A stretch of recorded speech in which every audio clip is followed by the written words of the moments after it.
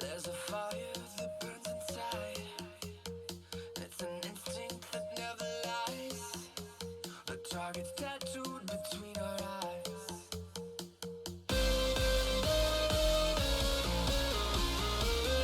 Stand and fight under the lights on the high stage. A part of your life they can't take away. Just like the blood running through your veins.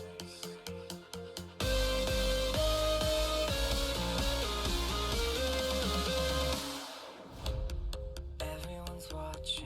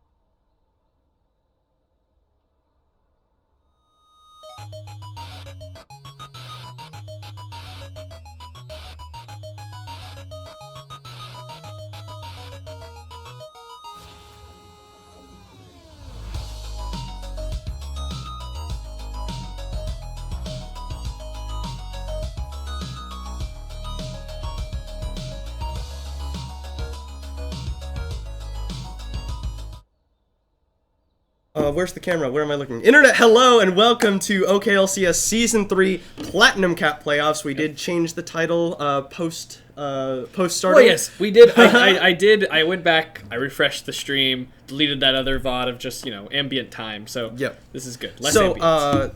We are getting ready to get started here. Our first we are going to be able to stream every single game today. As you know, we've run standard tournament bracket for playoffs. Is going to be number 1 seed versus number 4 seed in semifinals, as well as number 2 seed versus number 3 seed. Mm-hmm. And we'll be starting off with that number 2 versus number 3 semifinal, and it looks like all the players are ready, and we're going to get into champion select, so let's go ahead and do that right off the bat. Of course, Treehouse Kids coming in as the number 2 seed up against Evolution, number 3 seed. Treehouse Kids opted to pick blue side for their first game, and then there's the Lee Sin ban away from Jordan V69. Yeah. So this is the LCS ban system. There's going to be a couple bans, picks, ban, pick. Yep. I'm gonna check on one thing real quick. Yeah, go for it. I'll be right back. But Lee Sin banned away from Jordan V69. We've seen him really just pop off completely in a few games before, so probably a pretty good idea to ban that away from him. Alawi actually taken away from Daddy's Milk on the side of Treehouse Kids by Evolution. They respond with the Renekton banned away from Ryox. They're going to take Caitlyn away from Naked Beekeeper as well. Something that Naked Beekeeper has been able to really show some dominance on. As well, he's just a very good marksman in Platinum Cap. We've seen him really do really well, have good positioning. I don't know if you mentioned the Renekton ban, but it makes a good deal of sense too. Ryox has played it, I think, And additionally, like we're playing on live patch. This is 7-11. Yes, so Renekton got his nerf reverted. Yeah, he had some changes on 7.9, and then they tried to do. No, on 7.9 they gave him changes that were like really big nerfs. On 7.10 they tried to lessen some of the nerf without reverting them. But then after they were still like, all right, this just isn't working out. We're going to revert everything we did in 7.9 and 7.10. Mm-hmm. So for those two patches, Renekton was in a weird spot, but now he's back to where he was before, which was, a good LCS pick. So obviously still a good pick. Yeah, in 7.10, we're on 7-11 right now? Or we're 7-11. Yeah. 7-11. In 7.10, they changed Renekton so that he couldn't cancel his Ruthless Predator. That was in 7.9. 7.9? Yeah. In 7.10, they tried to lessen the lockout window. They tried to shorten it to make it feel less clunky. But people were still really complaining about. Well, yeah, because changes. it was kind of a dumb change that they would lock him out of that. But and then the RA is the final ban away from Hayabusa Taicho. That's his main champion, so it makes some sense to take him away from that comfort. Yeah. Lulu was picked up as the first pick for, I'm assuming for Silver Spade in the support position. On the other side, Evolution responds with their Zillion, kind of a staple pick, I would say, for Hayabusa Taicho. And then Ivern is actually the pickup for the jungle, Jordan V6. And just in case you think that we have our cropping off, no, it's not off. They recently made the changes to, these lobbies and stuff. Select. And as you can see, a little bit of the summoner spells are shaved off the screen there, which that's not a cropping thing on OBS. That's just how it is at the moment. Because this is new. This is the LCS banning system. Yeah. You can see they just like shifted everything over to the right a little bit with those extra bands. Yeah. And then they lock in the Twitch on the side of Treehouse Kids for the AD carry, something Naked Beekeeper has shown a proficiency on.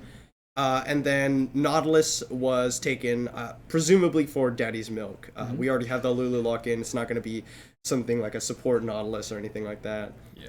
And then on the other side, Evolution picks up for Renji that Jinx. Looks like it's going to be a hyper carry comp for Evolution. They've already got the Zillion and Ivern locked in, as well as a really good scaling hyper carry in the form of Jinx. Yeah, so right there, we saw a Trundle band come out because they haven't picked a top laner yet. The Balar band. Treehouse. Just then, right? Yeah, Evolution banned the Trundle, but they have not picked their top laner yet. I meant but they have picked a top laner. They had the Oh, Nautilus. I thought Nautilus was support for a second out of habit. Lulu support. Okay. But they do ban the Trundle because that is Aramar's main champion. Main champion. I was gonna say, yeah. So Treehouse Kids is the team that has played Trundle jungle regularly. Yes, and throughout the season. And then they also ban out the Nocturne, which is not only is it a second jungle ban directed at Aramar, something that he's been playing before. He's played before in OKLCS, but Evolution have also already locked in their jungler, and Nocturne is actually really quite good with some of the new itemization available. On the other side, Treehouse Kids, they choose to ban away Fiora from Ryox as well as Karma. During that ban phase, all the summoner spells disappeared. Now they're back. It's interesting little bugs with the new client stuff. Sorry to interrupt. All right, and then Evolution coming in. Galio would be an interesting pick here. That's gonna be a lot of protection for this Jinx. Yeah, they're putting a lot on this Jinx to carry this game. Galio to peel and give that damage reduction with the ult. Ivern shield, Zillion ult. Yeah, they're putting a lot on the Jinx so far. Renji's gonna be quite the strong Jinx. Yeah. So I mean, it's gonna be kind of on Treehouse Kids to really keep that Jinx down before team fights come around where the entire team's gonna be around her. Yeah, to keep her going. That's a tough composition to play against when you have such a strong Jinx. Basically, can run in almost 1v5 and maybe not die. She's got the movement speed from Zillion and from her own passive. She's got shields from Ivern, peel from Ivern, Galio damage reduction, Galio peel. It's a lot of peel, a lot of protection. Ooh, okay. A Nunu. Slow that attack speed down. Yeah, not slow a bad the attack speed down, but not only that, but they've actually also got a decent little bit of a protect the carry comp themselves with Orianna, Lulu, Nunu. They could actually make Naked Beekeeper comparably as strong as Renji on this Jinx. Twitch is definitely a hyper carry in his own right. Primarily when he has his ultimate. All right, so that is a Galio mid or support? No, is it Galio support? Shen support? No, Shen top. Okay, if Ryox is playing it, that's Shen top. Yeah, so it must be Galio support from the Balar. Yep. Wow, that's interesting.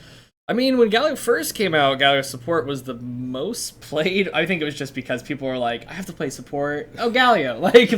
But it was the most played for a little while. So I mean, I think it's decent. He can poke. He's got good peel. Just maybe gonna have a hard time against the top tier other supports. Yeah, it's gonna be. It could potentially be a hard laning phase for Evolution in the bottom lane, but I mean, look at this comp they've drafted around Renji right now. I mean, I'm sure that Ivern's gonna pick up Locket and Redemption. Galio might pick up his own Locket. Oh wait, this is 7-11, right? So there were some changes to Redemption and Locket. Let's see. Locket is a portion of the shield's now based on your bonus health. And Redemption... Is that this patch? Or is that on PBE? Oh, I think it was this patch. No? I don't... PBE? I want to say it's on PBE. I'll just double check. Anyway, well, okay. Sorry, if that's on... Right. No. I might be wrong. I don't remember. Because I do know what the changes you're talking about, but I'm not sure that they've gone to live yet. Okay. I'll check someone peeking there. But I mean, basically everyone on Evolution is here to make Renji as strong as he possibly can. Yo, for sure. So they're really gonna have to. That Ivern's gonna want to focus that bot lane. Yeah, that's on PBE. It's on PBE. Okay. Well, that's my bad. I thought that was this patch. But yeah, okay, that's a change that's coming later. Yeah. For anyone who didn't know, Locket Shield's going to be kind of based on bonus health, and Redemption's going to be that way. You kind of have to more lean towards enchanters. Yeah, you can't just like build a Locket and do whatever you want. Yeah. But the change they're doing there is they want the enchanter supports to build a few items that will increase their healing shielding before building Redemption. That's why Redemption's healing has been lowered, but is increased like exponent, not just by those healing effects, but it's like it makes you receive double the effects from him or something for that Redemption heal. So to have the same effectiveness as before with Redemption, you have to build one or two of those healing shielding items first, and then tanks are going to be the ones wanting to build Locket, which is why the shield will be partially based on bonus health. So yeah, Anyway, that's for the future. I'm sorry to have talked about it for so long. Let's talk about what's on this patch. Yeah, so Nunu is strong on this patch. Nunu is very traditionally considered the counter pick to Ivern. Yes. Especially 'cause- after Ivern's latest nerfs to his clear. Yeah, Ivern, yeah, those clear nerfs really hurt. But yeah, Nunu can go in. He can clear almost as fast as Ivern. He can take away the camps before Ivern can come back and pick him up with those woodland shrines or whatever, the friend of the forest. He can consume Smite Daisy immediately out of a team fight. And Consume Smite Daisy. That's pretty effective. With a basic ability in your Smite, you can immediately negate an Ivern's entire ultimate. And I mean, Consume is not going to be an ability that helps you in a team fight anyway. Exactly, yeah. Except honestly, it's against heal the him. Ivern. Yeah, it's gonna heal you, little bit of battle heal, a little bit of effective damage against the enemy team when that Daisy's up there soaking. Yeah, it's helpful. Good thing you can't Zillion or Shen ult. Yeah, I mean, so the Nunu is really a great pick because if Jinx is gonna be hard to kill, at least you're reducing her attack speed by a hefty margin, reducing that attack or that DPS, especially when she's in Rocket. And when she's in her Fishbones, is Fishbones the rocket launcher? When she's in Fishbones, that's going to be drastically reduced damage. Yeah. Yeah, so if she's going to want to keep up that DPS, she's going to have to be a minigun. That's going to get her too close. Yeah, but, I mean, on the side of the Treehouse Kids, like I said, they've got 3 champions that kind of can empower Naked Beekeeper on this Twitch as well. No, yeah, as soon as we get into game here, it's taking a second. I'll just leave it on this screen for a moment. Yeah, so we'll go ahead and... The first, I just remember what it is. The first time my computer launches League, for when it during its period of being on, it really lags pretty bad as it gets in a game. But then every game after that seems to work just fine.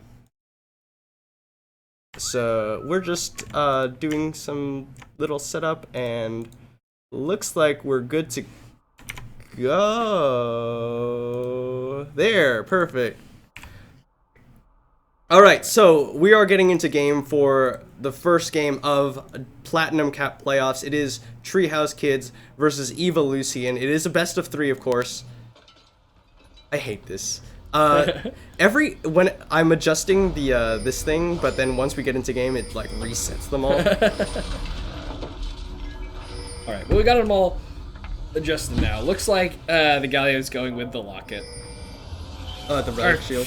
The Relic Shield. Yeah, makes sense. Melee champion, easy to go ahead and just... Yeah. See, on Galio, you kind of have an option. His Q will fully proc a Spell Thieves if you land it.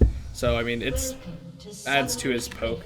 Although, just depends on what you're looking for. It looks like both teams are wow, they just run into each other. Jordan B69 lands the Root Collar onto Aramar, but the ball goes out, zones away Renji, but not a whole lot gonna happen. They sort of run into each other, not even realizing what's going on. And they're the junglers hey, met in the bush and the here. rest of their team weren't very close by.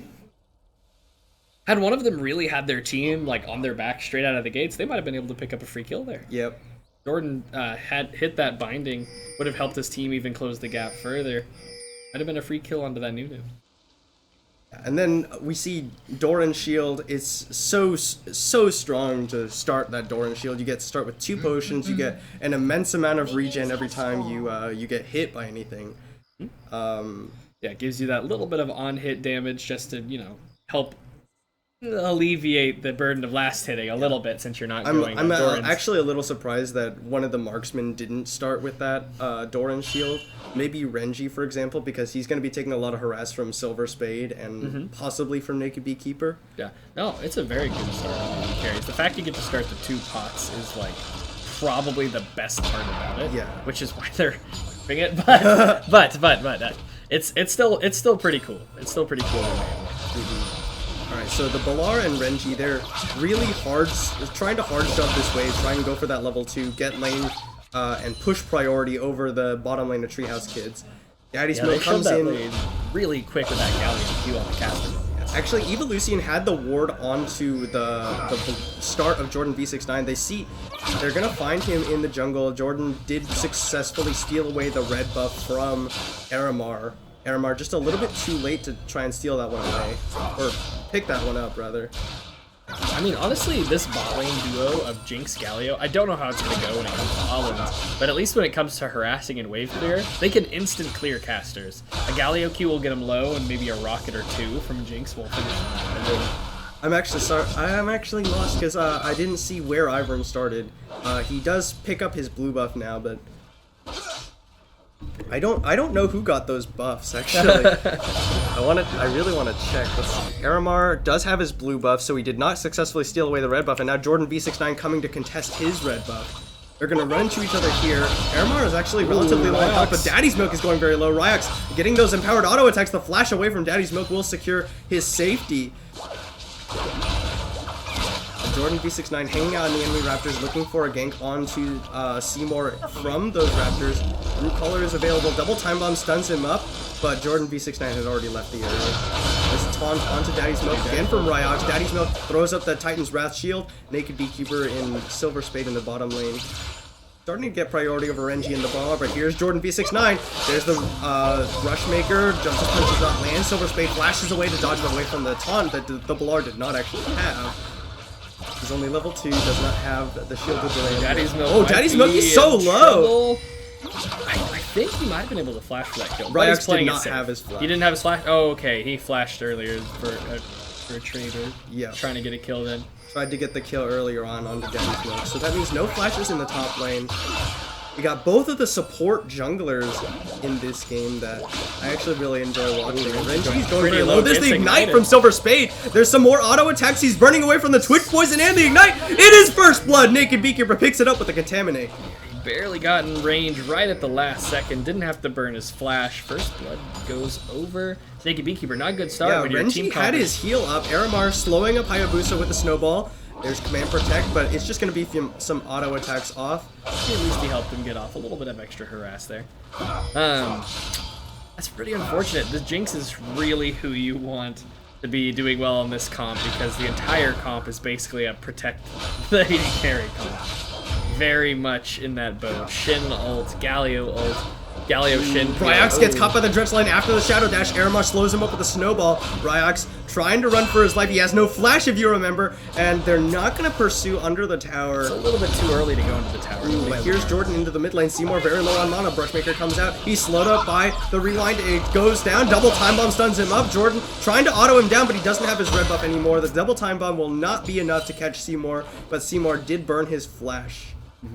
Yeah, and they're going to push him out of lane too, which is nice for Hayabusa. He took some damage on that last little gank from Nunu and was having to play pretty defensively, so now he'll be able to pick up a little bit of CS and then push the wave in back. In spite of Renji giving up that first blood, he's actually still even with Naked Beekeeper in terms of CS. He did pick up that call compared to the Vampiric Scepter on the side of Naked Beekeeper running towards that Blade of the Rune King. I'm not actually sure what I think of Blade of the Rune King on this patch. Yeah, this patch they nerfed the lifesteal on Blade of the Rune King from 15% to 12%. Which is pretty significant. No, yeah. Oh, Jordan, he snuck his way in. Silver Spade caught by the Root Collar, knocked up by the Justice Punch, taunted up by the Shield of Durant. There's no getting away from this one. Jordan V69 will pick up that kill. Puts Evolution on the board. Alright, so good for them picking up that kill. Unfortunately, it didn't go to him. Yeah, Renji is the guy you want to get ahead, but at least relieve some pressure on him in lane. He's taking a lot of damage from that Twitch Poison, though, standing in the Venomous Cask. Plus, Naked Beekeeper just used his Contaminate without being in range. Jordan B69 with a really nice gank into the bottom lane through the brush. This is unfortunate for Daddy's Milk. Nautilus's ult is a teamfight ult, but it's also kind of, like a selfish ult. You know, it's something he can use to get a kill. Like Galio, Shin, their ult is not going to help them at all in a 1v1. Nautilus's can't. So losing this lane taking is some damage. The Shield of Durand will go out for some damage reduction, but Naked Beekeeper now knows he's ready. Summoner Kill comes out to keep him alive, as well as his flash. Now Renji being forced away. Naked Beekeeper with the Contaminate actually takes him out. Aramar now caught by Evolution, but he has to flash away, gets the command protect. Daddy's Milk came in on the backside. Oh, there's a little bit of miscommunication here, but there's no CC available for Evolution. Daddy's Milk able to get himself away. Well, Twitch has already got 2 kills. Yeah, Treehouse Kids looking really strong right out the gate, and they got the 2 kills onto the person that wants them. When you start to get into this organized play and you have a team comp that you're like relying on, you really want to try to feed those. I know you want to get the kill at any cost, but that Lulu had no flash, was pretty dead. Trying to hand over that kill to Jordan V69 might be caught here. Dressline catches him out. Snowball slows him up. Here comes Ryox. There's the Stand United to keep himself safe. He's going to taunt onto Aramar as well. There's this Spirit's Refuge to block any auto attacks. There's the brush. Seymour comes out to get the Command Protect off, and Treehouse Kids back away safely. Hayabusa off to the back side, but he's not going to be there in time to throw any time bombs. Seymour probably looked like he wanted to take that fight, but as soon as they see the Lillian roaming up from the mid lane, they realize it's about to be a 3v2. They take what they can get, they back off. They burned the Shin ult, so at least that's not headed to the bot lane to help out Renji. Yep. Alright. Use the Lucian. Small advantage for Ryox over Daddy's Milk in the top lane, about 17 CS. I guess it depends on your definition of what is a small advantage versus a large advantage. He has a advantage. An advantage. But what I was saying, Blade of the Rune King, not only did they nerf its lifesteal this most recent patch, but they also nerfed or increased its cost. Like last patch, the patch before that, they increased the cost by like 100 gold or something like that. I don't remember. They increased the cost, and then not only that, but like Crit has not as recently, but semi-recently also gotten buffed in terms of its cost. So, a lot of people have been trending away from the Blade of the Rune King builds on even things like Lucian, or other traditional Blade of the Rune King buyers in favor of Crit since it's so cheap now. So cheap, I mean relatively cheaper. Relatively cheap, yeah. No, I mean, Infinity Edge had its cost drop by 300 and kept all, and I think either kept its stats or got 5 more AD. Like, Infinity Edge got its cost lowered. Zeal got its cost lowered. Essence Reaver got its cost lowered. There's a lot of benefit to going Crit builds nowadays. Renji slowed up by the Glitter Lance, but Naked Beekeeper happy to just CS while his lane opponent can't do anything. they're zoning pretty hard. I think Galio, you know, not a champion that has any heals or true shields for his team, and it's kind of showing in this bot lane when it comes to trades. And Seymour actually has himself a pretty decent CS lead over Hayabusa Taicho as well. Right. We're just going to see them kind of go back to farming. Jordan B69 goes for the Chalice of Harmony as his first item. Ryox actually shadow dashes away from Daddy's Milk. There's the Spirit's Refuge to block any of the auto attacks. Dredgeline pulls him back in as he tries to back away, but they're just trading onto each other. This is a wet noodle fight, but Ryox starts to win it out. Titan's Wrath Shield comes up. That's the sign for Ryox to stop trading with the Nautilus. Daddy's Milk needs to be a little bit more careful of those empowered Shin Qs. He needs to try to not let the sword go through him whenever Shin presses Q. That increases Shin's damage by... Well, the Q gives you... Does the Q give you damage regardless? It does. But it gives him significantly increased damage if the sword passes through someone before he hits them. Ooh, Ryox misses the Shadow Dash, but Jordan B69 is here. The Daddy's Milk did flash away from that one. Rukal is going to land, but Jordan rooted up under tower. He takes a little bit of her punishment for it. Dredgeline's actually going to pull him back in, but can't go for too much with Ryox still standing there. So Daddy's Milk just needs to not let the sword go through him whenever Shin's going. A little short on that Shadow Dash, but in the end, Treehouse Kids are the ones who pick up the first dragon of the game, and it's Infernal as well, so that's really strong for them. Good scaling towards the late game. Aramar coming in. Snowballs onto Hayabusa as he runs his way back under tower with the Zillion. After all those trading, or after all that trading Daddy's Milk just did with Shin and then Ivern, he's found himself Beekeeper putting a lot of damage onto Renji. The Contaminate comes out as well. Silverspade has Ignite back up, doesn't he? Yeah, he does, but Justice Punch is going to stop him. There's the Zap, goes wide. Shield with Rand taunts up both members of the Treehouse Kids. Yeah, Renji just getting bullied in this bottom lane by Naked Beekeeper and Aramar, or Naked Beekeeper and Silverspade, rather. Yeah, that Ignite is putting a lot of pressure on the Jinx. This Twitch is very easily chunking her to, you know, killable range. Yeah. 20 CS lead for Ryox in the top lane over Daddy's Milk. But, I mean, you got 2 kills onto your Twitch that you got to deal with. Ooh, sped up onto Ryox, but Seymour, a little bit too close to tower, doesn't think they have the damage to kill him off. Hayabusa picking up the Catalyst, building towards the Rod of Ages.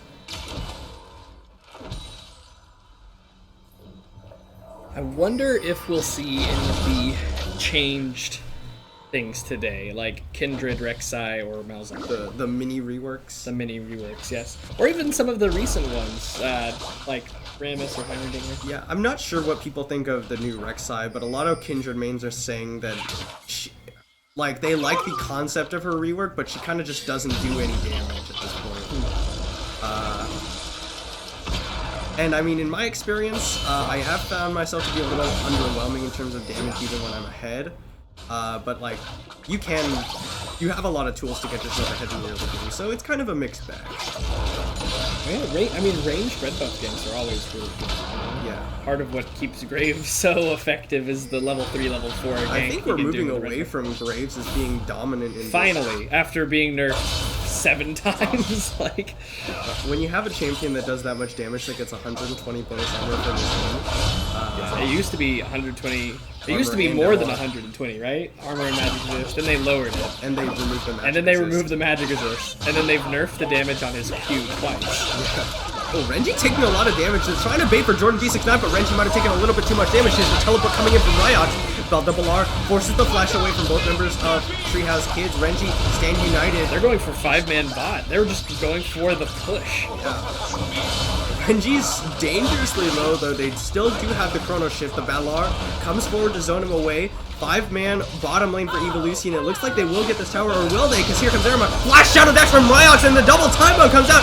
There's the hero's entrance. Shockwave does not save anyone. Aramar uses the God, they're just unkillable. Absolute zero. Ryox comes back up with Hayabusa's ultimate. They're Treehouse Kids lose one under their own tower and get nobody in return. And Shin ult came in on Renji to get him to the bot lane. He saved. He didn't have to use his teleport or anything. It's gonna be up soon. Hayabusa Taichu used the ult. Taicho used the ult on Shin. Galio also used the ult on Shin. Kept him alive for quite a long time, and then he pops up from that from the Hayabusa's ult, Zillion ult, and walks right out of there. Yeah, but that is 5 members of the treehouse or of Evolution committed into the bottom lane, and they get a kill, but they do not secure tower first blood. Naked Beekeeper given his red buff by Aramar. It looks like both of these teams kind of had the same idea in Champion Select. I think they're kind of competing for these protect the carry champions, actually.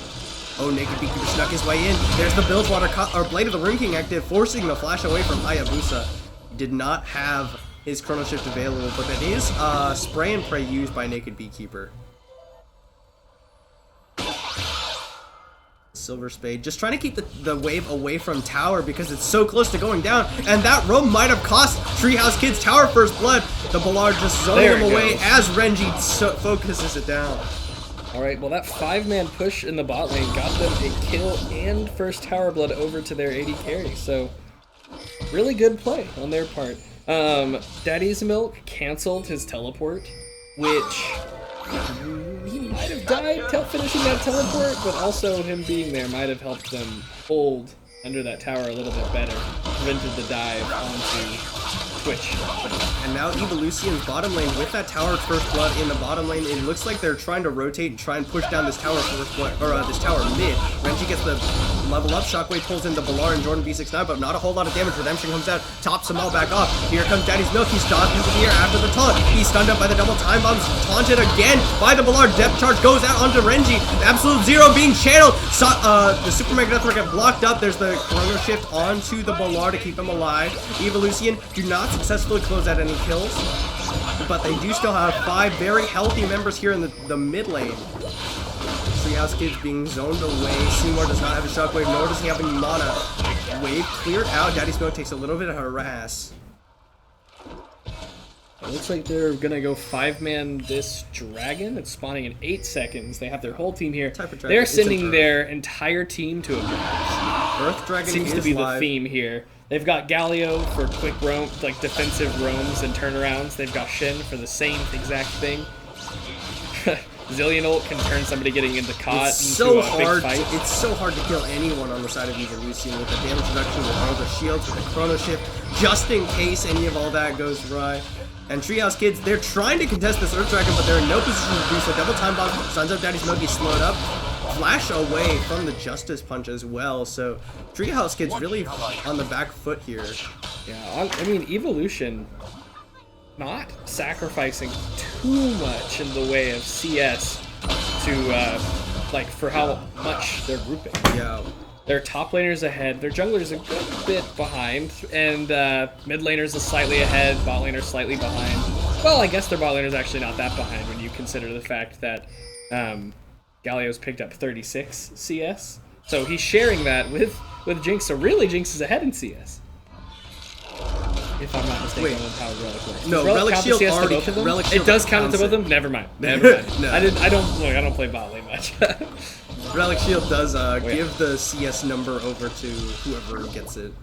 Oh, and now Rift Herald is a possibility. Treehouse Kids find the Vision Ward, they put it down, and they are going to be starting this one up. Hayabusa did smell it.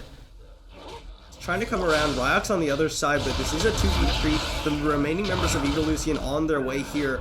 Naked Beekeeper not quite on the rotation. Ryok gets rooted up. Aramar and Daddy Smoke now, they know when they have to run. Silver Spade gets taunted up. Jordan B69 gonna root him up with a root collar. There's Shockwave pulls in the tanks, but here comes the Malar. Hero's entrance knocks up 3. Daddy Smoke throws out as much as he can. Supermarket comes across. They're not taking any damage on the side of Evolution. Daddy's Milk, Shadow Dash taunted up, and he will get the Titan's Wrath. Naked Beekeeper takes out Ryox with the first kill of the fight. Daddy's Milk will fall down. Renji picks up that one. Naked Beekeeper taunted up by the shield of Duran, and Renji chasing him down. He's got excited now. Seymour comes out. Lots of damage goes out. Naked Beekeeper gets the Summoner heal. Ooh, the AoE on that auto attack on Beekeeper kills Aramar as he walks back in. Yeah, and Renji survives with the help of Hayabusa's ultimate. The Balar got himself out of there just in time, and Hayabusa levels him up as Evolution starts off on the Rift Herald. These fights take so long with how many shields and just tanky champions there are on each team. Honestly, there was a good bit of burst put down on Renji and the Balar there, nearing the end of that fight, that looked like it might help the fight make a turn in favor of Treehouse Kids, but the Zillion ult comes in and they decide they're not going to get the kill and Yeah. get back off. Got the Rift Herald just in time because here comes the Baron, and Evolution looking really good right now.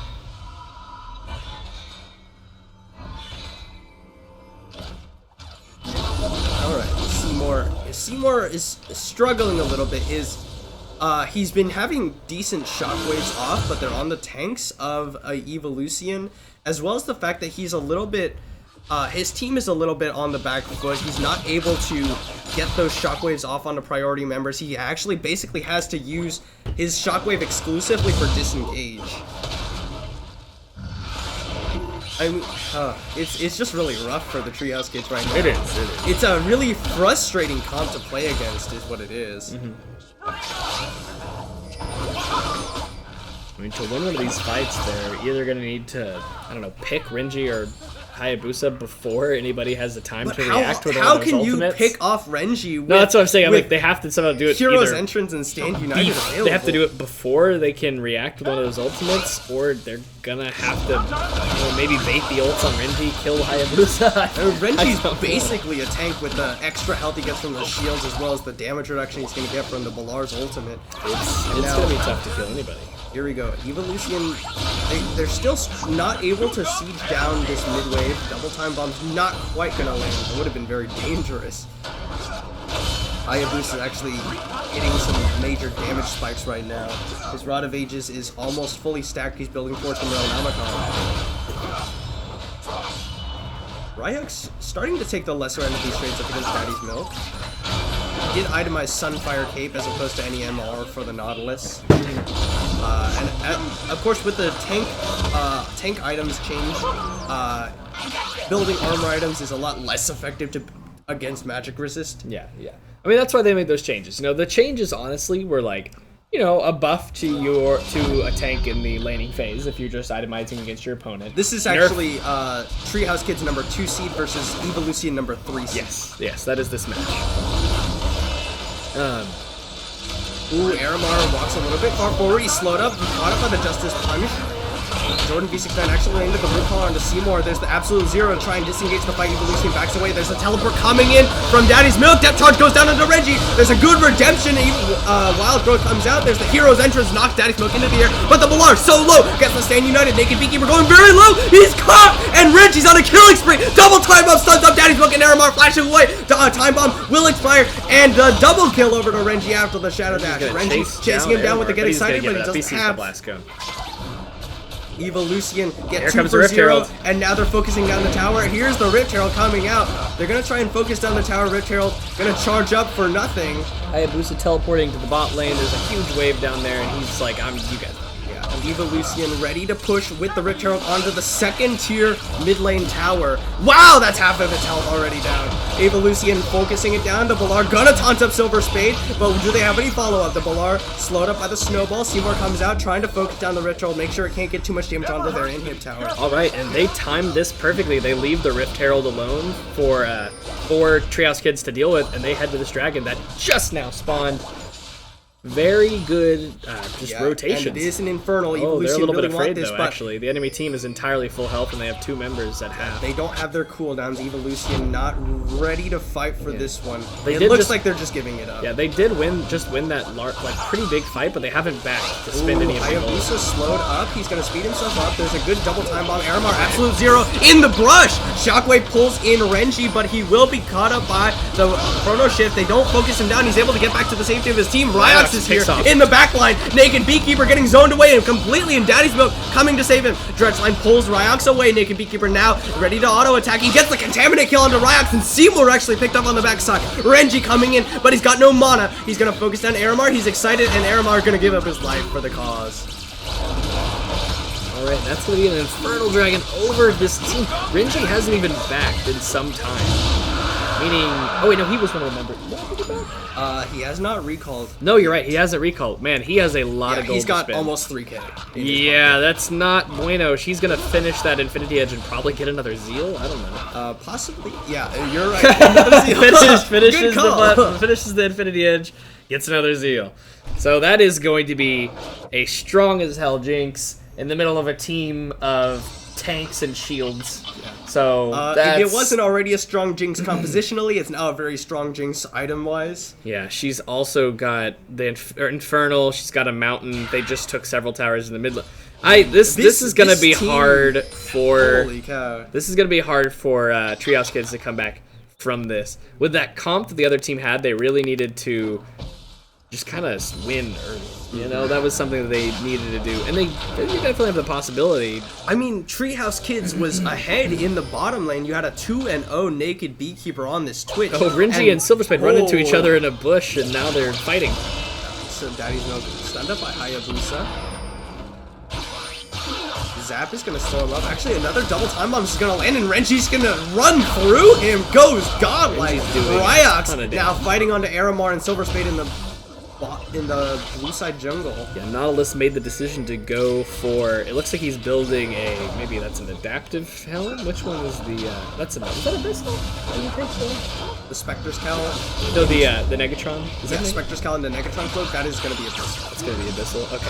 Ooh, Aramar going to get taunted up here. Double time bomb onto 2 members, and Renji able to focus down Seymour before the shockwave comes out. Aramar running away with the slightest bit of health, but it's not going to matter. Double kill over to Renji, and now 9, 1 and 2, 1 Infernal, 1 Earth Dragon, and it's already a strong Jinx. They're going for the Baron. Yeah, this game, barring a miracle, is probably going to go over to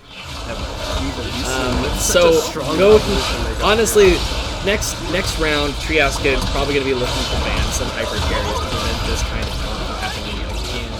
Yeah, maybe even going as far to ban, maybe the Zillion or Shin, something that's been Evolution with such a strong protect the carry comp.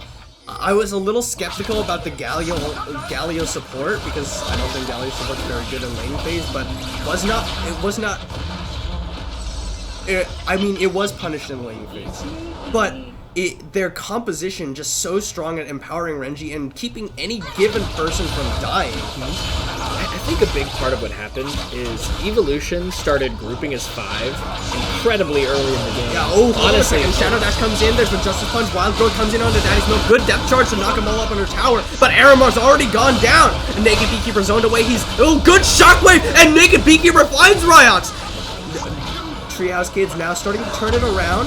Evolution have to back away. The Root Collar will stop Naked Beekeeper from going that, following in. Renji's actually died as well. Double Time Bomb is going to stun up 2 members to disengage the fight. Without Evolution Renji, they actually just need to lose run. out on that fight. Yeah, they went too deep. No matter if you're even if you're that ahead, you have to really well execute. Might have gone a little bit too deep here. He's got the time bombs on him, but Naked Beekeeper's here, ready to rip through Jordan V69. Naked Beekeeper on a rampage, and that's the other side of the Protect the 80 character. He's not ready to let this game go yet. And as soon as the other team came under that tower and were not on top of Naked Beekeeper, he was able to capitalize off of the CC that held them there under tower, put down a lot of AoE. The Orianna ult and the Twitch ult really have a lot of synergy. Puts a lot of enemies close together. The Twitch ult eats through all of them simultaneously, and he picks up a couple kills. And I mean, hold on a second. Super Mega Death Rocket is gonna find anyone. No, just barely sidestepped by Naked Beekeeper as he canceled his recall. Well, anyway, that was just kind of a not. We weren't really like they were like, oh, we have the damage. Evolution got a little bit ahead of themselves. They were like, we have the damage to kill them, and you do, but they have the CC to stall you. You know, you're under tower still. They still have a Twitch, and if you're not on top of that Twitch when you go in for that dive, he's gonna start getting free damage off. It was a really good Shockwave, and I gotta give credit to Aramar. Like his kill spread is not telling the whole story. He's doing a really absolutely great job with these absolute zeros in these team fights. Oh, Aramar, this is not where you want to be, my friend. Oh, the Balar's found him. Justice Punch gonna knock him into the air. He's gonna get taunted up. He's looking for the Blast Cone over the side. The Balar will actually give it to him. Here comes Daddy's Milk. He's taunted up by Ryox. The Redemption gonna top off Aramar. Absolute Zero channeled in the brush, but it's not gonna matter. They didn't walk into it. Double time bomb. Good Shockwave. Hayabusa kills off Seymour. Aramar will go down. No, he flashes away. He's got going down to the red buff. Renji gets a kill. There's the Justice or Hero's entrance, and that's 4 kills over to Evolution. Yeah, and then that was Treehouse Kids getting too ahead of themselves. It looked like they were thinking they were going to maybe dive that turret, even though that's just what got them back in the game, was a turret dive. Aramar came up behind the turret. Looked like he wanted to use Absolute Zero right behind the enemy team, but they cleared the wave too quickly. He didn't have minions. He started taking turret aggro. He tried to back off and got similar to what Evolution just did. Evolution, they still got Baron buff, and they've gotten an inhib. They do back away after taking the inhib. They're rotating up towards the top lane. Naked Beekeeper, just the last remaining member of Treehouse Kids after that whole debacle in the mid lane. Well, maybe we could hope for yet another, against better judgment turret dive, because that might be what. Oh, looks like some members. No members completed their back. They're still back. Treehouse Kids. And Hayabusa is gonna stun him up. Rooted up by the Root Collar as well. And here's Renji shredding through Daddy's Milk. Doesn't have the last Whisper yet, but it doesn't matter. Daddy's Milk, not quite as tanky as you'd hope a Nautilus could be. And Nunu and Orianna went down to that dragon. It looked like they were trying to maybe distract, maybe stop the back. Yeah, but now they're gonna maybe Evolution are ready to go for this inhib tower in the top lane. Seymour is starting his recall now. The Earth Dragon does go down, but there's Silver Spade caught up by the Root Collar, and Renji just focuses him down. Naked Beekeeper taunted up. The Balar comes out. Seymour, good Shockwave, but it doesn't matter that everyone else is dead. Aramar trying to do what he can. Absolute Zero being channeled. Naked Beekeeper does have the spray and pray ready. The Balar gets the stand united to keep himself from going down. Ryox now the focus, but he's so tanky. Evolution, they all get away with bleeding red health bars, but they've gotten 2 inhibs down. Yeah, that's pretty huge. It's going to be hard for them to come back from that now. 2 inhibs down. Baron's going to be up in just 2 minutes, I think? Yeah. Oh my god! Holy... I can't even... Wow. Oh, man. Yeah, you're on top of those timers today, yeah, apparently, literally as I said it, it popped up with it. Oh my god. Anyway. It's 7 kills to 19. All 7 kills on Naked Beekeeper. Seymour is struggling to do damage. They're going to melt this next Baron. And as soon as that goes down, they're just gonna 5-man bot, and with those minions pushing the other way, there's not much they can do. Honestly, they can have Ryox and the Balar push mid lane, because they have those ultimates in range of that bot lane tower if Renji gets engaged on. So Yeah. they could send Shin top to push the wave and Galio mid. They'll both be in range to ult bot if anything happens. Yeah, and now have a 1-1-3. I mean, at this point, Renji has a Guardian Angel and a Last Whisper, so Renji is absolutely massive. Yeah, honestly, the enemy team's tank line doesn't even have that much armor. They've been itemizing some magic resist here and there. Merc Treads and Abyssal Mask on the side of Nautilus, and for Nunu, he has a Spectre Scout. You call it on Daddy's Milk. He's taunted up by the Shadow Dash, and Renji just unloading onto him. Ryox throws out the Spirit's Refuge. Naked Beekeeper stunned up by the double time bomb. He gets the shield, and there's a Consume Smite. Super Mega Thorn. It does not secure anyone. Absolute Zero just to stall. Evolution now ready to dive. Ryox under tower. He's taking a lot of it. Look at those shields! Redemption comes out. Naked Beekeeper catches another time bomb. Redemption comes out onto Evolution side. Tops them all off as Aramar goes down. The Balar on a killing spree on the support Galio. 3 inhibs down for Evolution. They're looking for the game. Naked Beekeeper zoned away by the time on the first Nexus tower goes down. There's the shockwave onto 2, but Renji still very healthy. Another Redemption comes out, and it's gonna be game number 1 over to Evolution as Naked Beekeeper does his best, but he's exhausted. The Chrono Shift comes out. Renji autoing him down. There's the Galio ultimate, and it will be game 1 to Evolution. All right, well, there's an upset, everybody. That was the 3 seed taking down the 2 seed in game 1 of match 1 of OKLCS Season 3 Platinum Division. Yeah, and just such good execution by Evolution on this Protect the Carry prop. Really good execution. They did not let it get them down or get them tilted when that Jinx got behind a little bit early. They're like, all right, let's just not let this continue. Let's just group. And they immediately started grouping once they had their ultimates. And with those ultimates, Trios Kids just didn't respond to the grouping very well. Yeah, a big part of it was the fact that there are 2 teleports on the side of Evolution compared to only 1. Plus, they've also got Stand United. They've also got the Heroes Entrance. And they've got 3 globals and a semi-global. Yeah. So that was... Not to mention, I mean, they were just grouped so much. Yeah, they really stuck. Evolution really stuck around as 5 for that first tower, or that first dragon, and winning those fights really got them some advantages. Trails Kids did not really respond well. They didn't take objectives to the side, and they were slow responding by getting their own 5 there. So they already lost by the time they had 5. Yep. So just part of that, all those teleports and semi-globals really too. I think it's a really well played by Evolution, but. As for us, we're going to be taking a short break before we get into game 2 of this series. We'll see if Evolution can close it out 2-0 or if Treehouse Kids can tie it up. Thank guys for watching, and we'll see you in just a few.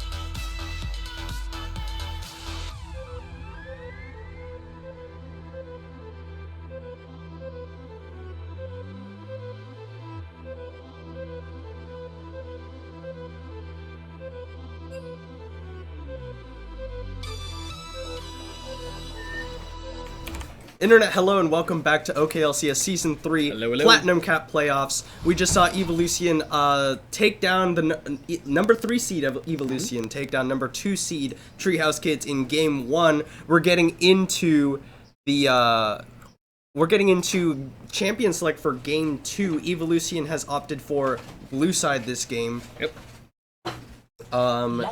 So they are going to take First ban Alawi. Yeah, already. Daddy's that was, Milk. We saw that last game too, I Yeah. believe, right? And the Renekton also saw that. Yeah, these are just the two staple top lane bans that both teams have banned against one another. I Yep. guess maybe Evolution knows something I don't. Did Daddy's Milk play a lot of Alawi during this regular season? I don't really remember a lot of Alawi. I think I remember a lot of Nautilus. Right. I think I remember a lot of Nautilus.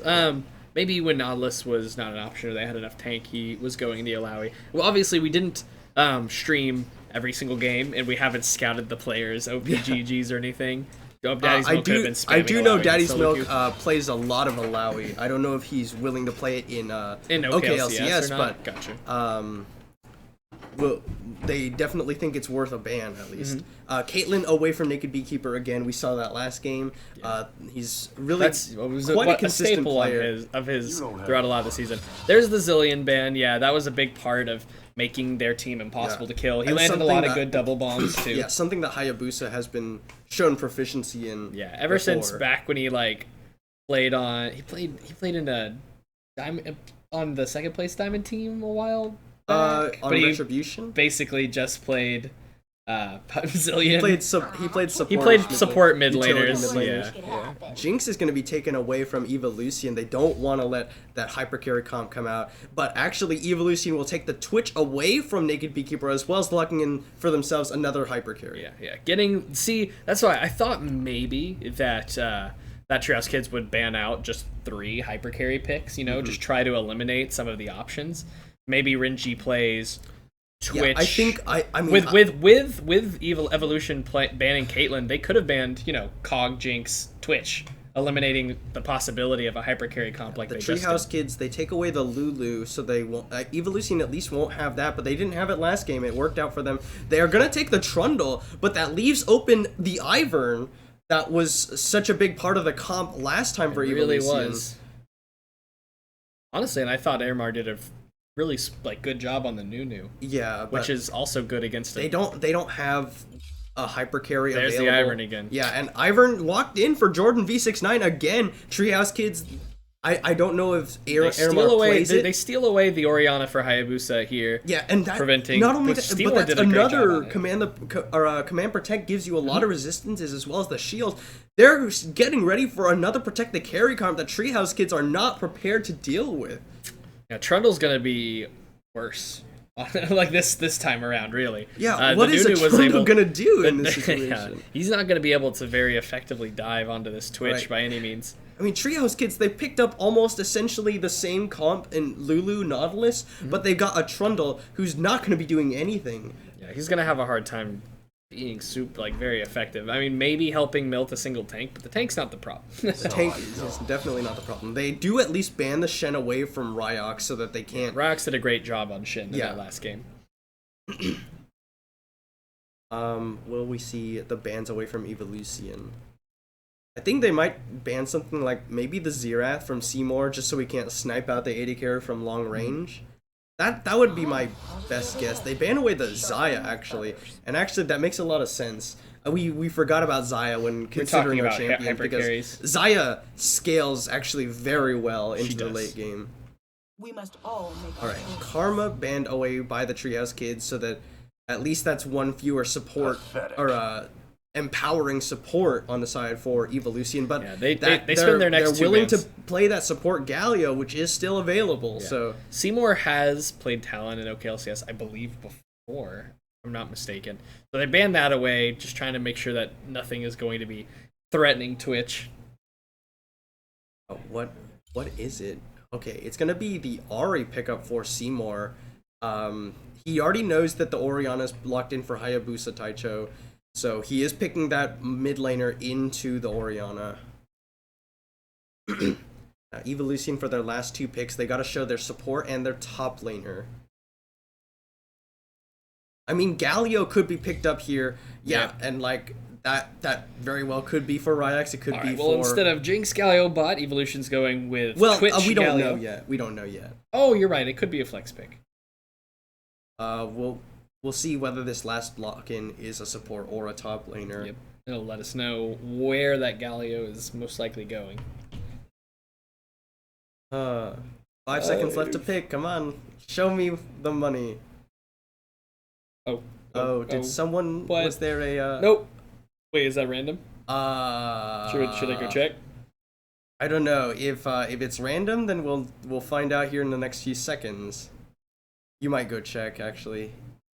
I find it unlikely that the Cho'Gath is gonna be locked in, but I mean I have seen Ryox playing it recently, so it might not be random. This might actually be something that he's been practicing to pull out later on. Well, I mean, they let the next picks go in, so and this they is trade. Yeah, so it is Cho'Gath going to Ryox. It's going to be Cho'Gath. Ryox pulling out the Cho'Gath here. Yeah, well, considering he's played it, it's probably not random. Yeah, they just I've actually really seen waited him to the playing last second to make that call. Yeah. All right, well, that gives us Ryox in the top lane on Cho'Gath, Jordan V69 in the jungle on Ivern, Hayabusa Taicho in the mid lane on Orianna, Renji on Twitch in the bot lane, and the Balar on Galio support. You want to go through the Treehouse Kids? You can do it. You got it. Go ahead. All right, so we're on the side of the Treehouse Kids. We got Daddy's Milk in the top lane playing Nautilus, Trundle on his signature, Aramar on his signature Trundle in the jungle. Seymour playing that Ahri in the mid lane, and in the bottom lane you got Naked Beekeeper on Vayne and Silver Spade on Lulu. All right, and there goes the final moments of Choose Your Loadout. They're going into their loading screen, and we're going to wait 3 minutes. Yep. Evolution, they've kind of drafted a very similar comp. They've got very similar. Supportive mid laner, the Ivern Galio combination. Orianna, a little bit, quite a bit less supportive than Zillion, but still a supportive mid laner. And they're denying Seymour that pick because he did very well on it. They were able to pick basically the same comp while denying a couple picks from Treehouse Kids. They denied them the Twitch and the Orianna, who arguably did the best on Treehouse Kids last round. Mm-hmm. So they're denying those good picks. They banned out some of those players' other picks, and they have a pretty similar comp. Yeah. Without the Shin and the Zillion, though, the comp is definitely going to be weaker. It's weaker, yeah. It's weaker. But Still similar. They can do what they did last game once again, but I think Treehouse Kids have more of a shot to work their way. I'm super concerned for the Treehouse Kids, though, because they've got Vayne, short range AD carry, Trundle, melee, no gap closer jungler. They're really, honestly, this comp is relying on being able to kill the enemy's tanks faster than the enemy can kill your team. I think that I mean, because Renji, not only can he kill through the tanks almost as fast as a Vayne can on this Twitch, but he's also like killing the backline while he's killing the tanks. I know. That's why I said it's if Treehouse Kids can kill the tanks faster than Evolution can kill their team. I think that's why Evolution, because he's going to be melting Evolution the team. played this champion select excellently. The Ivern was left open. I'm not sure why the Treehouse Kids. I guess they just felt more threatened by the Zillion and the Jinx than the Ivern, and then they wanted to ban away one of Ryox's staples. But they've let through such a strong composition from Evolution that they've already lost to. And then Aramar on Trundle, it's really just rough for him to try and do a whole lot unless he's really just going to try and use the Pillar of Ice to keep Naked Beekeeper alive and hope that the Vayne can just hyper carry through this game. Maybe Seymour can get a cheeky charm onto Renji and just eliminate him. That would be ideal for that would be the ideal, yeah. Oh, this is... I just think it's going to be so rough for Treehouse Kids to play this team fight. And I think, actually, that Ryox on Cho'Gath will win the 1v1 against Daddy's Milk as well, so you can't even try and play for the split push there. Yeah, Cho'Gath is honestly a pretty good bully against anybody that doesn't have a ton of DPS. Yeah, so. Especially with some of the changes that have come through and some of the new itemization, like that Gargoyle Stoneplate synergy with Cho'Gath is actually really quite good. It's really, he gets so much health that is a consistent amount of health now that he can walk right into the enemy team, throwing out his abilities, and if they decide to try to focus him, pops Gargoyle Stone Plate, doubles that already quite large health bar, and if someone goes low during those 4 seconds, his ultimate is true damage, and as of now isn't reduced by it's not reduced by the Gargoyle Stone Plate damage 60, reduction. Is it 60% of damage or 60% damage reduction? I can't remember. I'm sorry, what? No, is it 60% damage reduction, as in they're going to be doing 40% of their damage, or is it? I think. Actually, I don't know, to be honest with you. I can't. I just remember the number 60. Wait, I don't know why I'm doing this. It's just gonna reset on here. At least you can minimize the timeline and stuff. This is game 2 of a potential 3-game series. Game 1 went to Evolution. You can actually see the score in the at top. You can see the score. Evo is 1. Treehouse Kids are 0. So that's where the series is at.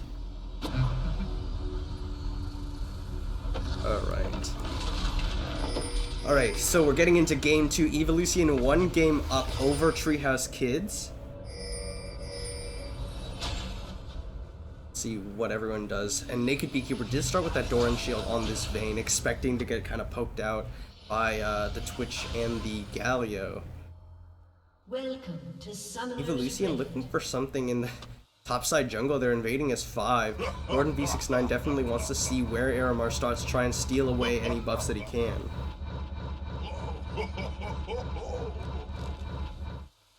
30 seconds until minions spawn. Snuck their way in. They are going to be spotted out by Seymour here. Seymour drops a ward. They do focus it down, and Ryox, 1 CS up. They do, and they also get the ward onto the red buff of Aramar, so they are going to be able to scout his jungle start. They're going to know where he is. This is irrelevant, but them killing that ward reminded me of one of those potential new keystone things they're going to be putting in with the Runes Reforged. It's called Zombie Ward. Yeah. And whenever you kill a ward, it places a ward that'll last 3 minutes in its place. Yeah, a 3-minute ward that is visible, but it does not count towards your 3-ward limit, so actually pretty nice. Yeah, it's pretty cool. It's gonna, make you think twice about just like throwing a ward right in front of the enemy team. Anyway, neither team really going for any sort of invade here. It looks like they put a ward on the enemy's red buff. Evolution put a ward on the enemy team's red buff. Aramar looks like he's going Aramar's running. Yeah, he's got to run towards the other one because he knows that Jordan V69 is going to run over, take his red buff before he can do anything. Yeah, they see him. Jordan V69 didn't take his own red buff. He went straight for the enemy red buff. Yeah, he marks the blue and his wolf camp, and then he runs over and smites away the red buff. Actually looks... Oh, but here we go. The bottom lane of Treehouse Kids starting to collapse onto Aramar. Evolution collapsing onto Aramar. Aramar has got to run for his life, but he's collapsed on by 4 members of Evolution. Flashes right into a root collar, and Aramar caught with his pants down. First blood over to Jordan V69. Evolution read that play very clearly. Like Ivern ran straight to the red buff. They had the ward on it so they would know when Trundle got there, and they just had their whole team rotate down. Aramar... I don't know if his team told him that the bot lane was coming. They probably did, but he was just... That was just such a textbook play, though, because Naked Beekeeper and Silver Spade, they leashed Aramar's blue buff. So, they not only does Evolution already know where Aramar's starting, but they also get lane priority in the bottom lane. Naked Beekeeper and Silver Spade pushed under their tower. Aramar left all on his own. Evolution just playing this early game so well. It's only 3 minutes and they've already completely outplayed macro-wise the members of Treehouse Kids. Yeah, Trundle, not a champion that's really known for his early game or jungle clear. And so that's going to set him back even farther. So that's going to give this Ivor and Jordan a whole lot of free reign. The one upside you could say that there is that Aramar did get to the experience for killing the buff. He did get the experience from killing them. Oh, here we go. Jordan is getting onto the bottom lane. Silver Spade stunned up. Oh, slowed up rather. There's the taunt from the Balar on the 2 members. Naked Beekeeper taking a lot of damage. Summoning Heal comes out. He didn't flash, and Jordan will finish him off. 2 kills for the jungler of Evolution. Wow, 2 kills already. Oh, another root collar lands on the Silver Spade, forces his splash immediately afterwards.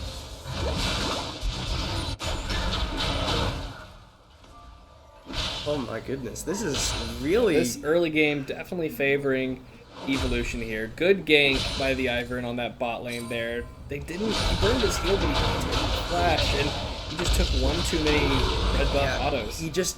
Getting greedy with those summoner spells. You try and save your flash so you use your heal instead and you die anyway. That's not what you want. No. Sometimes you gotta flash. Viox playing this Cho'Gath. I mean, both of them are out of mana, but Cho'Gath with the Doran's Ring in that passive is gonna have that mana back in no time. Whereas They spotted Aramar on a ward. Aramar only level 3 here. Ryox is gonna find him, and Aramar has no flash, but Ryox actually might not want this one. He's gonna have Jordan V69 though. Here comes the Rupture. Aramar caught once again. Ryox coming in to collapse on him. Evolution have warded up every path that Aramar has tried to take and collapsed on him whenever he did anything. Aramar is gonna really need to change up his jungle pathing if he wants to become a force in this game. He is struggling. The other team is really just looking for him, seeking him out, and trying to just set him back wherever they can. Like we said, Trundle, not really known for his jungling ability. Oh, Jordan V69 for a repeat gank. The root collar not quite gonna land. And Evolution, they back it away. Gives him a little bit of a shield so that he gets the harass from Naked Beekeeper on his way out. Ooh, Seymour catches the charm onto Hayabusa, but the command protect came in. Not gonna have too much damage right yet. He's only got that Doran's Ring.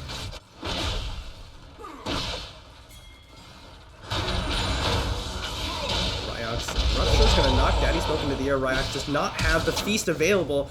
Force the flash away from Daddy's Milk anyway.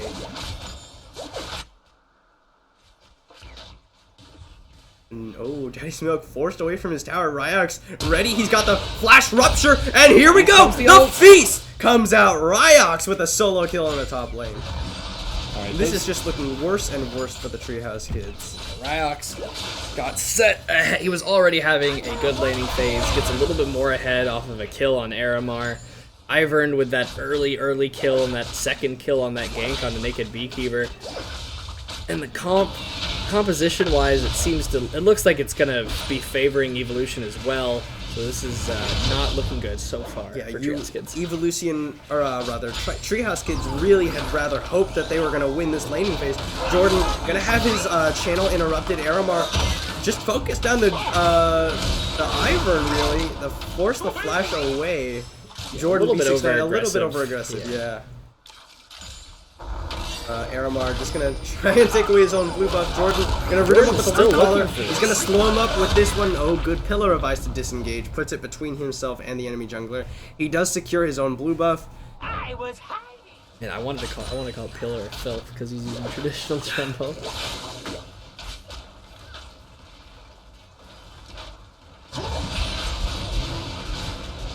All right, well, already at about a little bit more than a 2k gold lead in favor of Evolution, so that's going to be... just going to knock up Daddy's Milk too. Ryox is putting down a lot of damage here. Daddy's Milk... Oh, but he's in the middle of a minion wave. Yeah, you're right. But Ryox, he's got some potions. He's got a Doran's Ring, as well as he's got that... the passive from Cho'Gath that gives you a lot of regen every time he goes on. Oh, Depth Charge! Ryox missed the Rupture! He's burning away! He's got the potions, and Aramar's here just to make sure he doesn't get out of here. Who's gonna get this kill? Aramar's looking for it. Rupture's gonna knock him into the air. Daddy's Milk does not land the Rupture, or the Riptide rather. Ryox gonna give over the kill to Daddy's Milk. Damage Cinder helps give him the little bit of damage there near the end to claim that kill instead of Aramar. Wait, Aramar, I guess. Would Aramar got him with the ice? Pillar of... Because it's a status, it gives you the slow. Gotcha. Alright, Jordan V69 here to pick up the mini wave in the top lane. Aramar actually fancies his chances because it is just an Ivern, not really the dueling champion, but actually Aramar losing out a little bit on that trade. Yeah, took a little bit of minion damage, ate all of Jordan's abilities. Yeah, the a shield lot of helped the mitigate base it. stats from level 6 compared to level 5 also help him. Yeah. Aramar really kind of struggling this game. He had a rough start and got invaded again after taking a Skittle Crab when the enemy team had vision and trying to back in the Baron Pit. Or yeah, I guess it. I mean, it's both, it's but both. I don't know what I'm thinking. I think I just think of the one that spawns First. I got you. Well, it's cool. even though it's been Baron Pit for longer than it's been Herald Pit. Alright, well, it looks like...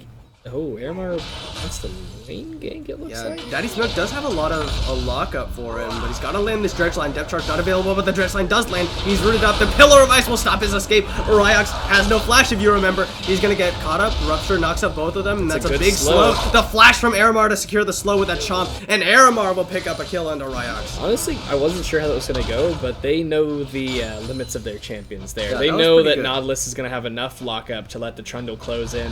Trundle drops that ultimate, has that red buff. It's going to be a lot of reduced resistances and true damage onto the Cho'Gath, and they are able to just chase him down. So, good on them. But for their jungler showing topside, Evolution move on to the Cloud Drake. It is, of course, just a Cloud Drake.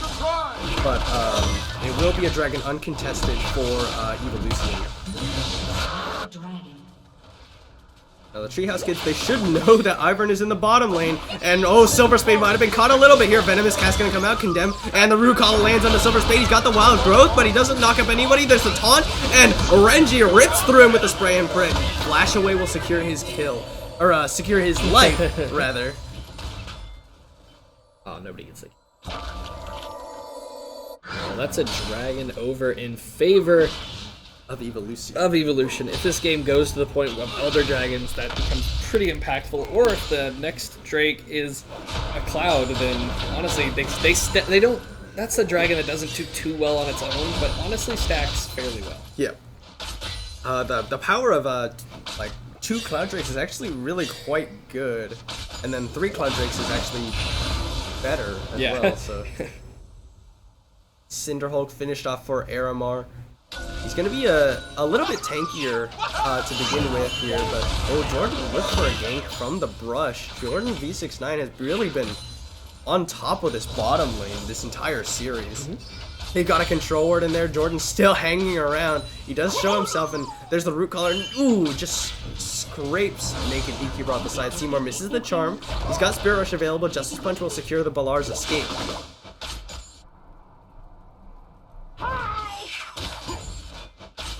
Aramar probably gonna, he's either gonna go for the Blade of the Ruin King or a Titanic Hydra as a second item, I would assume. Which I think is probably the best way to go. Both of those items very viable champion, or viable to build up onto the jungle. Ryox actually taking the lesser end of the straight against Daddy's Milk. Dredgeline's gonna pull him back in. Riptide slows him up. He's silenced up by the Vorpal Scream. Rupture gonna come out. The Daddy's Milk had already backed away. Ooh, Naked Beekeeper comes out. Jordan V69 is here. He flashed for the Root Collar into Silver Spade. Throws out Daisy. There's the taunt from the Balar. Knocks him up with the Justice Punch, and Silver Spade will go down. No, he won't. Yes, he will. No, he won't. Renji goes a little bit too deep under tower, and Naked Beekeeper turns it back with a Silver Bolt. Jordan V69 lands the stun. Oh, he gets knocked up by Daisy, but here's the teleport coming in from Daddy's Milk.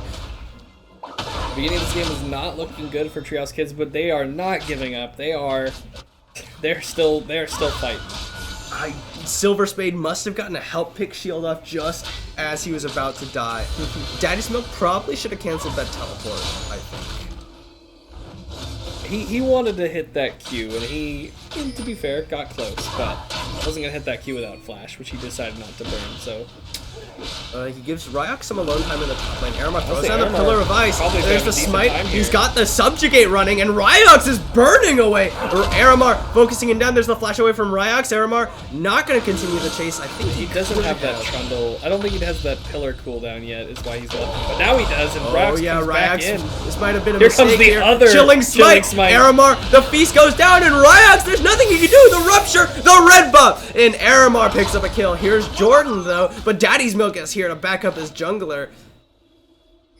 Aramar making use of the fact that his ultimate is pretty much only effective against this Cho'Gath right now. Yeah, and and he's just keeps coming top I and mean, use it on him. in spite of everything that happened in the beginning of this game, Aramar's a level up over Jordan P69 because Jordan spent so much time in that bottom lane not getting any kills, not farming any jungle. Yeah, both times he ganked bot, they weren't able to pick up Silver Spade despite their best efforts, and even lost a kill on one of those ganks and forcing him to back. So with Aramar's ganks have been successful despite his setbacks earlier, so that's really... Kills are a huge part of experience.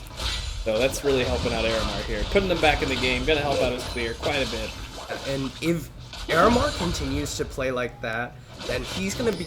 I mean, we were talking about the problems with the composition, but if Treehouse Kids are far enough ahead, they have a much better front line than Evolution. Oh, they do, does. yeah. And if Seymour They'll have a can- Lulu empowered Vayne and an Ahri, which will both be fairly hard to catch. If they can start going off around the front line. It's a good kiting composition, and it's really hard for Cho'Gath to do very much against those Good guys. kind of, yeah. Here's something that won't wash off. I mean, Ivern's pretty decent at helping chase, but he's really the only one on his team with good chase. Seymour looking for the charm onto Hayabusa. Nice sidestep by Hayabusa. Ooh, Spirit Rush dodges the shockwave and the Ignite goes down, but Hayabusa, the one who comes out on top, but he will go down to the Ignite. Yeah, The nice Ignites dodge. from one another. Nice job dodging that ultimate there. Might have wanted to use a few more, like, dashing in, not quite as close to him, maybe get a little bit of distance because he was QWing at his feet. And Jordan is trying so hard into this bottom lane. This is probably the 4th time he's been down here. Aramar gonna find him here. The Pillar of Ice gonna slow him up. Aramar throws down the Frozen Domain to try and chase him down. He gets the shield. He's got a little bit alone here, but he's able to back away to the safety of Silver Spade. They actually try and turn it back around. There's Daisy popping out. Naked Beekeeper really just wants to farm right now. It's the supports versus the top, and supports and jungle is facing off against each other, but Renji's here! Silver Spade flashes his way over the wall! Aramar gonna run away. He's got the subjugate bonus resistances. He's actually just able to walk away without using his flash. They also burn the teleport from Ryox. Let me know if anyone tramples you. Treehouse Kids, they actually come out pretty ahead in terms of the trade there. They lose the fight, but they didn't lose any kills, but they forced out a lot from the Evolution. Evolution starting off on the Earth Dragon. I really think if Naked Beekeeper had just come out and tried and help his team, maybe they pick up a kill. Although that might have forced them to commit a lot more. Evolution are going to take away the Earth Dragon. Riot's going to feast on that one for them extra feast stacks. Comes a gank on the bot lane. Daddy's been shoving in as hard as he can top. Naked Beekeeper taking some free autos from Renji. Oh, the Justice Punch. The Naked Beekeeper zoned away. He's gonna throw out the final hour, and Renji actually taking the lesser end of this one. Ignite goes down, and Naked Beekeeper puts him down. It's condemned into the wall from onto the Balar, but here's Jordan B69 to keep him alive. Naked Beekeeper really doing a lot of work on this Vayne pick. Lulu's been doing a good job of empowering that. Looks like They really want this tier 1 tower, they're but they out of don't have the minions. minions. And Ryox able to save the tower. Cho'Gath. Ooh, Daddy's. Ryox on the Cho'Gath. Cho'Gath has a ton of wave clear for a top laner. With just maybe a bit of AP from some Doran's Rings or maybe a Rod, your QW, the shout, and the Vorpal Scream. the shout and the rupture. Yes, the rupture. Thank you. Can like instantly clear casters. You can just call it a QG. No one else calls it Rupture. It's really just me, honestly. No worries. It's nice. It's what's the word? It's like some it's like flavor text or something. Flavor text, yeah. Alright, Seymour, in spite of getting that kill, he's down about 20 CS compared to Hayabusa Taicho. Ryox putting some pressure onto this top lane tower. They really don't want Tower First Blood to go down. Neither of these teams really wants to see Tower First Blood since they're both so close to taking it. Seymour tries to do a lot of harass here.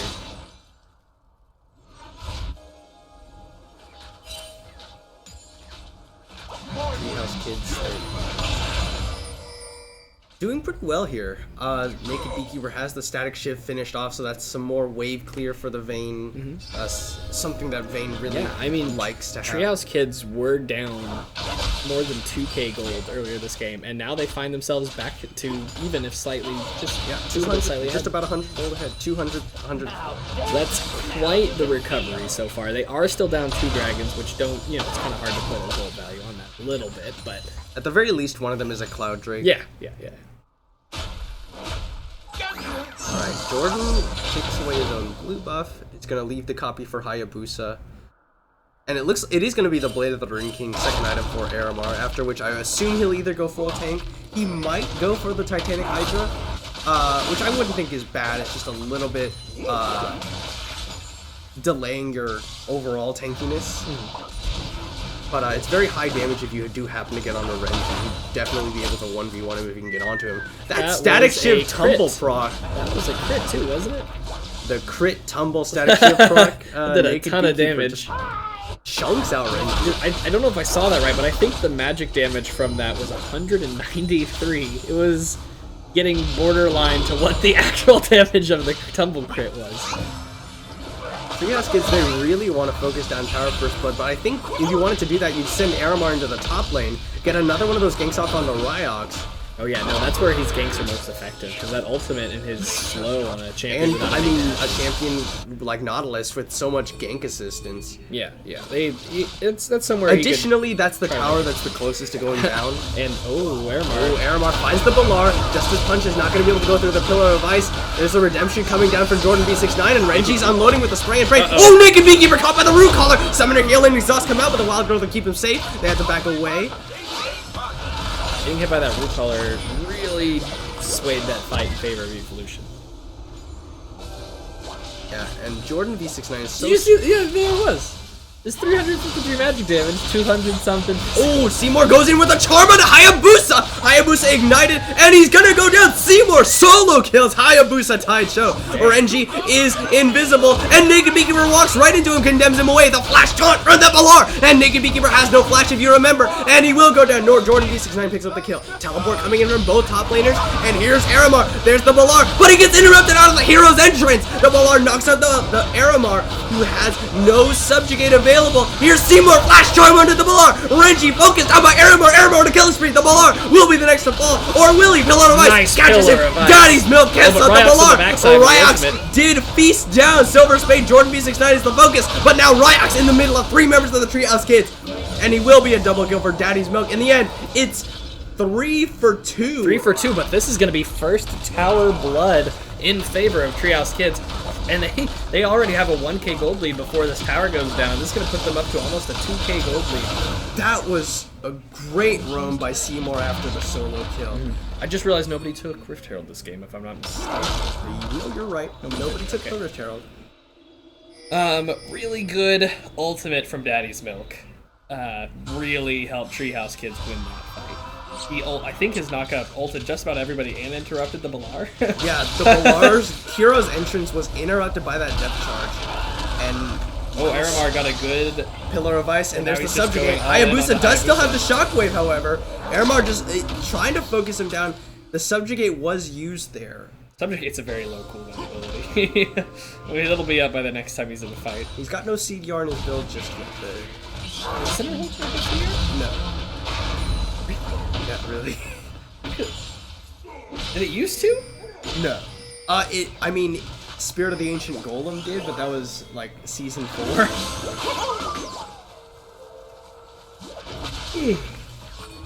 Alright, the Earth Dragon is live and looks to be the focus of Evolution. Daddy's Milk is 3-1-2 right now after all that went down. They do secure the tower in the bottom, and actually tower went down for Treehouse Kids in the top lane as well, so they do have a just under 2k gold lead. Ryox up against Daddy's Milk. Seymour taking out that control ward. Hayabusa actually pretty low on mana and chunked out a little bit from Aramar earlier. Seymour wanted to, he could go in, but the rest of Evolution has arrived. And They are focusing down the tower. Oh, good charm onto Renji. Shockwave only pulls in Aramar. Renji going very low. The Redemption gonna top him off. Aramar looking for him, but he's got no subjugate. Here's Naked Beekeeper out to the side. He's autoing onto Jordan B69. The Root Collar will stun him up. Charm doesn't land. Evolution secure the tower and make it all out alive. But now I think they're gonna have to give up either this mid tower or this Earth Dragon. It looks like the Earth Dragon is the focus of Treehouse Kids.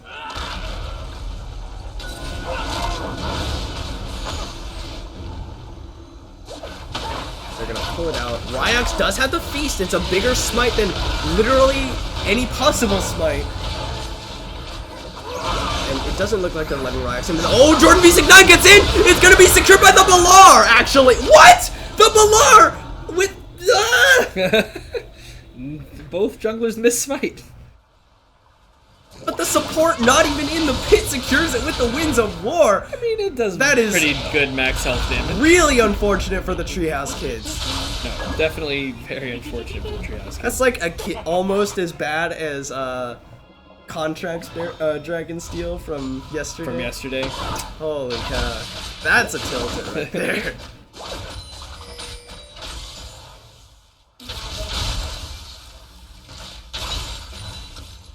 Okay, well. Well, that dragon going over for Evolution, not good for the long run, but at least in the short term, they still have a 2k gold lead over on Treehouse Kids, which they've been starting to just sort of reverse snowball. They've got to be so careful with a Twitch and 2 Mountain Drakes. The enemy team can very easily take a Baron. And they've got the feast to secure it. I mean, this is so dangerous having the 2 Earth Dragons on Evolution. And that's just really unfortunate for Treehouse Kids that Earth Dragon went that way.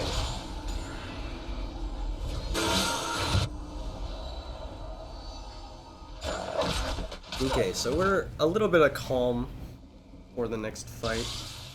Just kind of chilling, waiting for the next fight to break out. Looks like something might happen. Silver Spade's starting to get aggressive with his ward and his map positioning.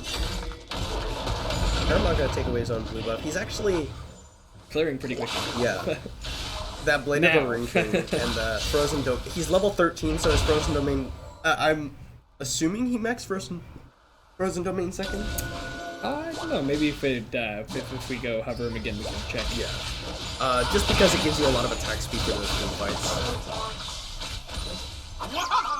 Ooh, Renji looking for Silver Spade, who's a little bit isolated here. He's got his flesh available there. Yeah, he's gonna have to burn it there. Oh, the Valar goes in with the Justice Punch. He's gonna taunt up only Seymour. Has to back away now, getting focused on by both mid and AD carry, and that's decently ahead Vayne right now. Alright, Aramar, he is maxing the Frozen Domain.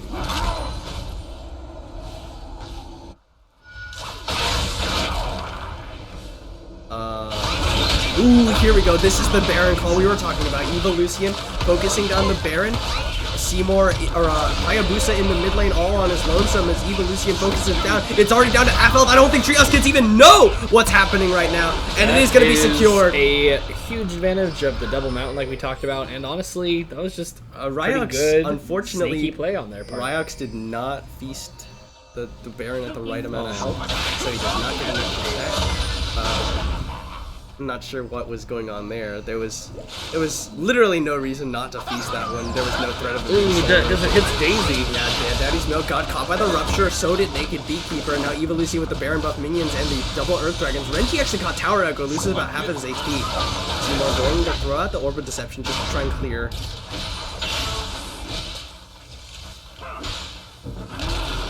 Pillar of Ice goes out. Evolution still looking for the fight. And honestly, a team fight could go either way, despite us being Aramar does have the Subjugate available. The root onto Seymour. Rupture knocked him into the air. No follow-up after that, however. The Seymour still decently healthy. That brush just so dangerous for Treehouse Kids. Evolution able to throw out skill shots from Fog of War.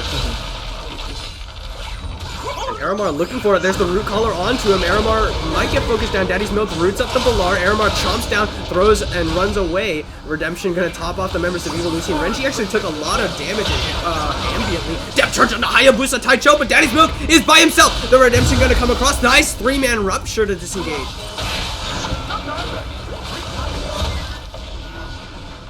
Okay, so this is kind of a stalemate here. Even with the Baron buff, Evolution only managed to get chip damage onto that tower.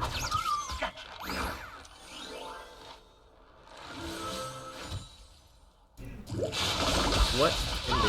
They could Beekeeper down to about half HP. Trying to clear Baron minions and Turtle until the Baron buff duration is up. Looks like with some of the members backing, it's gonna be over soon. Yeah. Ooh, pretty large wave in the top, like we just saw there for a brief moment. And I like what they're doing here, Treehouse Kids. They're funneling that farm into Aramar. Either that, or they think he's the best chance to 1v1. Subjugate goes down, and Ryax does the Blade of the Rune King and the Blue Smite. Aramar, wow, doing a lot of damage, but he doesn't want to chase too far. Ryax could very easily turn that fight, as well as he could get collapsed on. The Feast is available. That's a lot of surprising burst damage. Yeah, for sure. Ryax has actually gone for a full tank Cho'Gath build with the Dead Man's Plate into stone, or Gargoyle Stone Plate. When he popped Gargoyle Stone Plate is when Aramar backed off. Yeah, that's smart.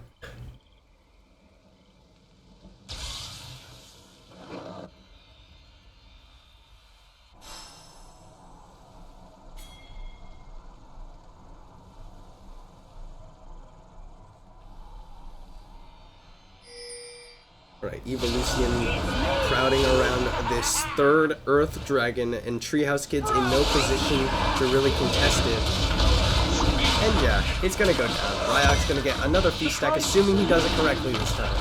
That's gonna be... Oh, Silver Spade came in to try and face check. It's secured by the Smite of Jordan B69. Silver Spade gonna get caught. The Redemption gonna keep him alive for just a little bit longer. Death charge on the Hayabusa. There's the Hero's Entrance coming in. Seymour off to the side, getting focused down by Renji, but Aramar gets into the backline. Ryok's Feast down Seymour. Renji able to lash himself to safety, and Aramar will get focused down. Silver Spade and Naked Beekeeper unable to do anything. Daddy's Milk trying to peel, get his carries to safety.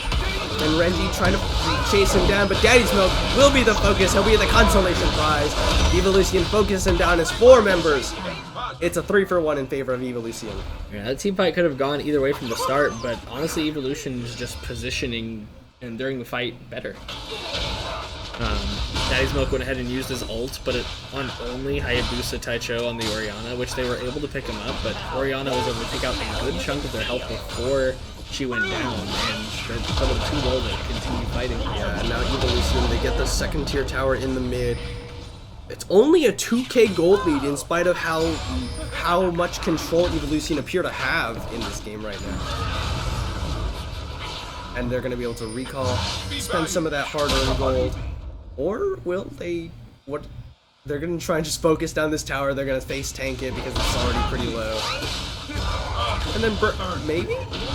There it is. Yeah.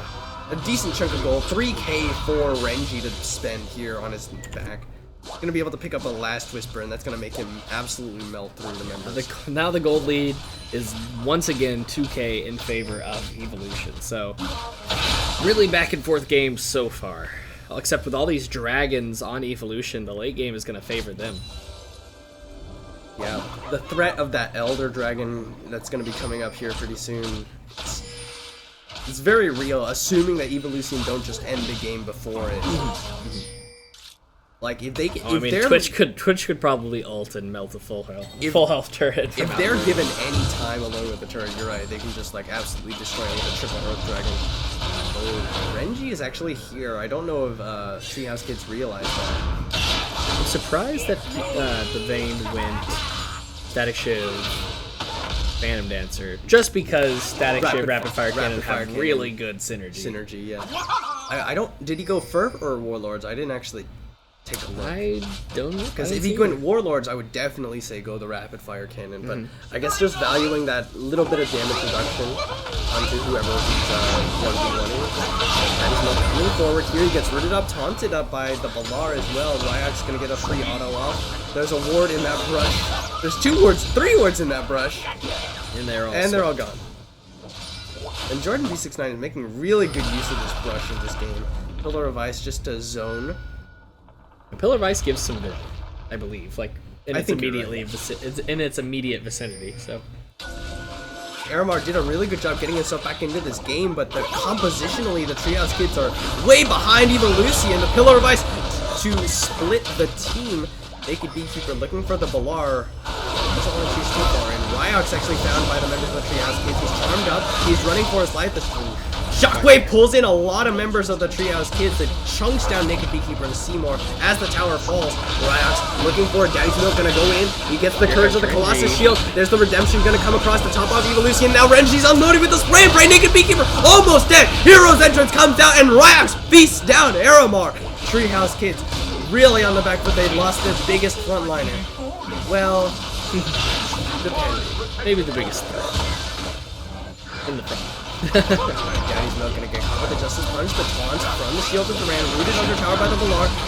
There's a depth charge onto a lot of members of Evolution. Naked Beekeeper follows up the final hour, focusing down Ryox. He will get the shutdown. Redemption too late to save his life. Hayabusa 100 O's. Naked Beekeeper. Jordan B69 now the focus, however, because Seymour picked up Hayabusa for that one. Orbit Deception secures the kill onto Jordan, and now Renji and the Balar on the back foot have to back away. These fights, so back and forth. Nice job on Hayabusa taking that opportunity. Naked Beekeeper was melting through his team. He was like, I will trade my life for my teams. Jumps in there, stops the rampage, but goes down in the process. Yeah, but the Baron is live, but they don't have their AD carry, and they don't have their jungler here just yet. They've got a Blade of the Rune King onto Aramar, so they can take it okay. They don't have any Earth Dragons, though. That'll make it a lot slower. Daddy's Milk will be happy to tank this one up. But yeah, you see how slow it is taking this without the Vayne. And here's Aramar, and he'll start ripping through it. Yeah, he's helping speed. Alright, here comes the teleport from Ryox, and they have to leave because Ryox could just feast it down, and I don't think they could focus him down fast enough. But the teleport canceled. Now they're back onto the Baron, but he might have stalled long enough. Renji and the Balar are here. The Pillar of Ice goes down. Evolution successfully stopped the Baron. Just couldn't do it fast. Evolution ready to clear out the vision.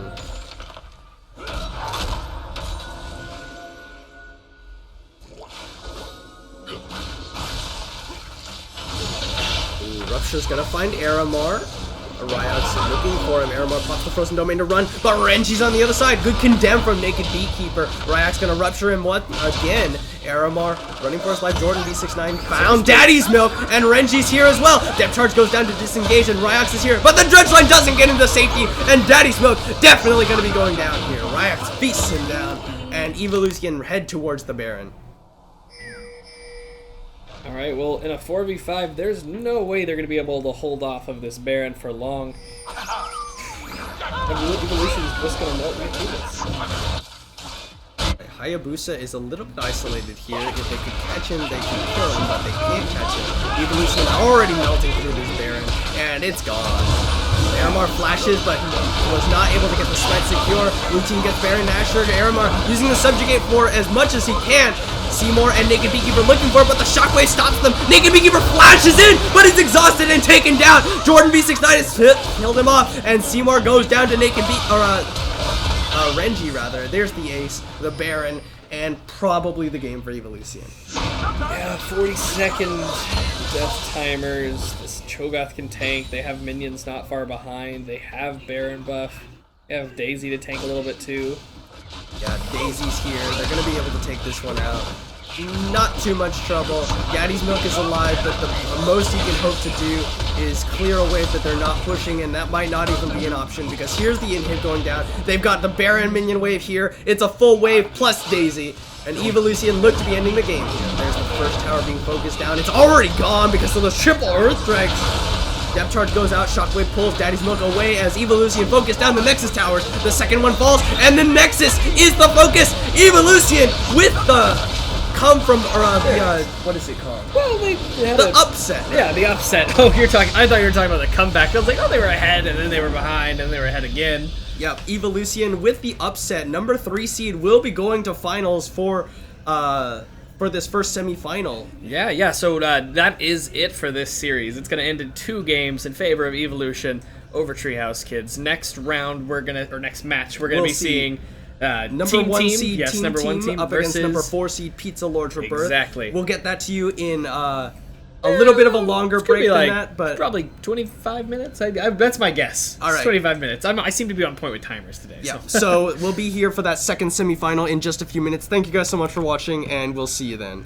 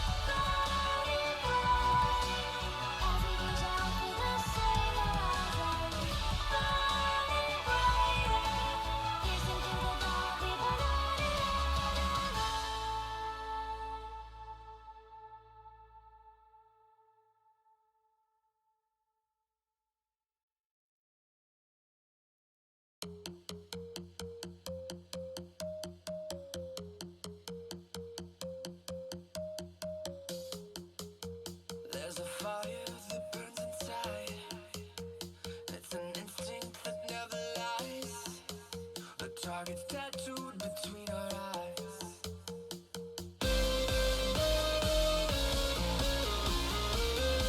Stand and fight under the lights on the high stage.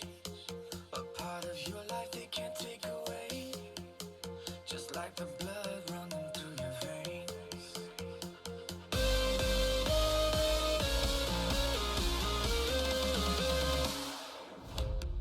Everyone's watching.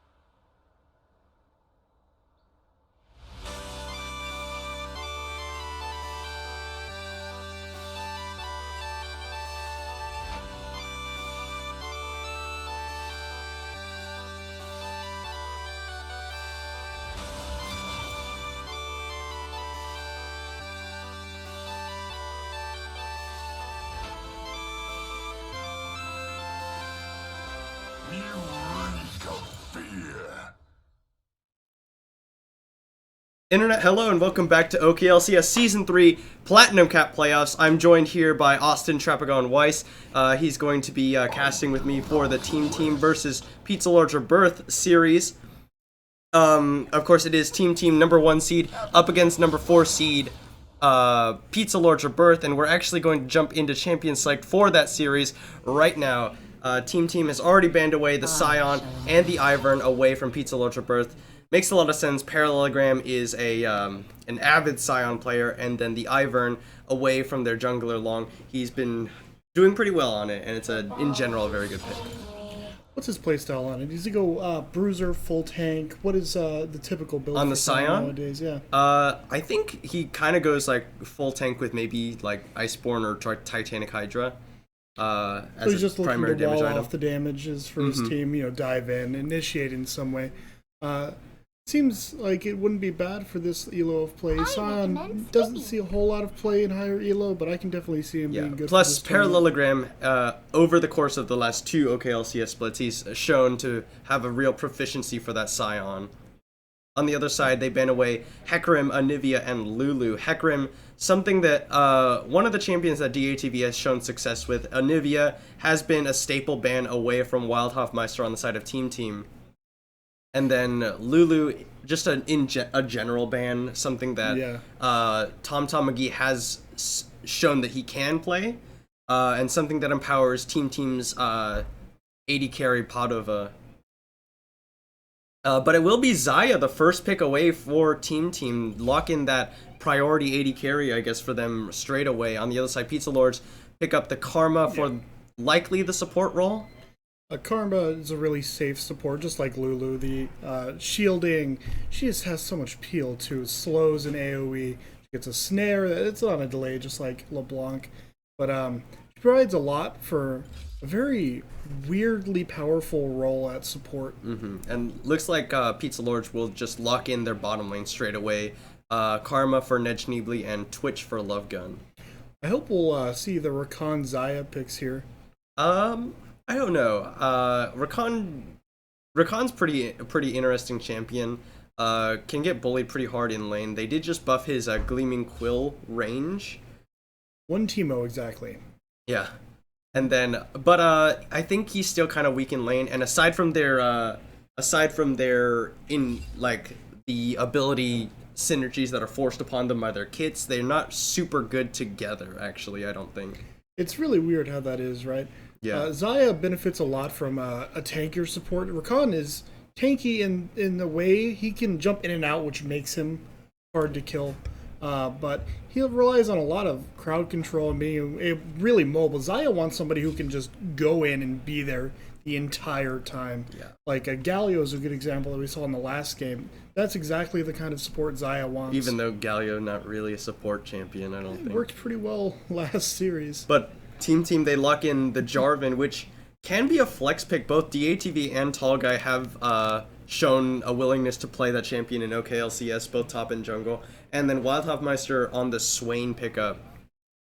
So when they changed the items 2 patches ago, or 3, I'm not really sure which, the Bruiser items like Death's Dance and that kind of thing, I was excited because I thought Jarvan was going to come back into the meta. We haven't really seen that yet, but I think with the item changes, Jarvan could be a very good Bruiser build. You get 1-2 damage items. Then you start building tank, and you can just get in there, one-shot the ADC, and just be a general nuisance after that. I'm not sure what this is. Just don't want to shake the table too much. It's not super steady. I think we might pick up some of that micro. I do this a lot. Yeah. So. But anyway, Long picks up the Olaf for himself in the jungle, and then their next 2 bans are going to be Thresh and Vi. Thresh to pinch the support pool for TomTom a little bit more, and then Vi take away a comfort champion from DATV in the jungle. So in series like these, there's a lot of target bans, which is to be expected. I'm just surprised we haven't seen Zac banned. Zac is such a Zac nuisance in solo queue. You're right. Zac is completely open right now.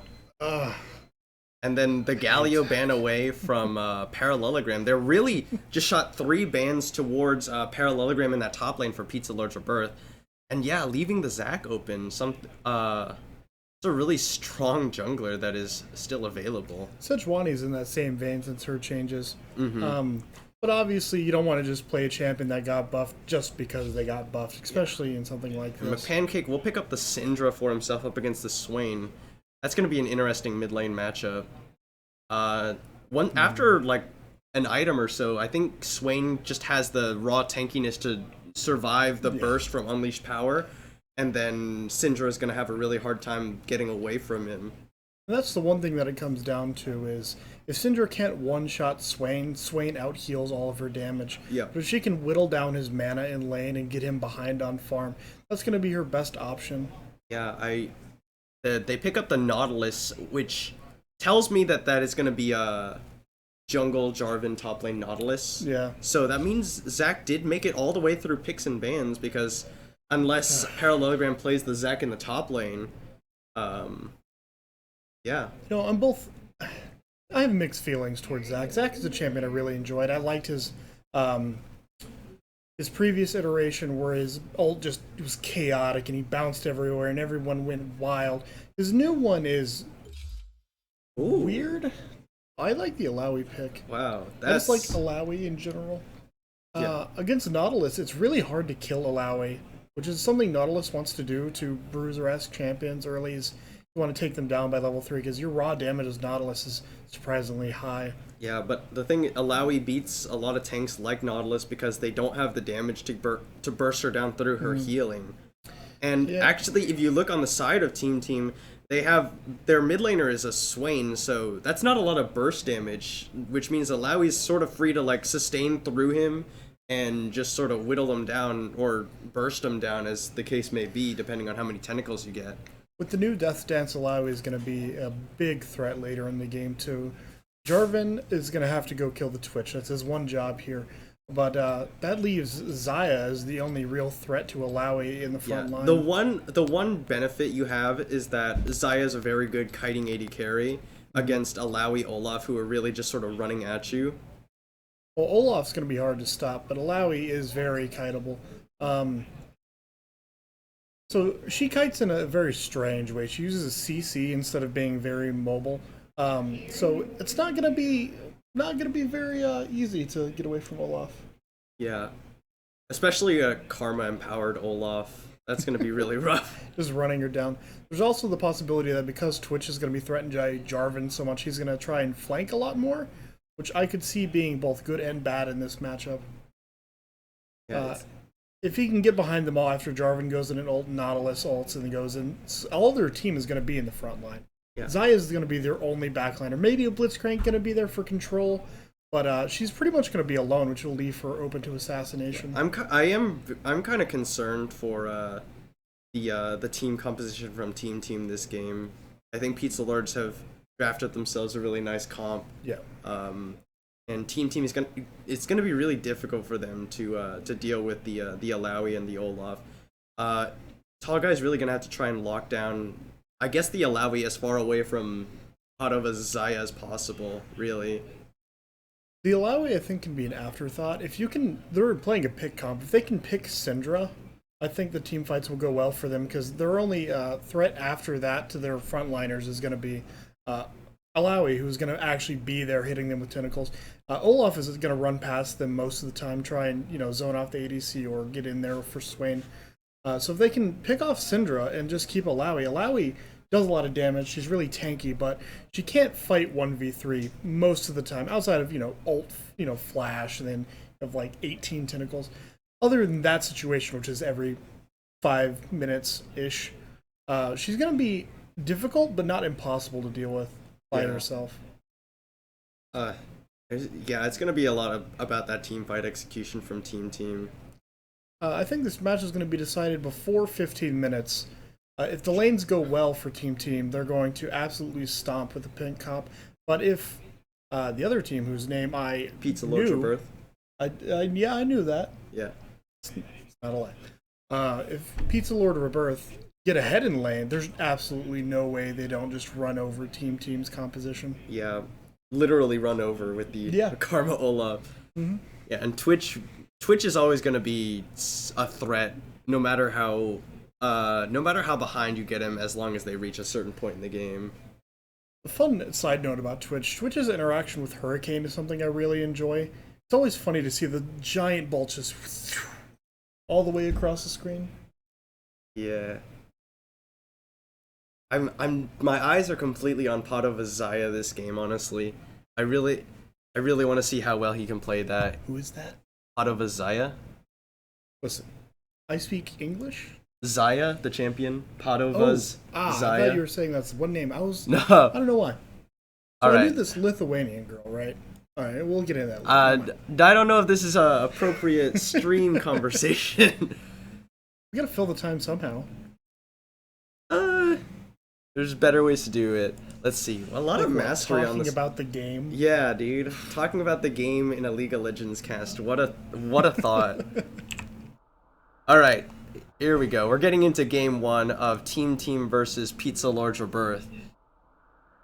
We will see. Let's see. Team on the blue side up against Pizza Lord's Rebirth on the red side. This is the number 1 seed versus the number 4 seed. The Blitzcrank is really quite interesting. You don't see that picked a lot in this type of environment. It is much better in solo queue, where you can abuse the fact that your teammates usually aren't communicating super well. Because let's face it, in solo queue, you're the best and your teammates don't matter. What I do want to hear is, what are your thoughts on the team's playing styles? You've watched them this entire season, last season probably too. But what can we expect from these two teams? Well, okay, one of the big things that is going on that I know from just by being around them, Pizza Lord's Rebirth are operating with a sub-mid laner for the first part. McPancake taking over for John Zoid, who has been their mid laner throughout the entire regular season. And from what I know, from what the teams have told me, John Zoid is a very big part of their shot calling. Might see some communication issues here. Yeah, there may be some issues in terms of communication and calls for Pizza Lord's Rebirth, but we'll see how well they can work with McPancake. Looks like the Karma is going to get picked here. Oh, yeah. Oh, Tom catches him with the hook. That was a great ward, and first blood over to the jungler. DATV picks up one for himself. It's really unfortunate that they did the Scooby-Doo-esque thing where Karma went in a door and they that's actually a really good way to put it. They walked in, they put down a ward, they walked out, and they didn't catch. Neither they nor the Karma found each other until she stood on that ward. Yep. And then Blitzcrank just walks in, easy grab. Ned Schneebly gives up first blood. It's really quite beneficial that DATV picked that one up too. Did he? Oh, he did. Yeah. Getting Jarvan ahead early is not the thing you want to happen. I think the best outcome for that would be putting the kill on Nautilus, actually, because Blitzcrank being ahead is also bad for bottom lane here. Alright, but they do have lane priority because they leash pretty hard. Team bottom lane leash pretty hard. Oh, good hook onto Love Gun. Love Gun gonna take a little bit of harass for that one. Padova unloading with some auto attacks. But Pizza Elizabeth do get the push priority because they have the range support and because Team Team's bottom lane did leash pretty hard onto that red buff for DATV. And there we saw Nautilus again showing how much damage he can do. Even as a full tank, he does a massive amount of damage in the first few rounds. Without bot lane, they had the push advantage for sure, but until Blitzcrank hooked that Twitch, they were hoping to rush to level 2 and then fight immediately. Yeah, now both of the bottom lanes hit level 2 about the same time. Because Tom moving forward. Oh, another hook onto Love Gun! The Ignite goes down! Summoner Heal comes out, Love Gun goes very low. Flash from Padova, the exhaust went down, but forced the flash away from Love Gun.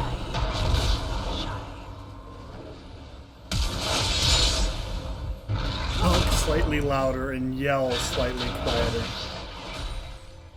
Alright, Jack, I'll do that for you, bud. Alright. Yeah, I can hear you talking through the wall. It's fantastic, actually. We should turn down the volume on that stream out there. They can do that. They have a remote. Yeah. Blitz pulls have been on point. I don't know if that one should have gone through the minion the way it did. I'm not really sure how big the minion's hitboxes are, but the way that they work is they're towards the bottom of the image, because the image comes from the center. So it might have been a bit wonky looking, but mechanically that was correct. Yeah. Parallelogram, rather Tall Guy shoves the wave into Parallelogram. He'll be happy to just take that wave. But Pancake and Wildhoffmeister has been a relatively quiet mid lane. Wildhoffmeister just using the Decrepify to zone away McPancake from the minion wave. And have you seen McPancake in the OKLCS before? I think we've seen him at some point before, but he's not on any starting roster this split. That would have disqualified him from subbing in. Where did see Olaf? Oh, here's the ghost pop. Padova has no flash because he looked for Love Gun. There's the kill. Love Gun picks it up with the Contaminate. Now TomTom is in trouble. He slows himself. He gets slowed up by the Undertow. Flash away under the tower. It will be a kill over to Love Gun. At the time, I thought the flash was a little bit late for what they were trying to accomplish, but this just shows you how important keeping flash is in the early levels. Yeah. Twitch immediately bought boots on his back. Not sure that I agree with that buy.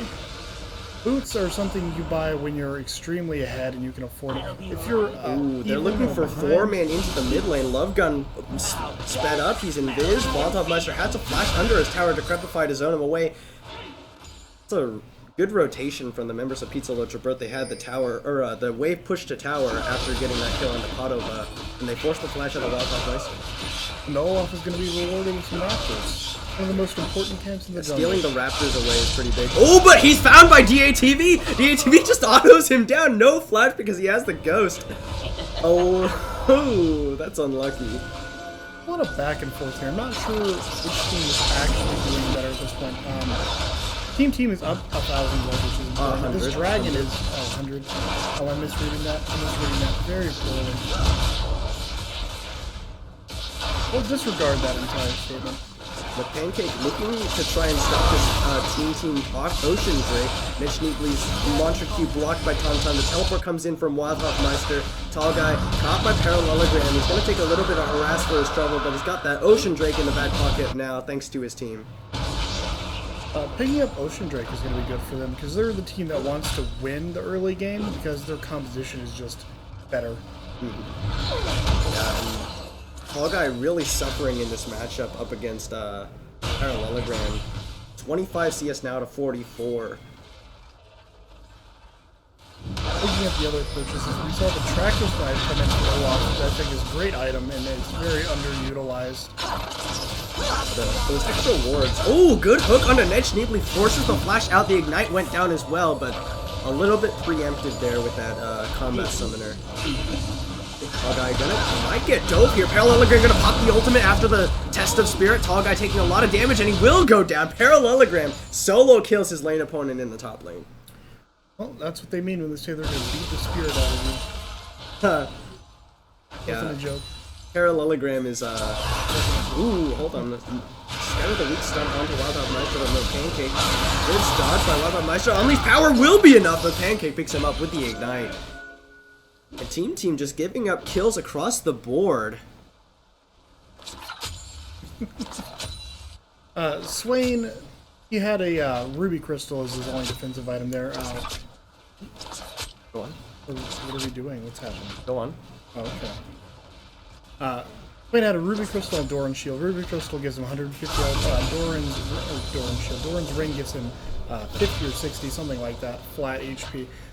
That is not going to be enough against Syndra. He needs magic resist. He needs to pick up a null magic mantle. He can build it into a few things. Banshee Veil is what I can think of that's important. Abyssal Mask, which was just the new item that was changed in this Scepter. Things like that, and he's going to need that to block some of his initial damage to allow him to survive. Spirit Vice is just another option. Wait, is it Visage Vice? I don't know, to be honest with you. Oh, guy, he's just getting completely zoned away by the wave. Or from the wave, rather. By Parallelogram in the top lane with that 30 CS down at this point. DATV picks up his second blue buff. Both junglers now level 6, so they do have the Ragnarok and the Cataclysm. Tall guy, I don't think you want to jump over this wall with that blast cone. DATV slowed up by the Undertow, but he's still got that flag and drag to get himself out to safety. And it looks like Syndra is going to rush the Morellonomicon to deal with Swain's healing here. Yeah, with the grievous wounds on the Morellonomicon, going to be very valuable. Alawi's rushing Cleaver, which is to be expected as well. We can probably see a Death Stance come after that. Twitch going Bork is pretty typical. Xayah has 2 longswords, which is either going to be Essence Reaver. It's probably the Essence Reaver. That has become the kind of the standard for Xayah. She's got some mana issues. She really appreciates the CDR, but she also wants to build crit. Oh, the Flash Flag and Drag does not knock up McPancake, but he's got the Cataclysm. Scatter the Weak does not stun, but Unleash Power. Will it be enough? DATV barely survives the minions, focusing him down. Shutdown goes over to McPancake. Gonna be a 1-for-1. Unfortunate for Wildhog Meister that he did not pick up that kill for himself. It's always depressing to see the minion bolts chasing you at 1 health, and you know inevitably it's gonna catch you. Yeah. And you're going to fall down, right? Yep. That is the phrase of the century. It's fantastic, Joe. I enjoy it. Yeah, and the Sork shoes picked up early from the Pancake as well. It's going to be a lot of extra damage going down. Tall guy just getting bullied away by the tentacles, so thanks to that Test of Spirit. Parallelogram really dominating his lane. Actually, pretty significant CS lead for McPancake over Wildhog Meister as well. Did they ever go through with the changes that took the gold from Alawi's tentacles? Or is that still a thing? I actually don't know. Alawi's tentacles used to be a good source of gold when you were zoned off, because you would get hit, you'd take a lot of damage. And you'd kill them, they give like 5 gold each, which is better than nothing. Ooh. But they were thinking about removing that feature. They removed the CS count. Okay. So he has that going for him at least. Yeah. That's 50 gold maybe. It's pretty good. DATV has already finished his Warrior enchant, so he's got a decent chunk of power behind him as long as he can EQ onto the targets. Well, he is 3-1. I would expect him to be pretty strong right now. I'd like to see him be a bit more aggressive with bot lane, which not super hard to kill. Karma makes it a little bit more difficult, but he doesn't have any mobility like Vayne could turn it out of his ult, which can't really do any of that, so as long as his flash is down, it's a pretty safe gank. Yeah. Ooh, he's actually used his second Cataclysm onto McPancake.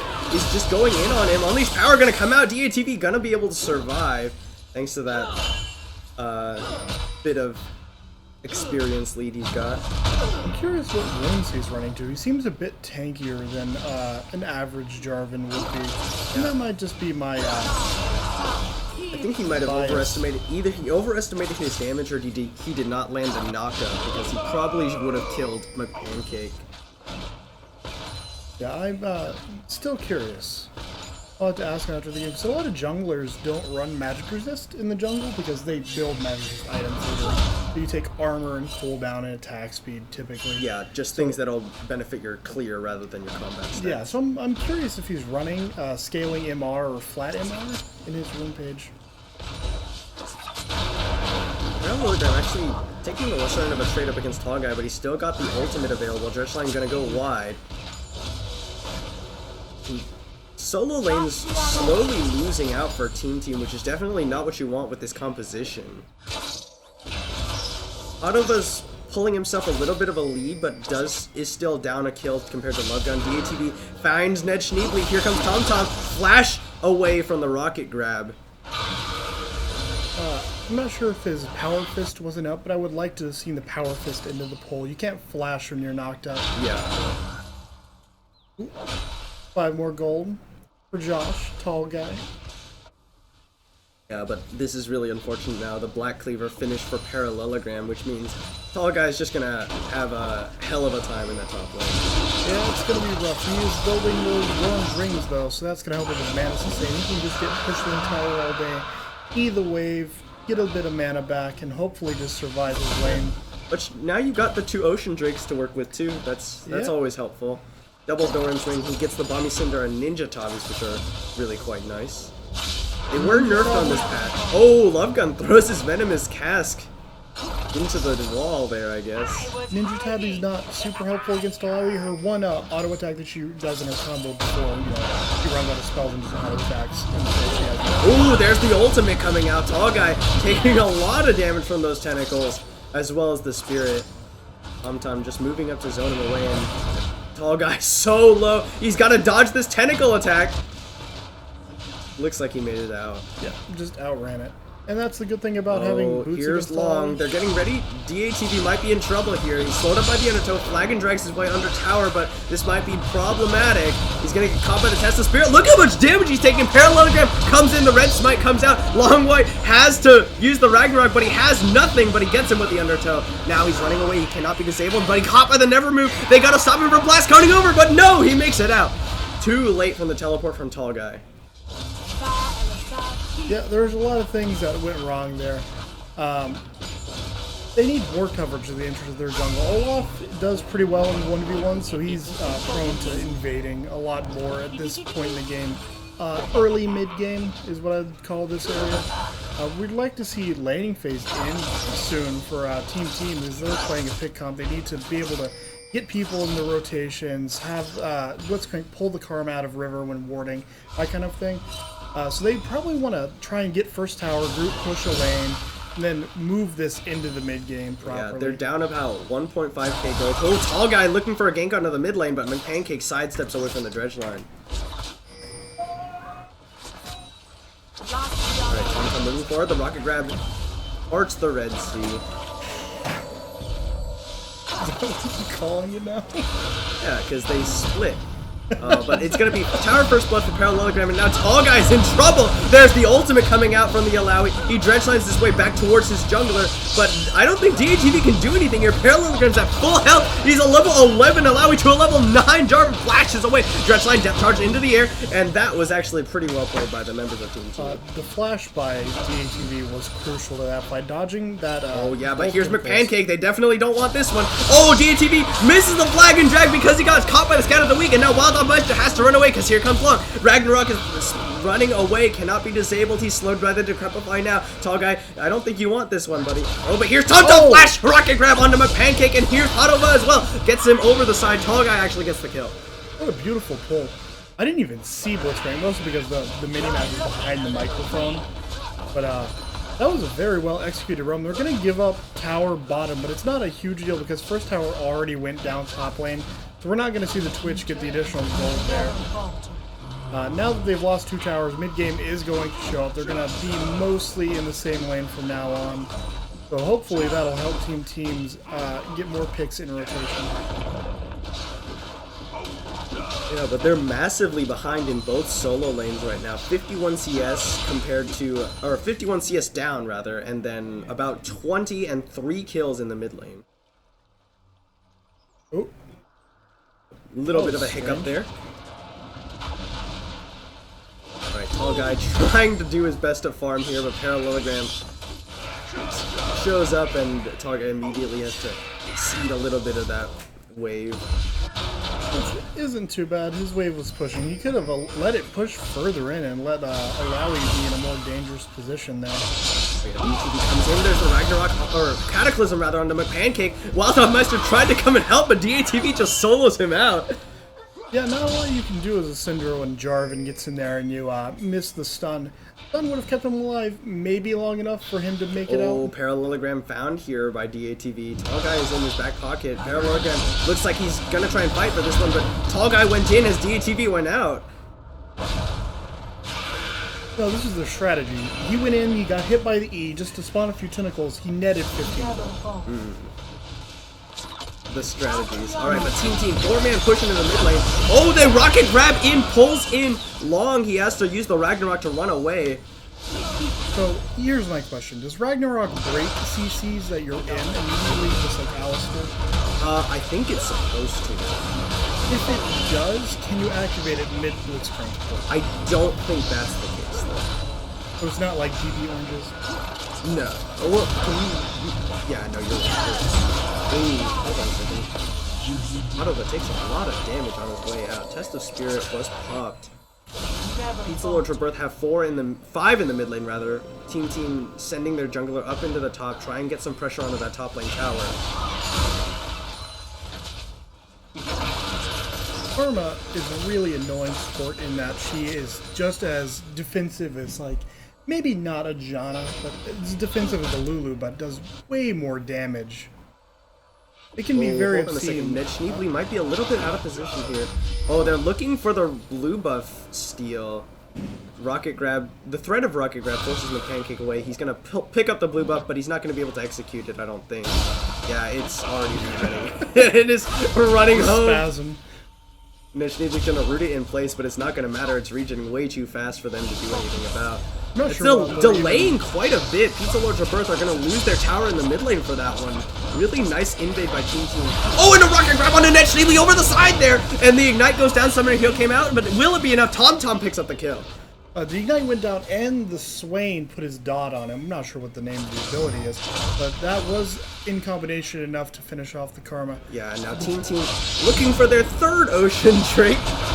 A little bit unlucky on these dragon spawns, but Team happy to take away a dragon better than nothing. I don't know what you're talking about. 3 oceans? Oh, and here's me some Tom. Scat of the Week pushes him away. Love Gun looking for some damage under the tower. They have to back away here. Oh, but they got their Alawi here. Ned Schneebly did just respawn, however.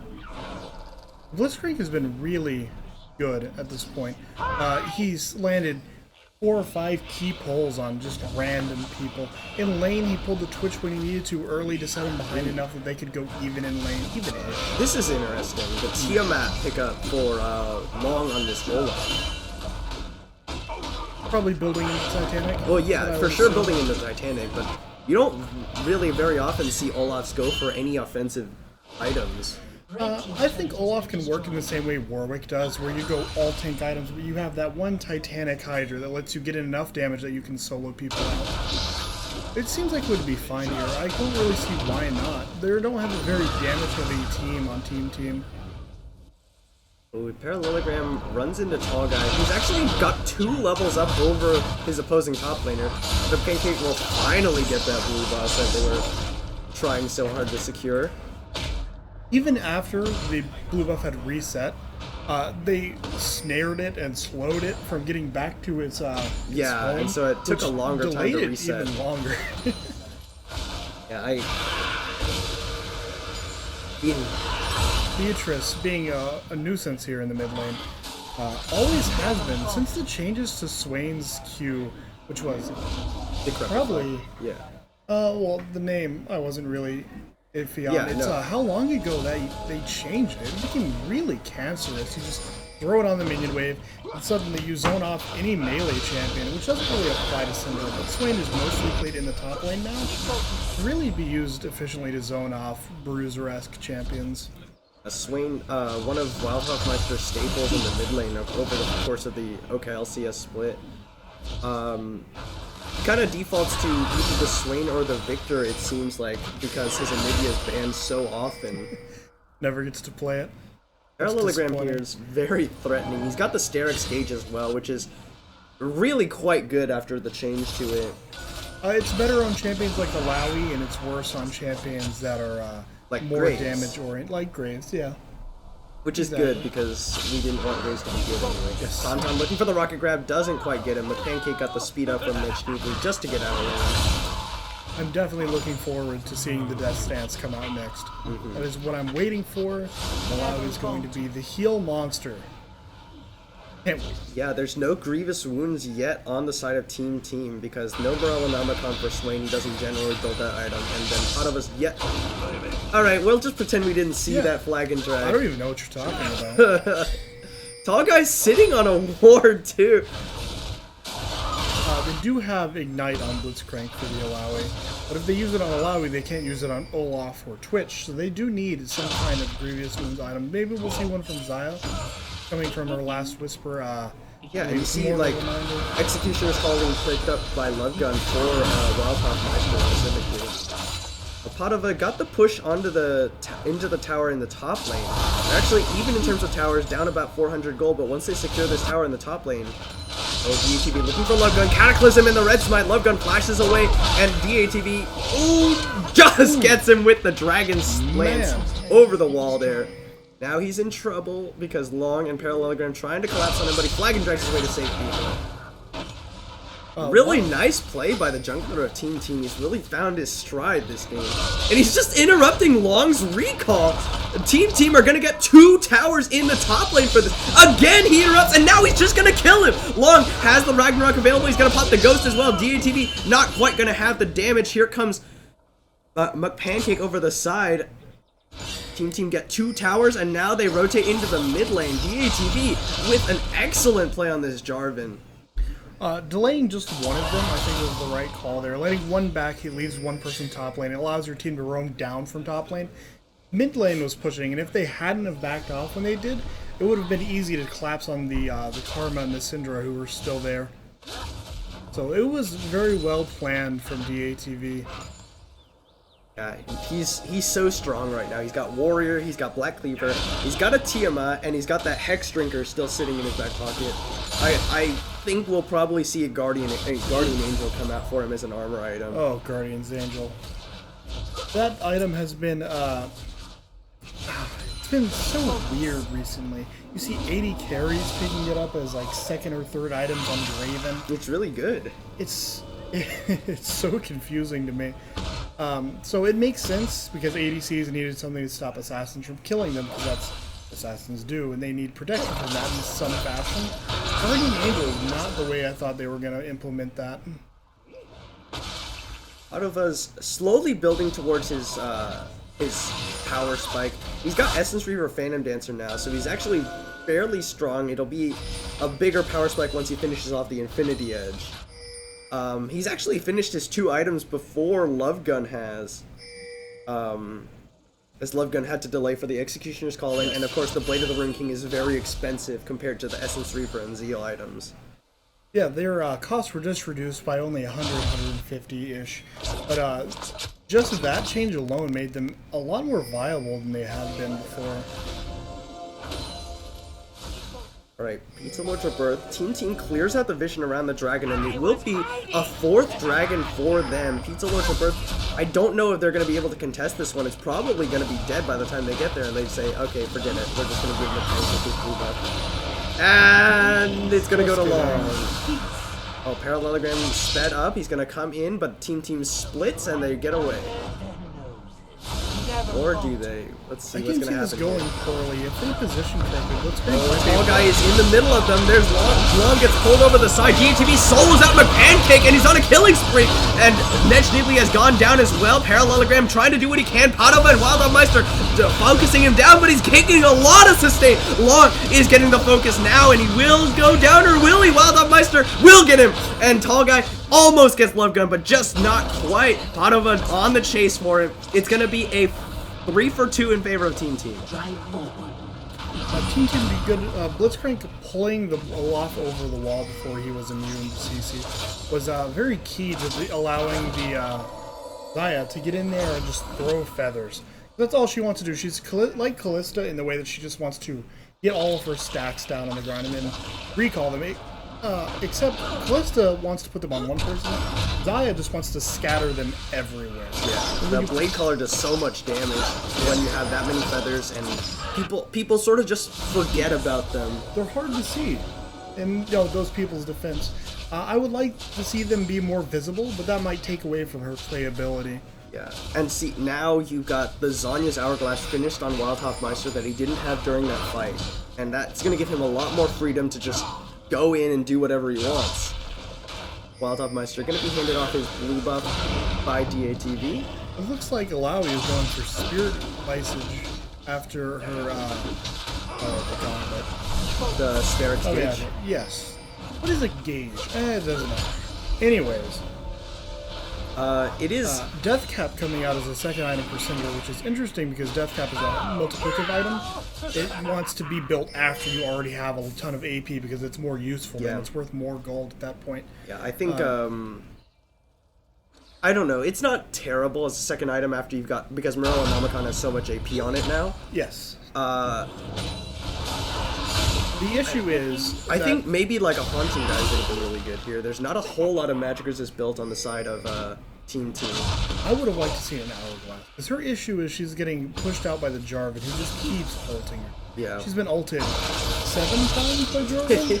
Something like Quite that. a few. It's been a lot. It looks like she's building it now. Yeah, but now it's a little bit too late.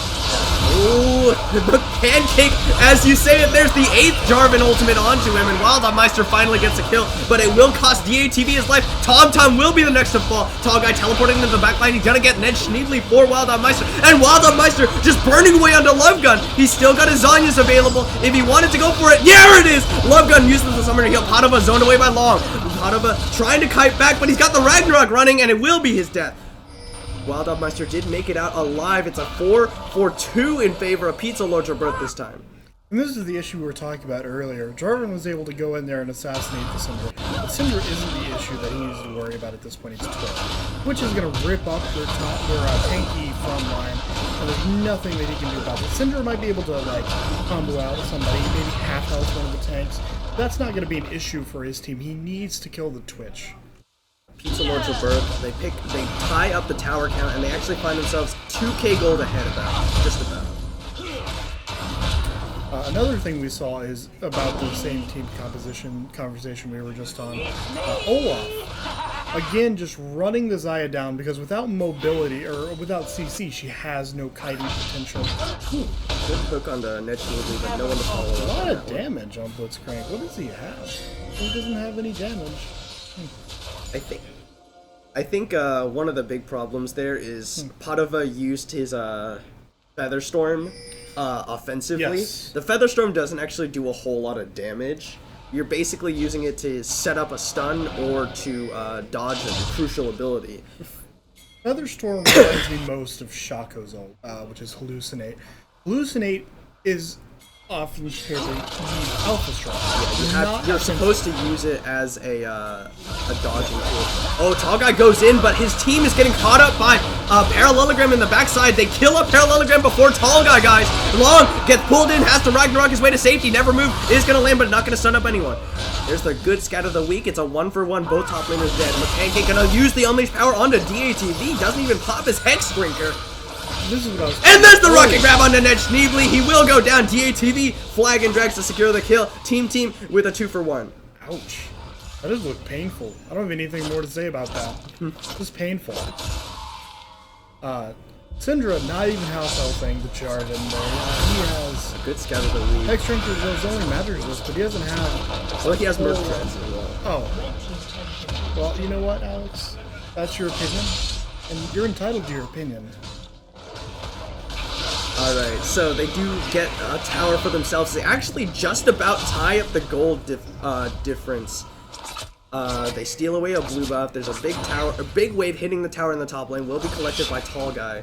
We'll see them get the 5th dragon here in 20 seconds. Holy cow. Then when Elder spawns, they don't even need to play this game for the next 5 minutes. They can just wait for Dragon to spawn and then just run over everyone.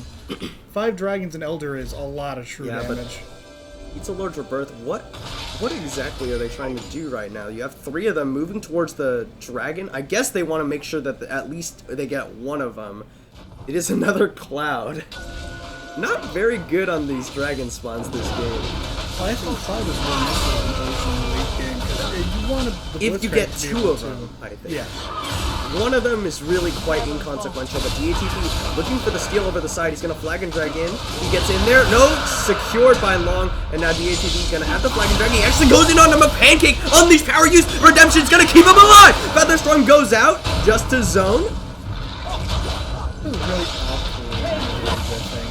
Oh, McPancake getting caught here. He's gonna get the shield away from Ned Schneebly, but here's Tom Tom in the backline. McPancake will go down. There's the knock-up onto Ned Schneebly. The rocket grab is available. Flash away by Ned Schneebly. I don't even know what to say about that. That was really awkward from both teams. Yeah, Pizza Lord's Rebirth just sort of getting caught by the pick composition like you were talking about by Team. Parallel, I'm gonna ignore Tall Guy as he takes the tower away. Yeah, not much Tall Guy can do at this point. He's Yeah, but just there to Team are wait just for him. pushing in onto this bottom lane. Ned Schneebly gonna get hooked again! And Padova picks up his second kill of the game. Love Gun did pop the spray and pray, but he's doing no damage. So are we doing MVPs for these games? Is that Not for individual games. We're Okay, actually well, not even I'm gonna do it for doing it. series. I'm doing it. All right, For let's this crank. MVP. So many beautiful hooks from him. In chat, you can go ahead and say whoever you think is MVP, but you'll be wrong unless it's this crank. So just keep that in mind. Come on, dude. Be nice to our viewers. No, this is Twitch chat. Twitch chat is the most toxic pile of garbage I've ever seen. Maybe not you specifically, but you've been in other streams, right? You've seen I Will Dominate streams. My God. It's awful. You sound like you've seen some things. Yeah. DATV looking for the PTSD. invade. He's just gonna blast code himself out to safety. The Baron is live, of course. Ooh, let's take a look at the items again. Ooh, DATV accidentally aggroed the Baron. That's not what you wanted. That didn't seem like it was too bad for him. We see these. Uh-oh, Ned Schneebly caught again! Rocket grab from Tom Tom into the dredge line. Padova's on a killing spree. Parallelogram gets in with a big ultimate and a good scout of the week from McPancake. There goes Tall Guy. It's a 1-for-2. Parallelogram did go down in the end. Alright, Love Gun looking for the spray and pray, but he doesn't have it just yet. Another issue I have with Alawi in games like Uh-oh, this. where here you're, comes Tom Tom. Shoutcasting is it's so hard to tell what's going on when you're in the middle of her ult. There's just things flying everywhere. I don't even know what happened, really. There were just a bunch of tentacles, and that's... Somebody died? I don't know. Yeah, Do you have any- four-man focus after Ned Schneebly died. Onto Tall Guy. We're able to melt him down. Parallelogram did a lot of damage to the entirety of Team, but they were not able to close out any of the kills. Okay. Other than Tall Guy, obviously. That helps me personally, because I... it's just that. We saw the Titanic come out from Olaf. He's building a magic resist item now. Alawi did finish her Spirit Visage, but it looks like she will be getting the Death Stance as a max item. She has a Vampiric Scepter. Syndra's still not on her Hourglass yet, even though the item's relatively cheap now. It's 230, something in that area. Executioner's Call. I'm assuming you mean 2300, right? Not 230. Did I say 230? Yeah. That's a pretty significant difference there. 230. Well, you're just missing a zero. Everything's we do see Hurricane, Static Shiv, Bork on Twitch right now. Executioner's Calling still sitting in his inventory. Hopefully he'll upgrade that soon, as there's a lot of armor being stacked on Team right now. Karma with the Ardent Sensor, which is pretty standard when you have Twitch. You want to put as much damage on him as you can. Yeah, and actually that's going to be semi-beneficial to the Olaf as well. A lot of his damage is from auto attacks, even though most of it comes from the undertow. The issue with that in Olaf is always going to be in the back line, and she's not really going to be there to shield him. But you can do the monster shield. Ooh, both hooks miss, and Parallelogram gonna get a big ultimate. Oh, the flash ultimate, the scout of the week stun. Tom goes down, but Pancake gets revenge. Wild Meister into the back line. Unleashed power goes down. He's gonna have the Zanyas, and he's burning him away. Padova caught. He will go down to Parallelogram, and Wild Meister is still trying to stay alive, but it's a shutdown. It's a 5-for-2 rather, in favor of Pizza Lord's Rebirth. What can they do with it? Again, so many tentacles. I think we saw Jarvan trying to go in for Twitch. Twitch flashed the Jarvan's ult, which saved him. Other than that, still not sure what happened. Yeah, the Parallelogram kind of wreaked havoc there, and McPancake got a really good stun off. The stun when you're in a condensed area like that is pretty easy to hit. There's not a lot of ways you can go to dodge through 2 balls in that situation. They want to avoid a fight like that because when they're all bunched up and Here comes Tom. He's gonna try and delay the death of this inhibitor.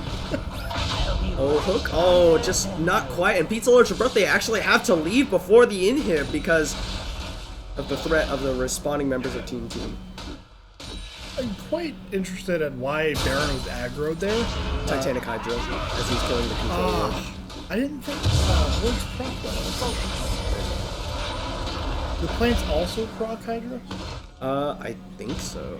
So you're telling me, theoretically, I can kill somebody with the blast room by autoing it? Yeah, if you had New the goals. range. New goals. Kill somebody with the blast gun. Team go for the retaliation Baron. They're gonna take it so fast. They got the attack speed from the Demacian standard. Tall guy zones away Love Gun. Actually, the rocket grab doesn't quite have the range. Now Tall guy getting focused down. There's a depth charge going down onto him from Tall guy. They're trying to zone away. Here's Long. He gets him in the back. He steals the Baron! Pizza Lord Reverse get the Baron off, and DATV getting focused down. Long will be the first to fall.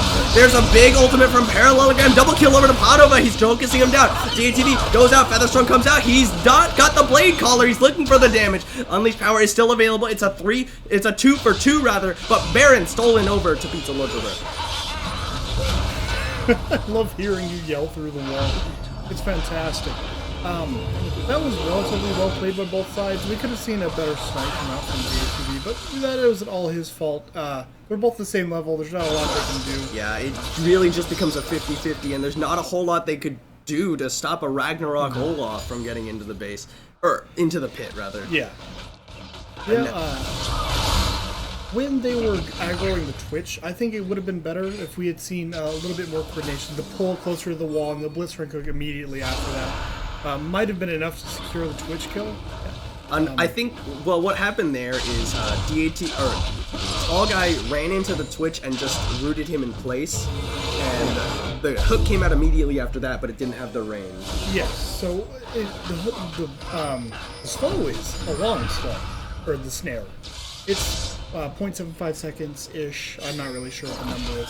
But the slow after that with your E is a significant number, so you have enough time to back up and then hook to pull him a bit closer. It might not get him close enough. Tall Guy looking for the pick, flash stretch line onto Love Gun. The flag and drag comes in, the Cataclysm catches him, and it's a shutdown for Team Team. Now the 80 carry dead. They got Parallelogram with the Baron buff to deal with in the bottom lane. Now this is plat cap, so nobody in here is over plat. A lot of them are high gold, low plat. There are some high plats. Diamond cap was another. Parallelogram is really just putting Tall Guy into the ground with this one. Team, they're looking to try and collapse on him here, or they're going for the Elder. They've got a 4 Dragon Elder ready and waiting for them. Love Gun is dead, but they've got to deal with Parallelogram coming in. They've got vision of the Elder Dragon going down. It's going down. It's already about half HP. Here's Parallelogram in the pit. Tom trying to do what he can. Oh, he misses everyone with his ultimate. And now there's no tentacles to spawn, but he's still doing a lot of work. DATV has to get out the side. Wild Dog Meister gonna get the redemption heal. There's a good scatter of the week from Pancake. Tom looking for the grab. Padova actually doing work on the other side of the fight. There's the drench line onto McPancake. Wild Dog Meister looking, just burn him down. Oh, he gets taken up with the Unleashed Power, but Padova's unloading on the other side of the fight. Oh, good root onto Nedge Neebly, and Padova's on a rampage. Long now focusing down Tall Guy. He's gonna get rooted in place. The redemption comes out. Cataclysm saves his life. Long White will get the redemption heal, and DATV just gonna try and focus him down. Gets caught by the dredge line, and he will go down. Oh, and Love Gun and Parallelogram focus down. Padova in the end. Long did die, which means that DATV, the only one with Smite, Pizza Lord Worth, can't start the other. Honestly, I thought the Olaf was going to get in there and actually kill the Jarvan too, and that's something I would have been excited to see, but it looks like his W ran out of its duration. Oh, it's actually the Dead Man's Plate is the armor item of choice for DATV, not the Guardian Angel. That's interesting. Dead Man's, I think, is a better item for Jarvan. I think he could sell the Tiamat and probably get a Guardian Angel still. Yeah, just because I see the Black Cleaver Ma tells me that he's going for a more damage-oriented build as opposed to getting like Spirit Visages is a magic resist item. Magic resist item. Or I don't know. But he's finished his Titanic Hydra now, so that Jarvan is full build. The Dead Man's Plate does synergize better with the Titanic Hydra, giving you that extra HP for the scaling on it. So there's that, I suppose. It also allows him to get in there just more quickly. He's been doing the thing that I think Jarvan shouldn't do. And he's been, a grab onto Nedge Needly, and will it be his death? He's gonna get it in. Cataclysm might have been a little overkill there. He's been EQing to get in range to ult instead of EQing for a knockup. Yeah, and then I completely agree. I think the EQ is... The knockup is so valuable, as well as the armor shred that it gives. Yeah. So you really want to be in range to just hit them with the knockup. If they flash, then you can ult because you have that option available to you. Yeah. But if you're just EQing into range to ult, I think you're wasting... Tom finds Parallelogram here. He's going to look for the Rocket Grab. The Flag and Drag is available. He's going to knock a Parallelogram into the Rocket Grab. He's going to use the ultimate. Potomo gets focused out! The Redemption will get him out, and the Rampage onto him. He gets a double kill onto the bottom lane of Team. Tall Guy focused down. Wild Meister and DATV. Now, nothing they can do to contest this Elder. This is happening at Easy Comics and Gaming region. If you want to come It's in down, more. it's in more. DATV went for the steal, but he's not going to find it. He goes in, Flag and Drag, not going to find the Pancake thanks to the Zanyas, and he will get focused down. Wildhop Meister, the only remaining member of Team alive, beats the Lords with a 1-Dragon Elder. And this is the issue that we had, or we thought they were going to have coming into the game. Alawi is just so hard to deal with at this point in the game. She finished her Death Dance. She's impossible to kill. It's going to take a while. Yeah, and there's, like we said, there's no grievous wounds on the side of Team either. It looks like... Is that what Lord's Dominic looks like? Yeah, that is the Lord Dominic Figuarts on this side. I couldn't tell if it was just the last whisper or if it was the... Yeah, it's the fully finished Lord Dominic. I'm questioning why she went for that instead of Mortal Reminder. Yeah, I mean, there's some justification considering how much health stacking there is for both Parallelogram and Long, allowing a lot respectively. But you're right. I think that the Mortal Reminder would go a lot more towards reducing the effective HP thanks to the sustain that Parallelogram has. Yes, and sure, she has a lot of health, and you know it's probably in the 3,000s, probably 3,400, 500, 600, around that area. Actually, can we check? How do we check? We check. You want to check Alawi's just how much HP bar? HP She's got 4.3k. Ooh, I was way off. That's a lot of HP. That is a lot of HP. Oh yeah, Sterix gives a lot of HP to that. So she has a pretty big pool, but she heals 3 or 4 times the amount of HP that she has. So Depending on how effective her ultimate is. yeah, but in these fights, she's been hitting like 4 people. 3 people is good enough. Ooh, Long is actually in the pit. Did he get blast coned in? Alright, Team, they do successfully force out Long's Ragnarok there, so maybe they want to look for a fight. The Elder Drake is almost expired. They still gotta deal with that inhib down in the mid lane. They really should try and fight here. Elder Drake is excellent on Twitch because his poison applies it. Yeah. And that's something they really want to take advantage Look on of. stealthing up. He's trying to find... Tom's moving forward. He's looking for the rocket grab. Banshee's Veil from Mechanical will keep him safe there. Banshee's Veil is another item that I think you build before Death Cap. Banshee's Veil is a great item. Yeah, Second. you're right. First. I didn't even think about that. Yeah. Especially against Blitzcrank, Nautilus, Jarvan. Banshee's Veil, even though you're building Nautilus resist, you're still against the Swain, so it's going to be used for level 1. Pick up the Null Magic Mantle, you finish your item, it gives like 80 AP or 6, somewhere in that range. And it gives you a shield that's very good. They buffed the shield in the new iteration of it. It's got a 45-second cooldown, about that. I'm not really sure on the numbers, but It's pretty low.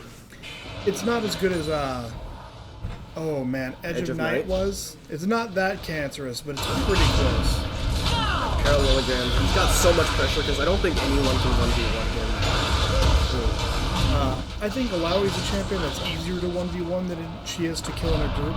What they really are lacking is just a strong solo champion here. Jarvan is about as close as they're going to get, but he isn't strong enough to deal with her at this No, point. definitely not. Yeah, and Parallelogram's so strong right now. Pizza Lord's Rebirth, they are free to let him do what he wants in the bottom lane as they posture around this Baron. A champion like Fiora is an example that I'd like to bring. Oh, DHT goes in for long, but he's kind of by himself here. He doesn't have Padova, he doesn't have TomTom, he doesn't have Wild Meister. He has to flag and drag his way to safety. Now he's down to half HP. Not for long. They have 3 Ocean Drakes. It'll be back in a second. Oh, he's recalling anyway. Like I said, can't see the mini-map. It's behind his mic. I mean, I can kind of see it. Pizza Lords definitely trying to see what they can do about this Baron buff. TomTom is here. He's ready to try and get a hook onto a crucial target. There's Love Gun. That grab onto Parallelogram was not exactly what you wanted. Yeah, you don't... It's like pulling in a Mumu. You don't want to pull an AoE champion into your team. What you really want is even the Karma is a good grab. Karma, Twitch... Pizza Lord's Rebirth starting up onto this Baron. DATV does spot it out with the Demacian Standard. Oh, that's a route onto Ned Schneebly. The rocket grab is available, but they're trying to save it for Love Gun. Tall guy has his spirit focused down. Another interesting thing about Malawi for a rocket grab. when you hit a spirit, you can allow your ADC to light steal off of it. Ooh, close on that Tesla Spirit. He's gonna go in on the Tall guy. Oh, Mantrid's shield comes out. He flashes for the ultimate. Padova is the focus. DATV gets into the backline with the Cataclysm onto a Pancake and Love Gun, but he's exhausted. The redemption will not come in time. And now Wild Meister getting focused on by Parallelogram. Good depth charge, but it's not going to save him for very long. Padova trying to do what he can. Tall guy will be the next to fall. It's going to be a 2 for 0 in favor of Pizza Lord Rebirth, or maybe 3. Wild Meister gets the Summoner heal out. There's the root onto Long. He dodges with the Blades, or Featherstorm rather. Love Gun looking for the rocket grab. He does get it. Love Gun taking a lot of damage on Padova. Burning away! The Xayah Padova did switch to Mortal Reminder, but I think it's too little too late at this point. Now, Pizza Lords, they find the in-hit. Are they going to find the Nexus? They're getting down one Nexus tower. It's immediately gone. Mantrid Shield comes out. That's a lot of attack speed to focus on the tower. Parallelogram finds Padova with the Test of Spirit. It's going to be the second tower falling. And Pizza Lords with yet another upset as they kill off Padova. Get game 1 of the series. Oh, that was the seed 1, the first seed. I don't know why I said seed 1. The first seed team losing to the 4th seed. Pizza Lord's Rebirth. Thank you. It's a long name. Yeah. Is there an anagram for the whatever? PLR. PLR. Okay. Yeah, that's what we've referred to them as before. But anyway, yeah. I mean, Parallelogram just destroyed team fights. Almost 400 CS, and it was a 50-minute game, which is a long game for tournaments like these. I think the longest one we've had is last year. There was one that was like an hour and 20 minutes, something like that. Oh, I was in that game. Yeah. Yeah, it was. Yeah, we'll try to avoid that. But anyway, that is game 1 going over to Pizza Lord's Rebirth. We'll see if in the next game, Team can even up the score, or if PLR will take it 2-0. Thank you guys so much for watching, and we'll be back for Game 2 in just a few minutes.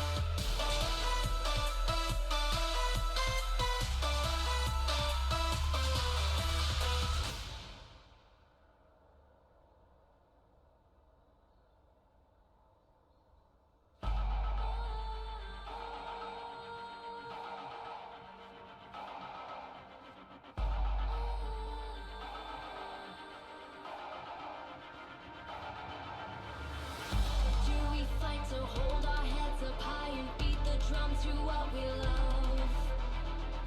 Risk the fall, we have felt it all come crashing down from far above. Stars are rising, countless worlds colliding. Only one will take it all. Can we bring to fall the giants? Can we make the final call? We are the ones to ignite the darkened skies. The champions of the world that we defy. A solar ray of the few who rise up high. And we all fight at the last die.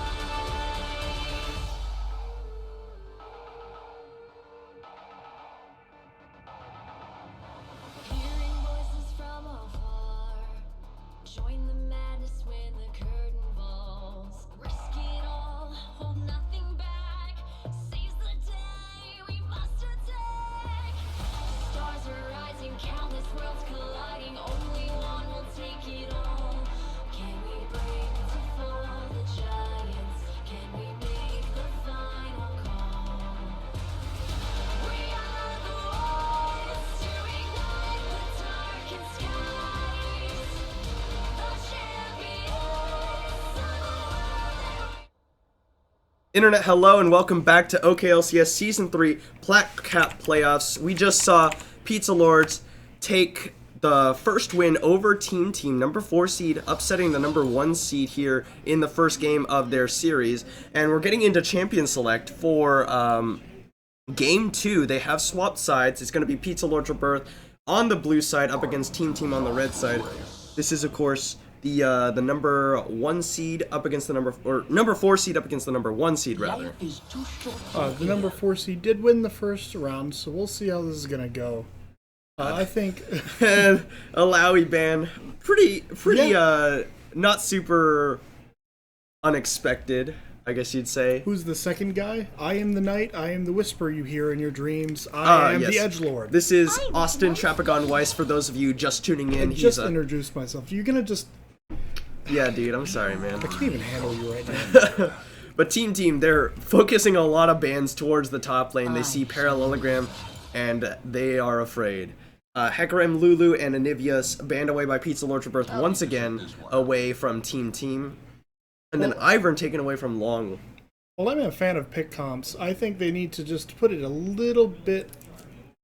They need to stitch it together a bit better this time. Ooh, but that means they've left the Kled open. They banned the Kled last game, and it will be the first pickup for Pizza Lords Rebirth on the blue side this game. Put Parallelogram on a really strong, a champion that can really make a lot of plays. Clyde is a champion I'm a fan of. He benefits a lot from the changes to a lot of the items. Light Cleaver is his key item, and they buffed it to make it a little bit more tanky. More tanky stats, less damage, yes. but he would rather favors have the health. armor penetration and the health. Health counts double for Clyde. He gets a percentage of it on Scarl, which is super beneficial to his gameplay. Being able to build, I believe it builds out a Kindle Gem now, Kindle Gem and Phage. There's a lot of health stacking early. Yeah, and Team respond with their carry picks. They pick up Caitlyn and Victor.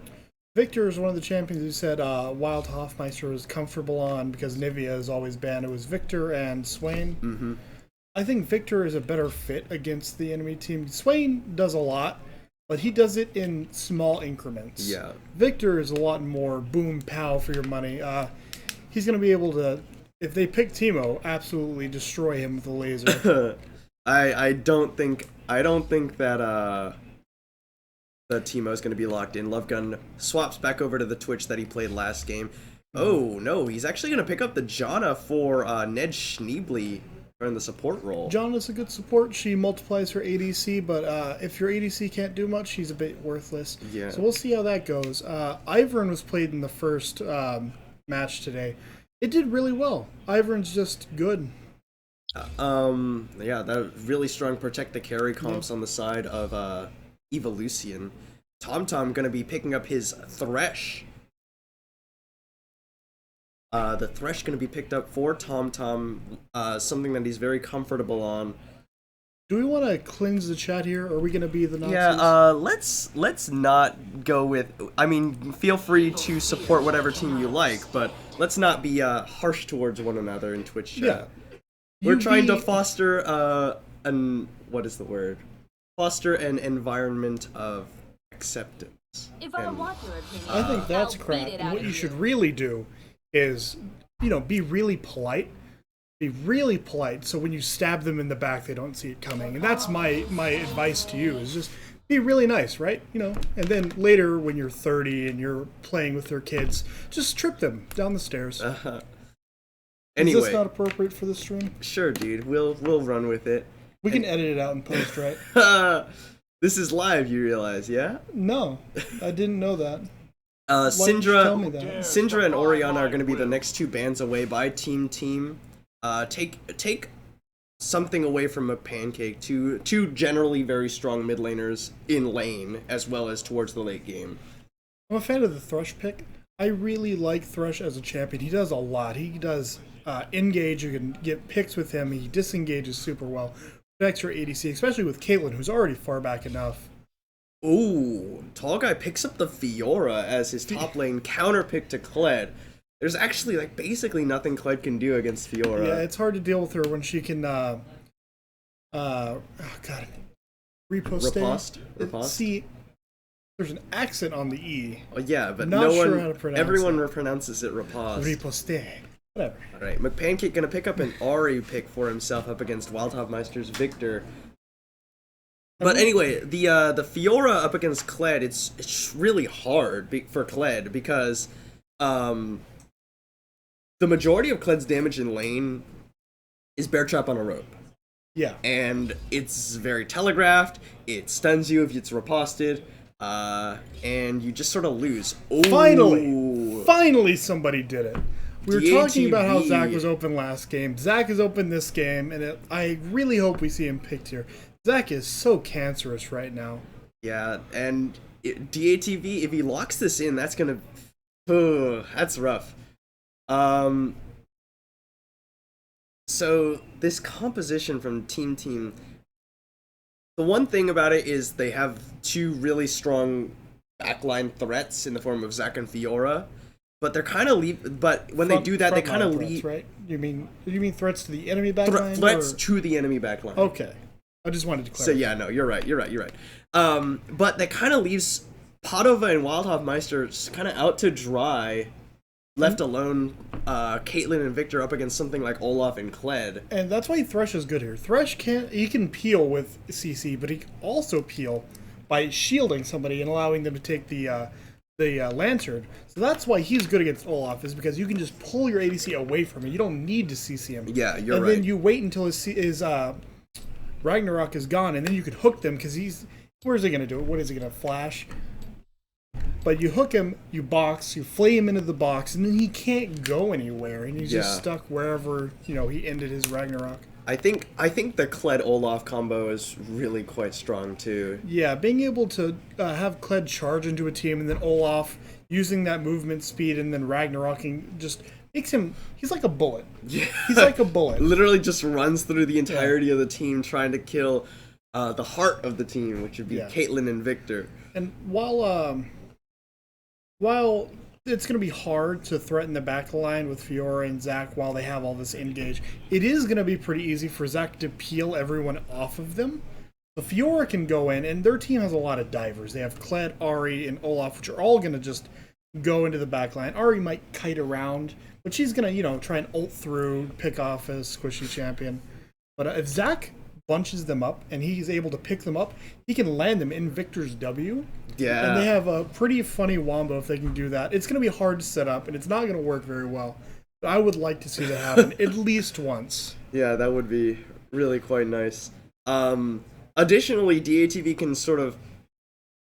I feel like DATV can sort of also use his ultimate to just pull the Kled away from his backline if that situation ever arose. He can also use it to block CC, like Charm. He blocks Charm when he's like that. Yeah, he's immune to crowd control while he's using Let's Bounce. But you can still hit him with stuff. So Yeah. he blocks skill shot CCs for his team. He can block the Ahri Charm, the Kled Q, Jana Tornado. Well, I don't think Jana Tornado stops, but he's immune to it. You get what I mean. But he's able to get in there, and Jana can't disengage Zac from their team. So he can block a bunch of skill shots, soak up a bunch of damage, and then he's Zac. You can't. You kill him, and then he's just gonna respawn in a second. But he's hard to even get down to that, especially when your team is trying to get through him to the back line.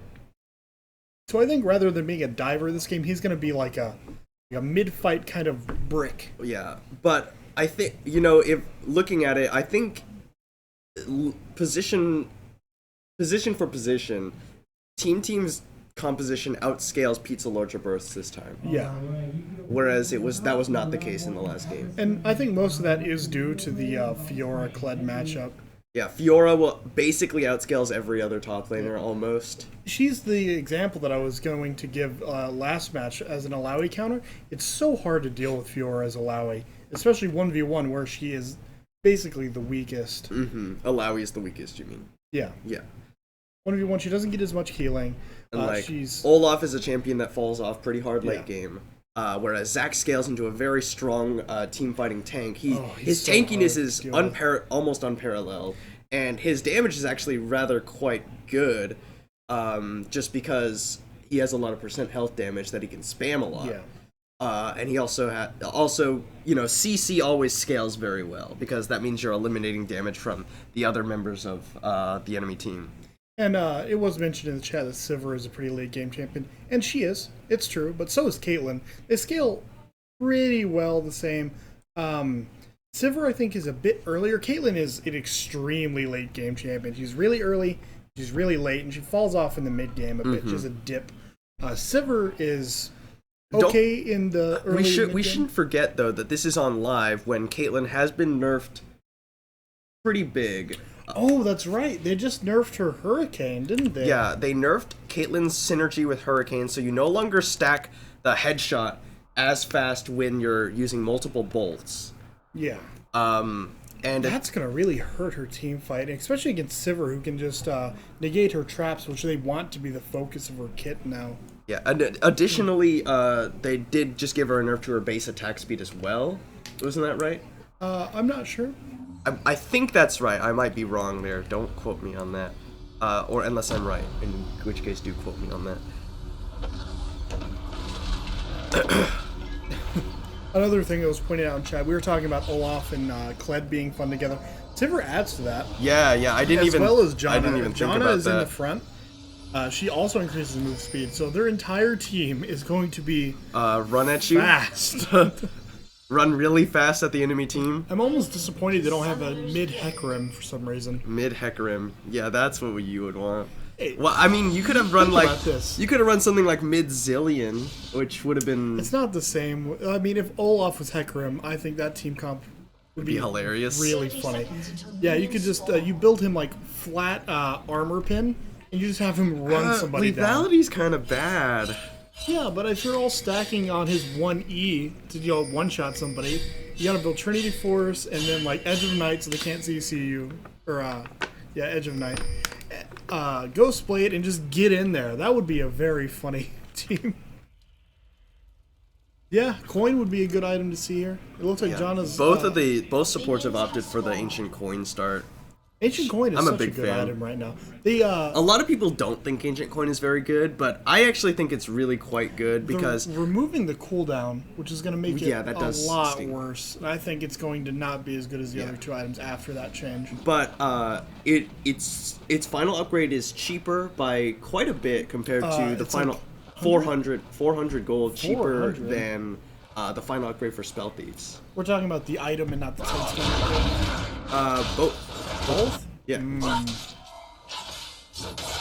I'll have to see how it turns out then. Yeah. Tall guy gonna not be able to deal with him at level 1 when he doesn't have Riposte. So he might have even tried to take it level 1. I mean, yeah, it might have been a way to go here. Sivir actually gonna get the push earlier because of that ricochet. Tall guy taking a lot of damage at level 1. Tom misses the flay. As Fiora, you want to be really aggressive level 1 against champions you can bully. Against Kled, you want to sit back, I think, and you can farm over the tower pretty easily because you have a Q to get that additional attack done pretty quickly. Like it's like a reset. That's not the same. But you can double tap the casters with it. It lets you farm into tower pretty easily. I think that's what she wants to be doing until she hits level 3. This is the comp I think that would have been against this comp of Pizza Lucha Birth is when I think you should have picked the Zaya. Yeah, the Zaya here would have been pretty good. You can CC everybody except the Olaf out of their ridiculous movement speed, which I'm looking forward to seeing. I cannot wait to see that happen. I have to wait until they get to that team fighting phase. Yeah. Oh, Tom looking for the death sentence. Love Gun does he have his spell shield? He doesn't, not yet, not at level 2. Ooh, not the best of riposte, because now the bear trap on a rope is going to come out. There's the good... I think it was already used, but the camera just hadn't switched over. The violent tendency is also doing quite a bit of damage. Death sentence not quite going to find anything except for the minion. He actually pulled himself into it. Oh, and here's Tall Guy. Tall Guy has his flash still available, and he does manage to lunge under the tower. I'm not sure about this trap placement. It seems strange. Do you have any insight into Caitlyn traps? No, because I'm a garbage AD carry player. Yeah, but you've recently adapted this tutorial, so obviously you know all about the ADCs now, right? Yeah, dude, that's research? It. You didn't take the college class on that? No, I'm sorry, dude. This is like 3 credit hours. This isn't Yu-Gi-Oh! Where you go to school to play whatever. Ooh, good death sentence onto Ned Schneebly. Plays them both in. Exhaust comes out. Oh, and the Yordle snap trap. That's the trap you were talking about. Padova picks up first blood. Is that what they were doing? I thought they placed them in the middle, which forces them to the sides. These were kind of the edge. Ooh. So it was forcing them to one side, but I didn't think it was doing a lot to help. Parallelogram going very low. Tall Guy with one more vital proc probably would just kill him. Don't want to go for anything too risky, especially with Long hanging out in the top lane. Tall Guy just used his lunge too. Here comes Long. He's got a slash available, but I don't think he can even use it. Oh, he did use it, and now he's gonna die. Parallelogram gets him with a bear trap on the rope. It will be a kill in the top lane for Parallelogram. So if you were going to flash to avoid something there, I think you flash before the Kled hits you so he gets the remount. Yeah, probably. As well. Ooh, good death sentence. Pulls him into the trap. Padova unloads half the HP bar off of Ned Schneebly, and then he steps on another one. Holy cow. I hate Caitlyn. Caitlyn is annoying, especially when you can place your trap under the tower. And I say that, I mean under the tower's model, because the game is not that was really good. Love Gun, it was gonna hit Ned Schneebly. Love Gun came in to tank it for him with the spell shield. Yeah, Caitlyn can put it under the tower's model, which makes it basically invisible. It's kind of absurd. Actually, something I didn't notice until just now is look at the CS discrepancy in the mid lane for Wildhop Meister over McPancake. He's actually doubling him right now with a wave pushing towards him. It's only 6 minutes in. Doubling is... I mean, 19 CS at 6 minutes is pretty big. We're gonna wait until we have the 100 CS difference. Alright, yeah, Tall Guy now trading into Parallelogram, but that violent tendency is doing absolute work, and Tall Guy definitely has the weaker combat stats. He gets solo kill. He missed the vital in that auto attack. He really needs to focus on hitting those if he's going to survive. He definitely needs to not trade with the level 6 Kled when you're a level 4 Fiora.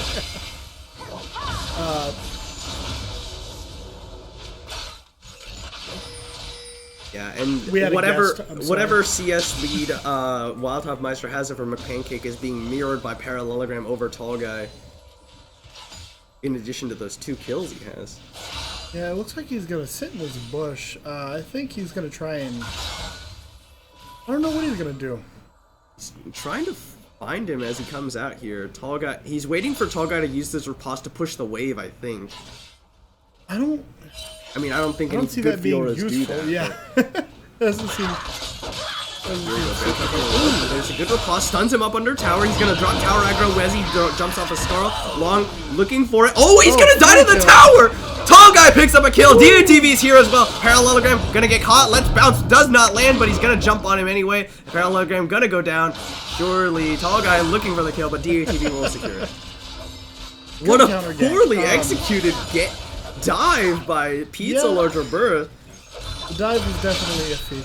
I didn't even notice the Olaf was there, mostly because, again, I can't see the mini-map, which I keep mentioning because we should fix it. Yeah, maybe later. Okay. Well,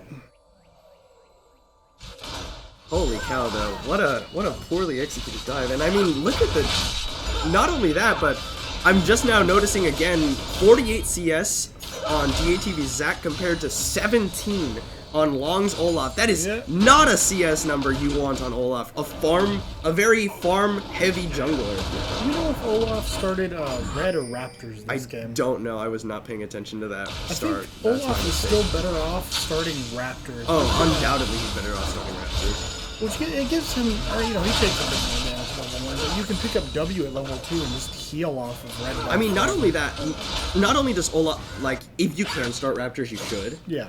Because it's a really big And experience you had lead. Ari, which And not is only that, very but good at yeah, helping Raptors. and then Olaf, the champion that clears faster at lower HP amounts.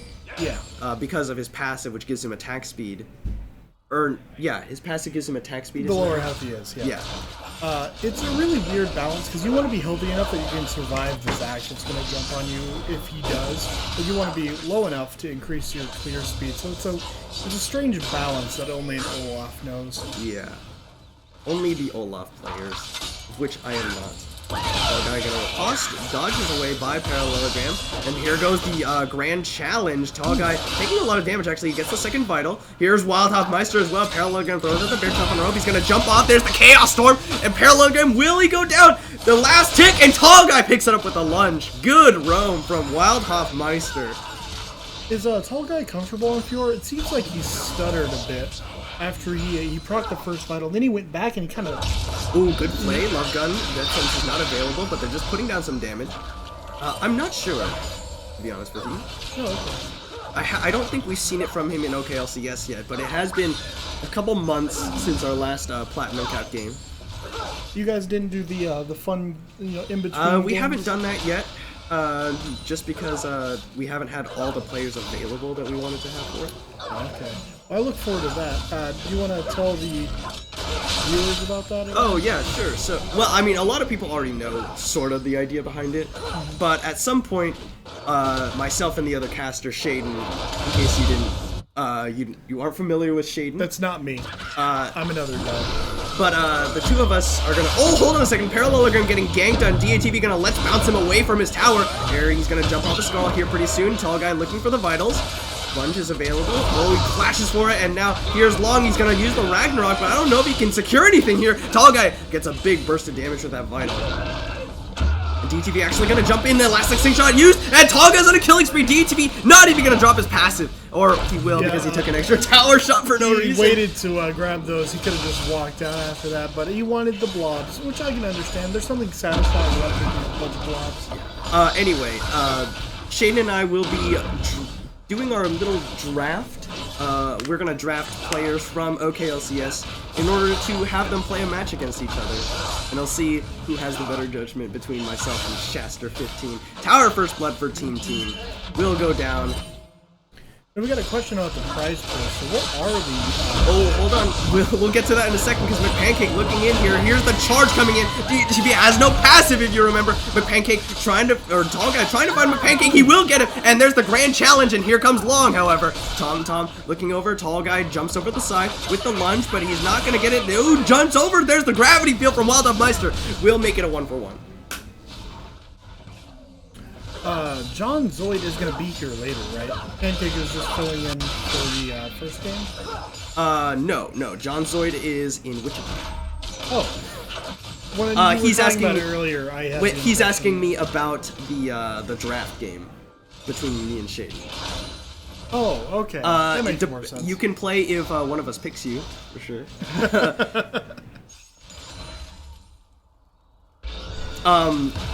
The prize pool.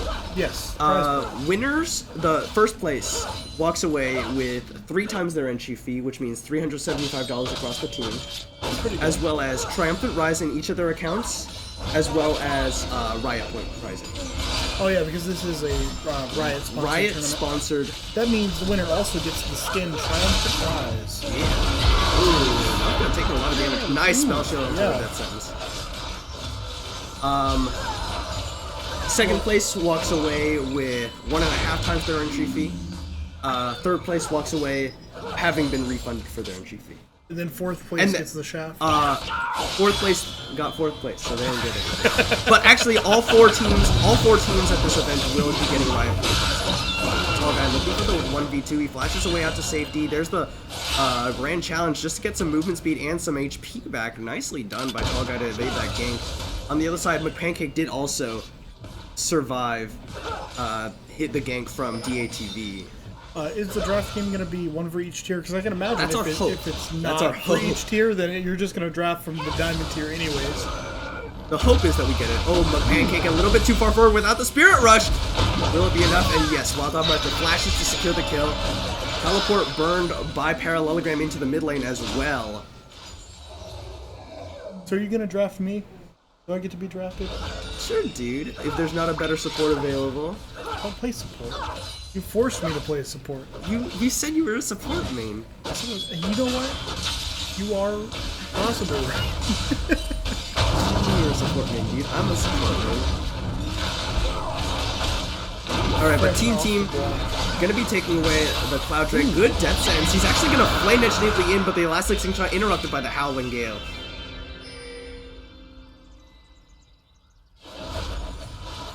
We're looking at the CS again. Victor is up about 40. He's up 38. He's got 2 player items completed. Looks like the third one is going to be coming out shortly. I believe the blue is tier 2, right? The blue hex score? Yes. Yeah, tier 2. Okay. I think yellow is 1 upgrade, blue is 2, and then red is 3 upgrades. So he's got 2 upgrades right now. He's getting a blasting wand and a. It looks like he's going to get a Banshee's Veil here. That's the only It could thing be I can Rylai's. imagine. Rylai's. Rylai's? The Ruby Crystal. Oh, I didn't confirms see it. the Ruby Crystal. Yeah, Yeah. Blasting Wand, Amp Tome, Ruby Crystal built together towards the Rylai's Crystal Yeah. Scepter. Rylai's is a pretty good item on Victor. It applies on his storm every. It's few. Every tick. Yeah, I'm not sure what the. It's every I think half it's like- second, right? Not quite that often. No, it's less than that. Oh yeah, they decrease the tick amount and they increase the damage. Mm-hmm. Right, so looking at this, it's Caitlyn has about... a finished Infinity Edge already. It looks like the BF Sword Hurricane is no longer going to be an option. Yeah, what I think is the best build order for crit-based AD carries nowadays is you go BF Sword, and then you go into a Zeal. And then you sit on the Zeal, and then you finish your BF Sword into either the Infinity Edge or the Essence Reaver, whichever one you are opting for. Yeah, I can see that being good. It just follows the same basis of building BF Sword and then an attack speed item, except you're opting for more damage, less attack speed. Ooh, good death sentence onto Nedge neatly. He's gonna get caught by the box. Exhaust goes down as well as the Monsoon. He has to move away from the Yordle Snap Trap. Builds over Peacemaker, secures a pot of a... pushes him down. Long actually has to ghost away from the top laner. Tall Guy finding him in his own jungle. Now DATV and Tall Guy trying to steal away the blue buff, but it's smited away by Long. Actually, I don't know. Here comes the Pancake, and there's the charge from Parallelogram. Tall Guy getting focused down. Here comes Wild Meister. Shutdown goes over to Parallelogram. Chaos Storm comes out. He's gonna get flashed away from these stretching strikes. Tower will go down in favor of Team. It's almost a 6k gold lead in favor of Team. Wow, I didn't even notice it was that bad. We've got a lot of kills on Fiora. Fiora is 4-3, Zach 2-1, Victor 1-0, Caitlyn 2-0, Fresh 0-0 as the support life dictates. They are quite a bit ahead at this point. Kled is the only champion that has any kills on PLR. Yep. Beats the Lord Rebirth. Struggling a little bit here. They're about to lose their tower in the mid lane as well, and that opens up the map pretty significantly. Team 3 towers to 0. Speaking of Ninja Tabby earlier, it was a good investment for Fiora. Yeah, a lot of Kled's damage. Auto attack focus base. And Love Gun, he spell shields the Elastic Slingshot, but DATV fancies his chances here, but he's getting collapsed on by the members of Pizza Lord Rebirth. DATV definitely went a little too far here. Blast comes his way straight into the air, and now he's dead. Tom trying to save him. He's gonna lose his passive and his life. Love Gun picks up that one. DATV with a huge mistake. blast counting straight up is always disappointing. I cannot think of one time that I've actually done that. It's just impressive to see that come out. It's happened to me once. Yeah? Oh, but my reasoning for the 80 carry itemization, you go BF Sword, Zeal, and then Finisher. Well, it makes sense. It's just the opposite of the BF Sword attack. Yeah, but not only that is because Zeal had its cost reduced. Yeah. Essence Reaver and Infinity Edge had their cost reduced, but the finished Zeal item are not reduced. Yeah. So you actually are accelerating your effective stats by about 300 gold compared to prior to the patch. Kled has been doing a good job of avoiding the stun riposte, coming out yeah. from Fiora.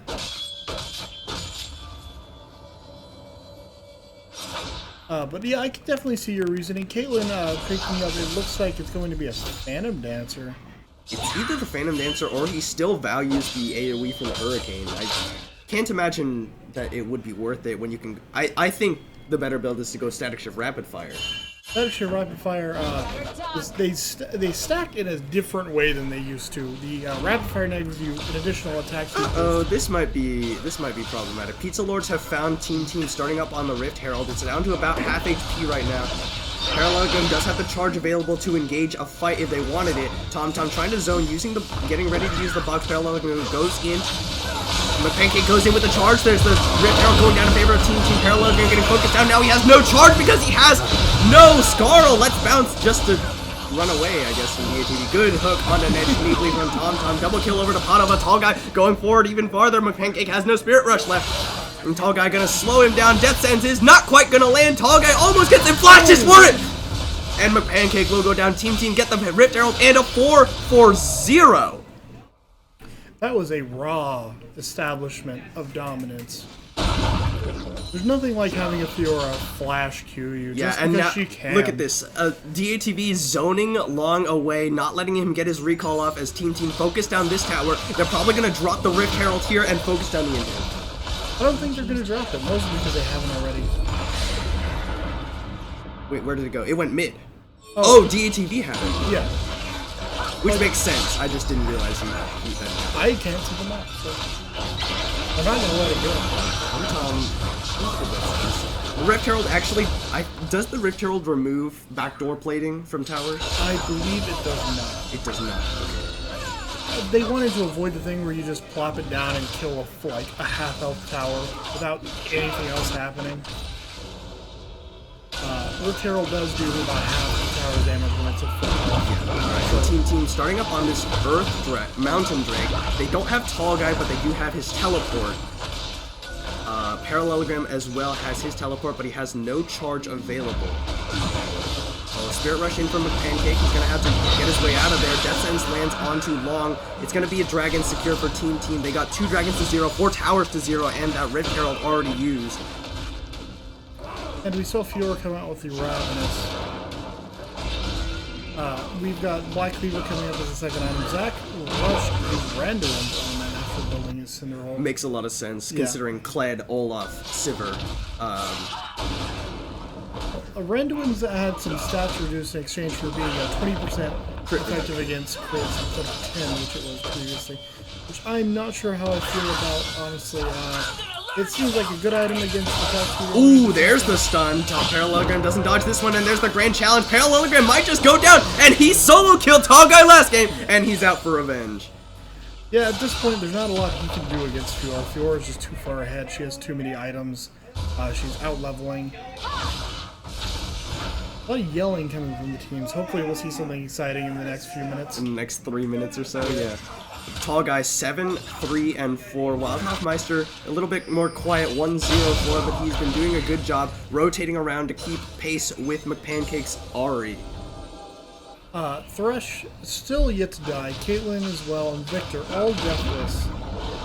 Alright, they're looking for this blue buff steal. This is very aggressive with their bottom lane, so powerful in the bottom lane. Long is just gonna make sure that McPancake secures this one, but they lose the tower in the bottom lane for it. Oh, but here's the charge. Tom is gonna tank it up for Padova. He's gonna jump onto him with the jousting. Death Sentence pulls him away. There's the box, and now Padova trying to focus him down. There's the Yordle Snap Trap, but Parallelogram not taking a whole lot of damage. There's the McPancake into the backline. There's the Bear Trap on her own. Padova goes unstoppable, takes the Dark Passage out. Not quite, but he does get 2 for 2 in that one. And that is going to be a shutdown, which gives the team gold. Yeah, but Tall Guy focusing down the inhib tower because of all the resources spent into the bottom lane. Tall Guy ready to just focus down the inhib. Backs away because he's going to get collapsed on by Pizza Larger Birth. Fjord did a good job of taking advantage of the fact that Caitlyn and Thresh got collapsed on there. She got a tower. Caitlyn and Thresh, not bad by themselves. They ended up killing the Kled again, which is okay. Yeah, they killed the Kled and the Sivir. Yeah. Padova really just popping off this game. So we were talking about how if she was building Hurricane or Phantom Dancer earlier, she said both. Yeah. I mean, I think double Zeal item is definitely the way to go on Caitlyn. Yeah. But ever since the change, I'm more inclined to say Static Shift Rapid Fire rather than Phantom Dancer Runogs. I can see the argument for that. I was going to say earlier before a fight broke out, Rapid Fire and Static Shift stack again, but they do it in a weird way. Rapid Fire increases the attack speed of the energized auto attack, and Static Shift does more damage. The recharge rate. Oh, Death Sentence finds Ned Schneebly. He has to flash away. He uses the Monsoon to disengage Ace in the hole. Not going to be enough to kill that.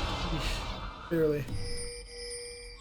That's why you build Lethality Caitlyn, so that that doesn't happen ever again. Probably not. No. Hey, you can't tell me that Lethality Caitlyn would have done less damage with that, or would not have done more damage with that Ace in the hole. I mean, they can just make Ace in the hole crit. No, Ace in the hole doesn't crit. No, they can make that change. Oh. Okay, so Team starting off on the Baron. It's already down to about half HP. They got one Earth Dragon, and Team has a very strong marksman. There's a teleport coming in from Tall Guy, because Parallelogram gets onto Padova. Padova focus down! Shutdown goes over to Long, and DNTV flashed out of the Baron Pit, which means Long is free to smite this one down. He lets bounces in, Long falls down. DNTV needs to smite it down, but he doesn't have a smite charge. It goes down to Wild Elf Meister, who's now big and very strong. Parallelogram will get focused down. Ned Schneebly, now the focus from Tall Guy. That must have been the exciting thing we heard yelling from through the wall. What was that? That was a whole lot of chaos.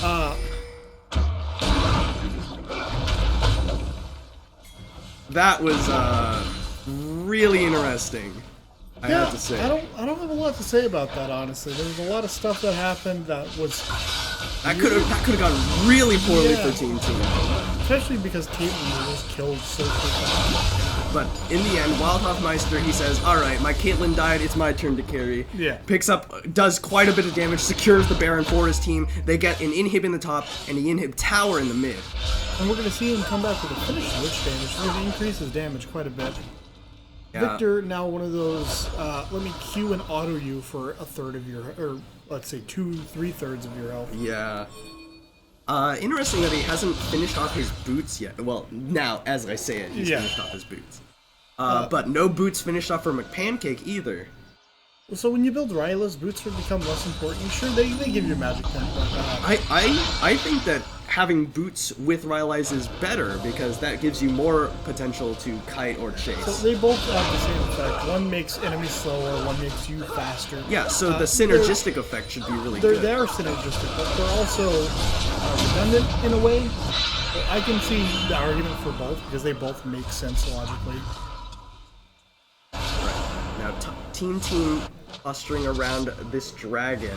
It's an infernal this time, which means it's the highest priority. Gonna get found by Long. Oh, Elastic Slingshot catches both bottom lane members! He lets bounce his love gun into the team, into the gravity field, like you were just saying! And now, it's 2 kills for Team. DATV looking for it. There's the Spirit Rush away from Pancake. Charm interrupts the Elastic Slingshot charge.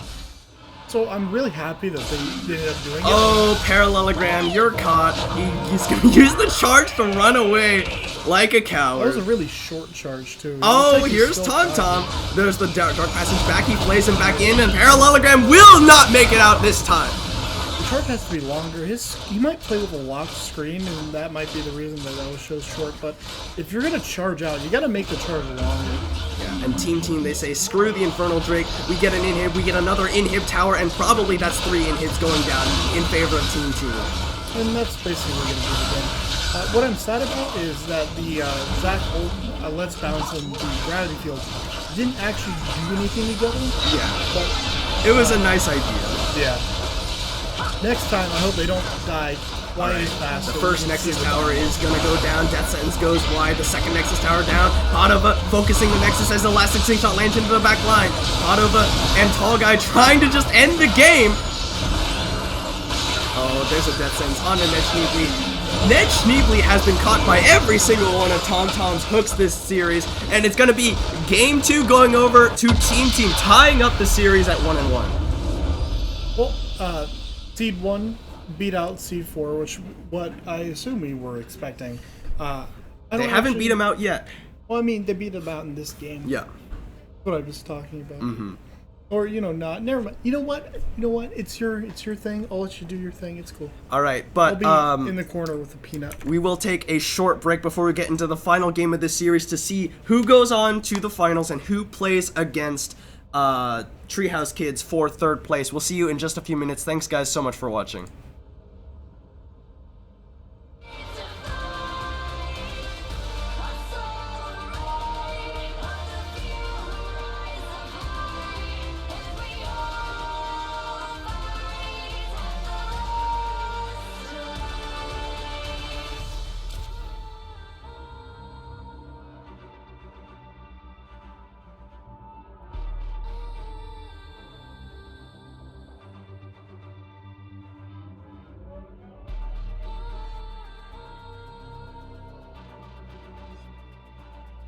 Can we bring to fall the giants?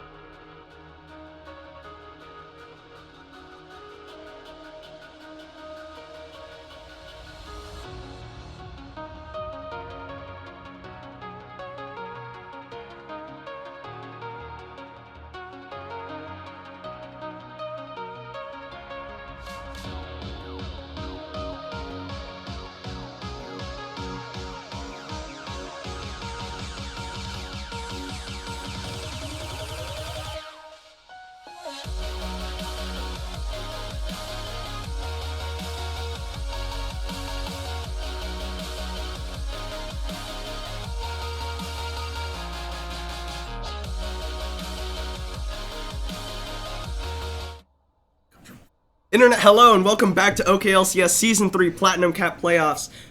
Team just won Game 2 in order to tie up the series up against Pizza Lord's Rebirth. They have swapped sides back for Game 3, and we're going to go ahead and get into Champion Select for them right now. Team back on the blue side. They ban away the Scion. They really targeting Parallelogram with these bans. And I can see why Scion has been a big deal in their gameplay in the previous season. Now it's less prevalent because it's banned every game, but I hope we could see it again. Yeah, thank you. For those of you who are just tuning in, Austin Trapagon Weiss, my co-caster here for you today. Hello. Shaden will be back here with us for Platcapped. Unfortunately, could not make it with us today, I guess. Actually, I've replaced him forever. He's dead. I put him in a dumpster behind this very establishment. Alright, and then Pizza Lord's Rebirth. Take away the Zac that was so effective for DATV last game, and of course the Anivia ban against Wildhoffmeister. They're never going to let him play that champion. Not even once. Alawi came out banned again in Game 1. Alright, dude, this is gonna get really difficult. What are you talking about? The Alawi taken away, as you were saying, so powerful. Parallelogram really just popped off on that in Game 1. Do I sound weird? Ivern is going to be a third ban away from Long, and they ban away the Hecarim from DATV. 2 jungle bans already. And then they will first pick away the Caitlyn for Padova, like we've seen. So effective in Game 2. Padova just really popped off on that. And don't you worry, the Dark Jack will be back momentarily, probably in the next game. Alright, dude. What do you... What? Come on. Nedge Neeply and Long will pick up the Karma Twitch for their bottom lane. Pizza Lord's Rebirth locked that in immediately. Tom, we could see him just go for the Thresh. The Thresh again. Was really effective in the last game. I would like to see Thresh again. Alright, dude, stop trolling me. Tom, he is gonna pick up the Thresh like we thought was gonna happen. DATV, what'll he pick up? I imagine he'll probably pick up his jungler here. We might see the Jarvan again. One of the other champions that is pretty good right now, that's a bit tankier, is Sejuani. Oh yeah, the Sejuani is available. And Fiora locked in for the top lane just for Tall Guy. It did better later on last game, so... Yeah. I imagine they pick that up. However, Parallelogram has not shown his top lane pick yet, so maybe not quite as effective. It's interesting that they would ban Alawi and Scion and then play Fiora. Yeah. Lovegun gonna be picking up the Galio. That's... I imagine going to Parallelogram in that top lane. I feel like Fiora still wins that matchup, would you say? I think she wins it most of the time, but Galio does have a lot of damage. He might be able to pick her up. Galio does have a lot of tools in his kit. A2 does not have the time for memes. He's a sad man with a sad life. Yeah, that's me, dude. Hard stuck Diamond 5. Haha. I recommend Skippy. Is that a humble brag? No, dude, I'm hard stuck. You just got that. How are you hard stuck? Like last week, come on. Alright, Lulu is going to be the ban away by Pizza Lord's Rebirth. I'm not sure why they banned that, as Team has already locked in their Thresh support. It's kind of confusing to me, actually, what that ban was all about, but alright. Yeah, maybe they just don't want it in mid lane, which I can't really see Hoffmeister doing. Alright, well, Team gonna ban away the Syndra, and I imagine the Ori ban will come out as well. Just put a lot of focus onto McPancake, like we saw them do last game. We'll see. Fear the lane, Lulu. Lulu was a dominant laner at one point it is in the time. Orianna. The Orianna is the last ban. Vi taken away as well by Pizza Lord's Rebirth up against Team. They're really trying to put DATV on a less what is the word? Some of his less comfortable jungle picks. That's an Annie. Unfamiliar? Yeah, I guess less comfortable is what I want to say.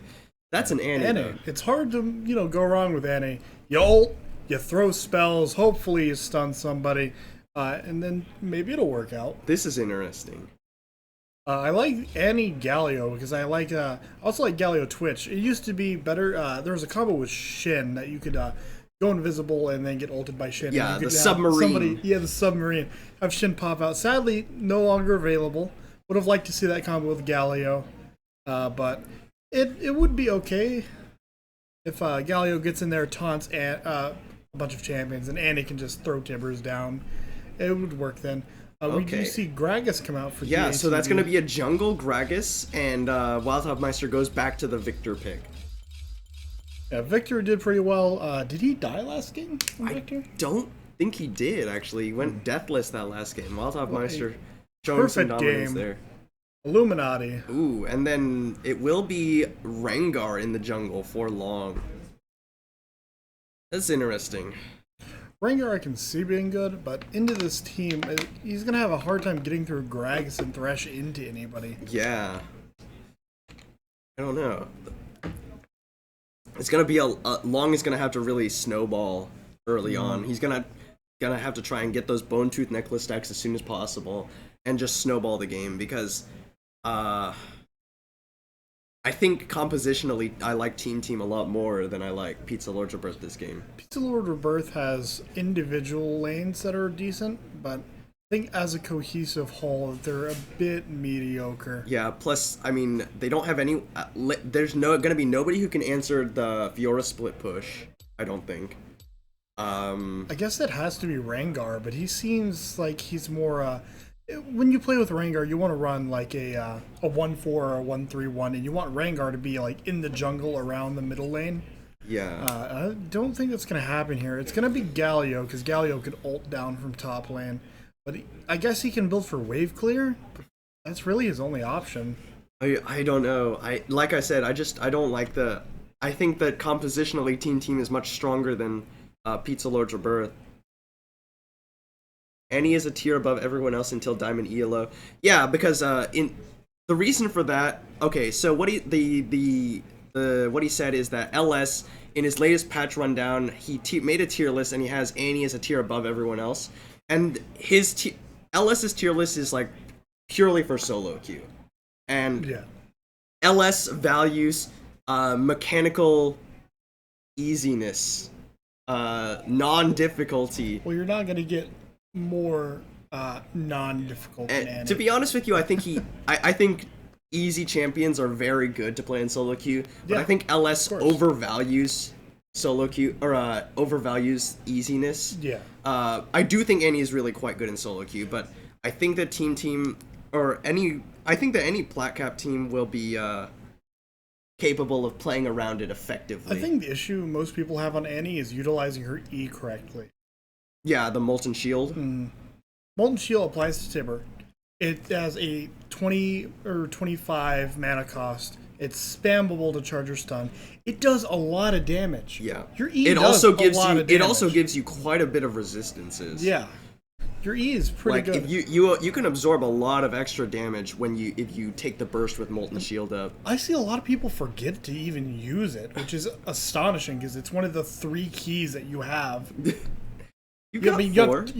Not until level 6. You only have 3 until then, and I never see anybody use it. You take it at level 4, you go QWQE. Watch an Annie bot stream. Then you'll see some good Annie play, right? Jared is a special person, and I don't say that in the way that he is unique. I mean, he's weird. Anybot is weird. How are you gonna do my boy Jared like that? I mean, I like him as much as anybody else. He's still weird. I mean, you're weird too. Come on, dude. Don't do me like this. I'll do you like this. You didn't listen. I was gonna meme, and you just tore that away from me. I'm trying to provide as much analysis as I can. I'm not gonna be able to do it for much longer because I'm losing it right here. You know. Yeah. Are we gonna have Jack and I take over? Not too soon, but probably eventually here. Anyway, Why don't you take a break next game and then do the final? Sure, dude. Well, we're gonna be taking a break in between this series and the next one anyway. Oh, really? Because Okay. like the loser of this game is gonna have to go and play in the next series anyway. Yeah. So only fair to give them a break. Give everyone some time to take a break or whatever. Relax. All right. I can see that. Give me a break, haha. I mean, I got you 2 bottles of water. Come on. Yeah, dude. I Chug can't these even things. drink. Chug I can't 'em. even drink that much water in one day, honestly. I said, chug that water. All right, we are getting finally into the loading screen of Game 3 between Team and Pizza Lord's Rebirth. The winner of this game will How face exciting. off against Evolution for the for first place in Platinum Cap playoff or Platinum Cap. You know, I don't think you should mention the name Evolution because we're gonna have that one guy just come spam the chat. I'm looking forward to it.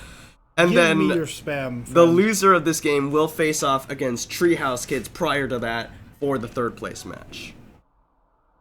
We'll sit here for a while. There we go. Alright, so Jungle Gragas, something, we haven't seen it too often, until quite a bit recently. Alright, dude. Good one. Hey, Evo, I'm that guy. Yep, looking forward to it. Anyway, we haven't seen Gragas Jungle, be the primary position that he's played in for a while. But we did Gragas see Jungle. it, we actually did see it yesterday. Never fell off the earth. Right? When he got nerfed with Rek'Sai, which was a long time ago now, he was still playable. Huh, double wards. Oh, TomTom flash, Death Sentence finds Ned Schneebly. That's 2 flashes for 1. Team comes out ahead there. 30 seconds until minions Wow, spawn. no hesitation from What TomTom. an Really out for interesting start. blood. And not even that. The Karma and the Annie both. The Annie flashed, I think, way preemptively. He flashed before I even saw the hook come out. Mm-hmm. It was just like he flashed, so Annie flashed immediately, reflexively.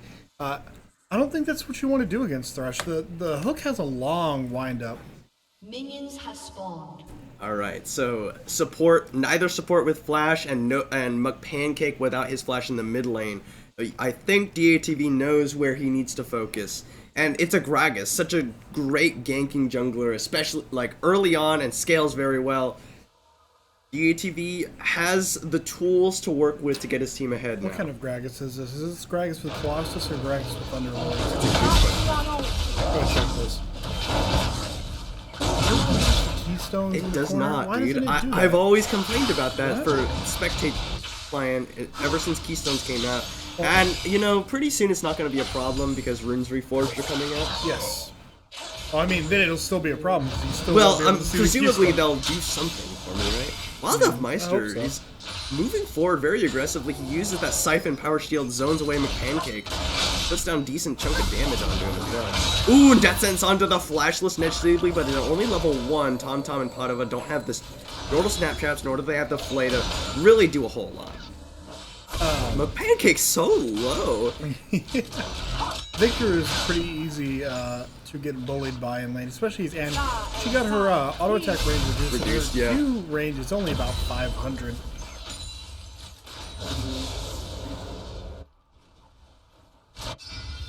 Alright.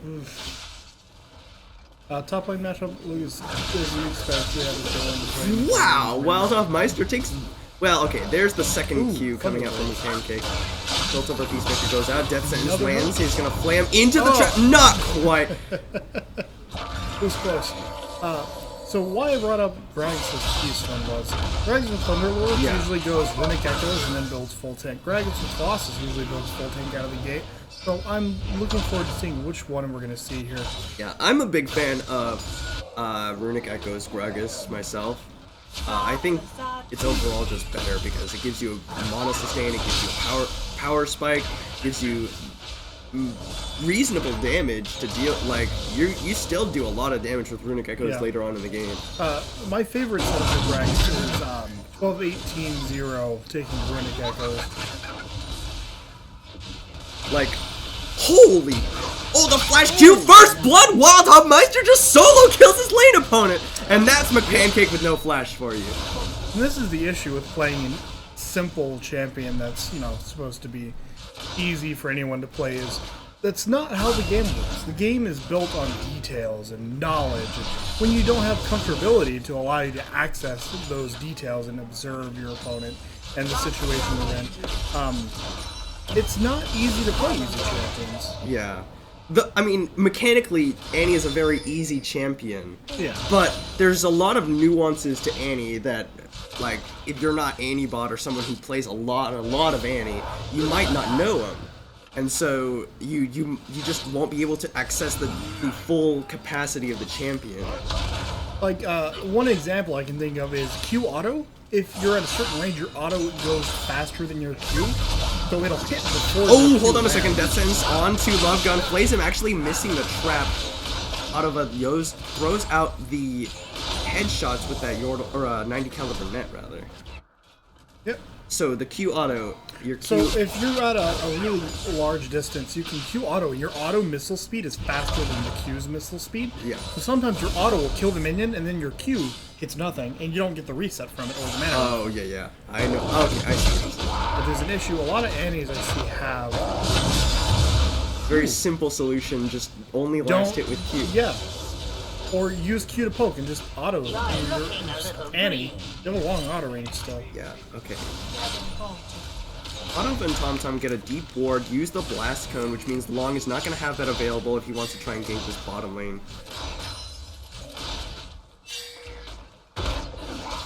DATV standing on a ward, just gonna clear that one out. The Pancake wants to come forward, but Wildhoffmeister there's ready and waiting. I don't think that's what he meant to do. Ned Schneebly there. Well, you know, he wanted the CS. It's his right as a support. Oh, is that it? Yeah, of course. You're a I thought you were support supposed main to take. I thought you're supposed to take the kills. now. So, it's both, actually. The kills and the CS. Oh man, I'm an amateur support main, is what you're telling me. You will learn. Just like playing healer in an MMO. You are battle hardened. Or retarded. Good riposte from Tall Guy. Puts down a lot of damage onto Parallelogram as well as stunning him up and dodging that Justice or Justice Punch damage. I think they're gonna root up TomTom. Interesting that Ned Schneebly's opted for the Thunderlord's Decree as karma. In general, I think that Windspeaker's Blessing is so uniquely powerful. It is, especially on her where you can shield everyone on your team. But Thunderlords is... Oh, Death Sentence onto Love Gun. He's gonna get caught by the Yordle Snap Trap. Build over Peacemaker comes out, the Flash and the Exhaust. TomTom will pick up that kill with the Flay Auto. McPancake gonna take a lot of damage from the Chaos Storm, but he's got those resistances. Barrier comes out from Wildhoffmeister a little early. McPancake gonna have the Timbers ready, and there's the Parallelogram Hero's the entrance. outplay, ulting, and then stunning them. What a feat of mechanical skill we have seen. A marvel in the Annie world. Wildhoffmeister, that was honestly really bad from Wildhoffmeister. He barriered nothing. He flashed when he didn't have his abilities up, and he unloaded most of his damage into Molten Shield when it was already up, so, you know, that's something that's very easy to play around. About this top lane, Thorns ring. Yeah, for Parallelogram. Which is the standard for a lot of these AP tanks. Thankfully, they're changing that pretty soon. PvE, they've changed the mana on minion kill to be unique passive, so you won't be able to stack them as effectively anymore. Another champion that abuses that is Nautilus and Gragas. Nautilus, Gragas, They all Galio. build 3 Doran's rings. It's really weird. It gives flat health. It gives mana regen in the form of killing minions. But I think it stacks also has pretty flat well. mana regen stats on it, doesn't it? I thought it had. Yeah, it has flat mana regen. Yeah, because so it that's also has flat mana. Ooh, reason- this is a problem. He gets stunned up, but Pancake doesn't have Tibbers available. Parallelogram going to get zoned away by the gravity field. Teleport used by Tall Guy. I think he should cancel here because they're not going to get anything for this. No. Definitely should have been canceled by Tall Guy there. Oh, good Justice Punch riposte onto Tall Guy. Wrong is coming in with the ultimate. He jumps onto the DATV. Explosive Cast already used onto McPancake. Ned Schneebly's actually also here. The Mantra Q comes out. The reason I think I favor Fiora and Galio is because Justice Punch is just so telegraphed. Yeah. Now, so TomTom and Padova have also rotated up into the mid lane, but looks like they're not going to be pushing on for that mid tower. Both top laners heading back to their lanes. Padova on his way down. it looks like we're going to see warriors come out from Rengar, which is pretty Standard. Gragas is getting the Cinder Hulk instead of the Runic Echoes. Yeah. He's just trying to be a bigger tank for his team. Yeah, I mean, he has Fiora top, so he doesn't need to exactly Do a whole lot of damage, yeah. I am a big fan, though, of the Runic Echoes Gragas, where you get... Your armor items can be like Deadman's and Iceborne Gauntlet, and then your first auto off of the W does like 10,000 damage. Yeah, it's fantastic. It's hilarious. Yeah, I agree. I have level 7 Gragas. I played him a lot. Actually, support, which is weird. But I think Runic Echoes is better. A lot of people prefer Cinder Hulk because it gives you a lot more beef earlier. In the higher elo play, I think that's more useful. Ooh, this could be dangerous. Tom and Padova here by next. Oh, the Mantra Q goes wide! Death Sentence does as well. They flay him away. Looking a little green. Alright. Well, that could have been a lot worse than it was. Yeah. For both teams, but in the end, nothing really happened. And I'm fine with that, actually. There's the Thresh Hook went wide, which was going to initiate everything. And the Mantra Q actually went in between the two members of Team. If the hook had landed and Thresh had gone in, Rengar was going to be right there, and it was not going to end up well for Team. Pizza Lord Traverse next move. He's actually chunked pretty hard. Death Sentence not quite going to land.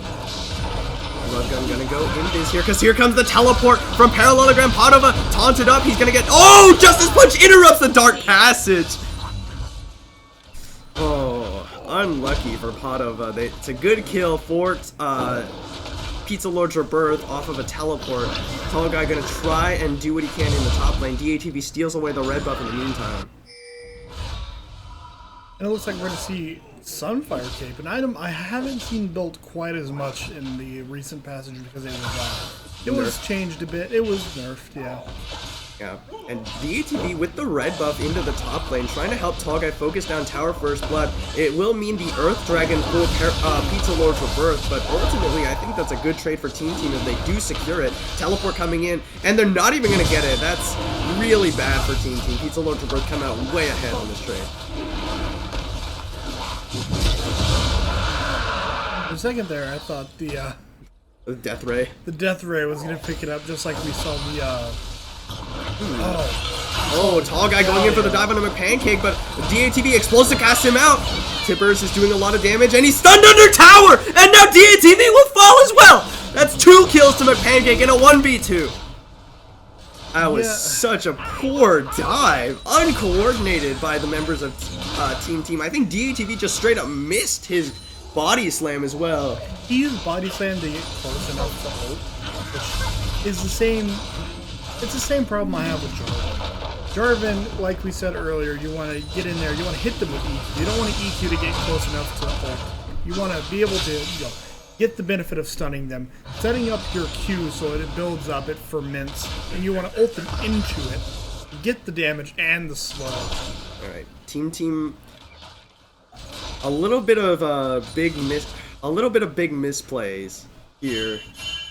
Their lanes are ahead in terms of CS, but they've been making some really bad rotations, some really bad plays. There's the Mantra to be on a Ned Schneebly. Tom gonna get rooted in place. He actually death sentences him out of the jump, but it doesn't matter. Parallelogram comes in with the hero's entrance to get the damage reduction and the knockup. Long had to run away because he was taking a lot of damage from Padova. Ace in the hole, gonna be blocked up by Parallelogram. Wildmeister's here as well. Tower First Blood still on the table. Step on some Yordle snap traps, but Padova a little bit too far away to get those headshots off. DATV trying to steal away the blue buff, rather, knowing that Long has to recall. Parallelogram gonna come in here to try and stop him up. The Tower First Blood does go over in favor of Team. Wildmeister low on mana, doesn't want to fight McPancake with his summon tippers just about up. And Pancake is now ahead in levels, a level above Hoffmeister, which I wasn't really expecting, but we saw the teleport got experience from that minion wave, and then 2 kills is going to put him far ahead, even though he's down about 10 CS. But, I mean, even with the kill lead that Pizza Lords have right now, they're actually down 2k gold, and a lot of that is from the CS discrepancies in all 3 lanes. Yeah, top lane it's 40, mid lane it's 20, bot lane it's another 30. Oh, Tall Guy gets caught at the very edge of his recall, doesn't riposte the Justice Punch. He's going in with the Grand Challenge onto Long. He is actually just going to lunge his way out of there. I think was good there, giving movement speed and health back. And you let him get out and just go reset. If the Rangar had chased him over that wall, he definitely would have been able to kill him, yeah. And yeah, that's 2 towers now to 0 in favor of Team. Yeah, they did a good job of pushing down Uh-oh, Death Sentence. Oh! Almost reads, just doesn't quite have the range on the Nedschneebly. Yeah. A lot of times you're going to initiate with Body Slam and then Flash mid Body Slam. That's going to give you a lot of range. But if you're just Body Slamming straight up, the range is pretty short. Okay. So, Tall Guy... I'm not sure what's going on right now. Tall Guy just collecting some mean in the mid lane, or the top lane rather. Wild Hoffmeister handed off his blue buff. Padova being sent to collect that wave, building in the bottom lane. They're just spreading out. They're resetting the game essentially. I've seen all the Twitches today go for the Blade of the Rune King, which, I mean, it's not a bad build on Twitch, but I think that the benefits of crit and how cheap crit is comparatively just outweighs the power spike you get from Blade of the Rune King now. So I would much rather have him go BF Sword, Zeal, Eye Edge, Runon's Hurricane. I really think that that's the way to go on Twitch. I think he needs extra. I think rounding that out with a Infinity Edge, 2 attack speed items, and a Bloodthirster would actually be a way to go. Bloodthirster also got reduced a few punches ago, the cost. Parallelogram flash taunts onto Padova. Padova caught a little bit out of position, but Long has already used his leap. Here's my Pancake. Death Sentence is going to find the jungler. Here's Tall Guy as well. There's the hero's entrance. Going to knock out 3 members of Team, but a good riposte from Tall Guy. Explosive cast to split the fight. Parallelogram getting focused on Death Sentence lands. And Love Gun here as well, but there's nothing he can do. Chaos Storm is burning away on the members of Pizza Lord's Rebirth, but it's a 2-0 in favor of Team. And the Rift Herald. The heroic entrance did save Rangar from the Caitlyn ult, but other than that, it put him out of position. Like, an issue I have with it, if you use it on a caught-out ally, then you're caught out. If they, have to go away. That Death Sentence was a hair away from interrupting that recall and probably securing Nedschneebly's death.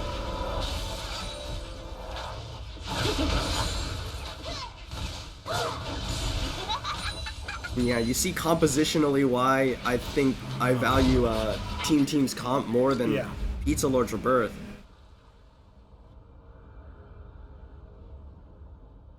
I thought the Rengar pick was okay because it's Rengar. Rengar is okay in a lot of situations, but what you really want with Annie and Twitch is you want either a lot of CC.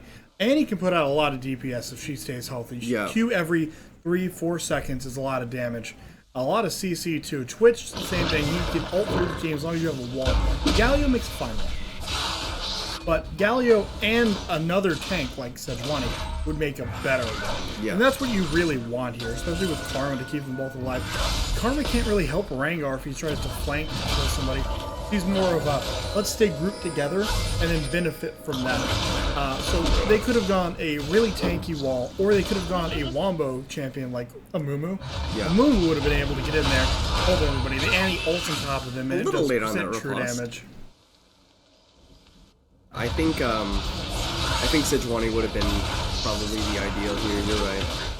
And the gravity field just cuts off that entire corridor. Team gonna take this dragon uncontested. Or even a champion like Rek'Sai, I think, is better than Rengar. Well, Rek'Sai was just reworked, so Rek'Sai is fantastic, and you leave her alone.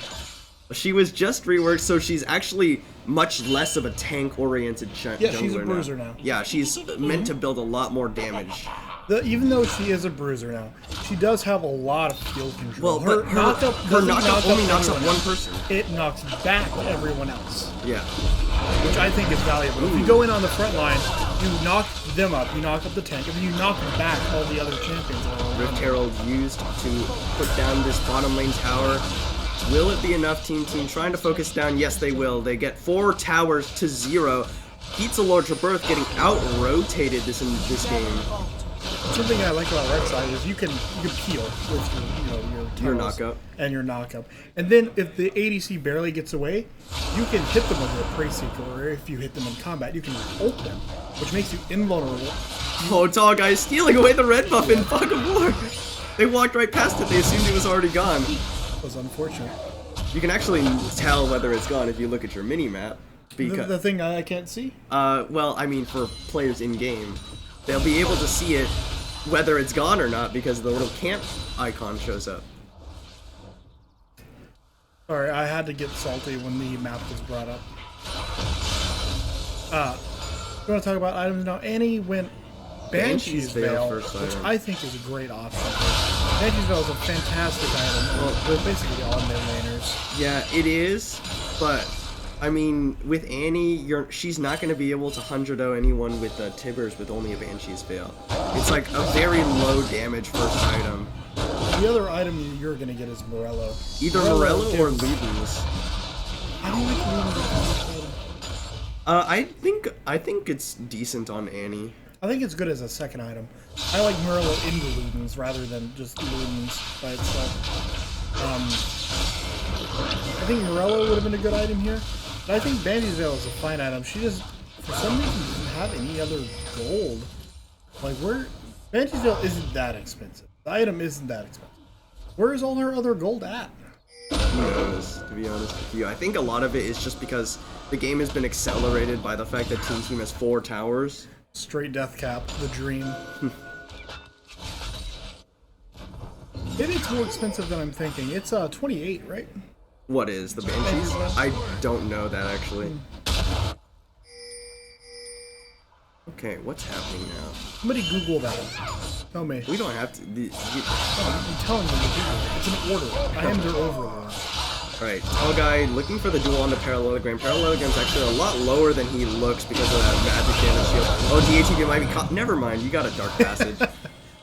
That's the benefit of Thresh. You have CC peel and you can just pull people out of nowhere. Yep.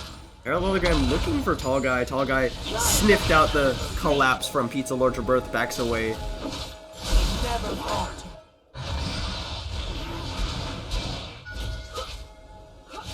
Alright, Pizza Lord Rebirth. They're trying so hard to make something happen, but Tall Guy has so much split push pressure, like I was talking about. There's nobody who can answer Tall Guy in the top lane, and there's no one who can team fight better who can make this team fight win, barring a miracle 4-man Annie-stun. It looks like there's 2,900. I was off by 100 gold. Wasn't that bad. That item is, well, it's still pretty cheap comparatively. I guess. It's 300 gold cheaper than Ludens.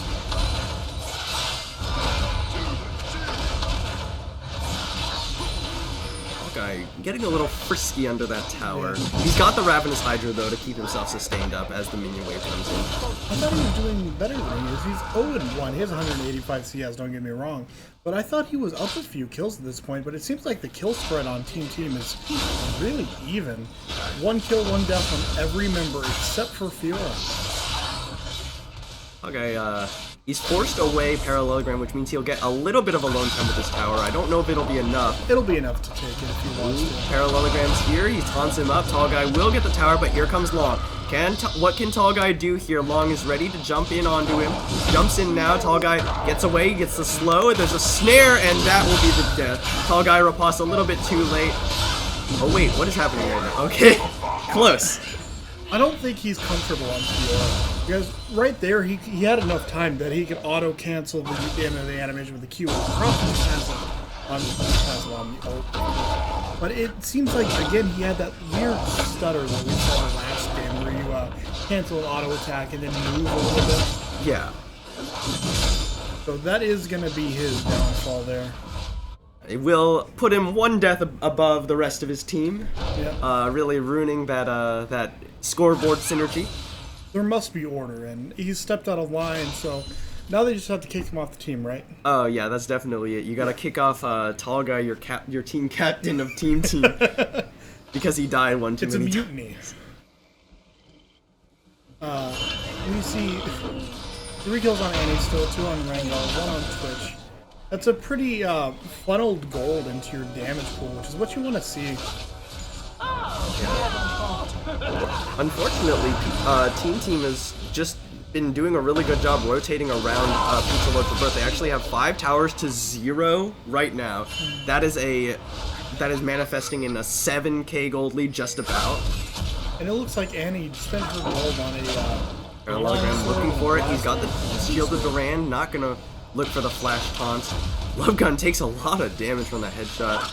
Out of just throwing out those Piltover Peacemakers. They have control of the Scuttle Crab, so a little bit harder for them to deal with. And Tall Guy, once again, at his split pushing antics.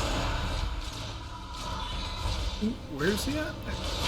Tall Guy is in the top lane. He's actually at the inhib tower with a wave right now. They sent Parallelogram back to deal with him. He has, both top laners have their teleport ready, but Team ready to go for this one. The ATB throws out the slow onto Pancake. Looks like we're going to see a death match in a second. Yeah, that is the case. Yeah, I disagree with this buy a lot, actually. You're right. Alright, Tall Guy, no riposte, but he's gonna put down a lot of damage on the Parallelogram. He's got the 2 tank busting items he needs, the Ravenous Hydra and the Black Honestly, Cleaver. he could just ignore him and just take the tower. Yeah, that's actually exactly what he's doing. Meanwhile, his team is stalling around the Infernal Drake. Tall Guy actually just about to go ahead and 1v1 Parallelogram. Parallelogram is gonna have to flash away. Tall Guy, he could continue to go for this inhib if his team would interrupt the recalls, but he's not going to be able to get it. He should back off here and be safe. Yeah, but his team is pushing into that bottom lane. Pizza Lord Rebirth are going to lose something here. There's a good riposte to stop the snare, and he's going to be able to get away. Team, they push in that wave in the bottom, and now they rotate to the Infernal Drake. Yep, and they're going to pick this up pretty easily. So now they have the pressure of an open inhib, and they have this split into it. They're going to be able to queue over the wall and just go tick extremely quickly. And she back will have a Guardian Angel, it looks like, which is going to help with her. Is it Guardian Angel or is it going to be Bloodthirster? I think the Bloodthirster is a very considered a core item on Fiora, just because you combo that with a Ravenous Hydra lifesteal and sustain through basically whatever you want. I feel like Death's Dance is a better option. I do too, actually, but like the 3 core items for Fiora have always been Ravenous Hydra, Black Cleaver, Bloodthirster, Lifesteal, Wave Clear, and we're talking Tank about Shot. pre or post. But yeah, that's pre-Death Stance rework, which is why I'm about to say I think Death Stance is actually a really good option over the Bloodthirster. Parallelogram, grand entrance to safety, and now Tall Guy might be caught. He's actually gonna jump over the side. Pancake missed with the redemption, or the summoner. Click the Tall Guy trying to land the lantern. But Pancake with the blind summon timbers over the side missed, and actually Tall Guy almost made it out there with the lantern. It's a grand escape. Didn't really enter anywhere. I guess Grand- he entered safety. Grand entrance to safety, that's what it is. Grand retreat. Alright, Tall Guy will die, which means that Ancient will live for a little bit longer.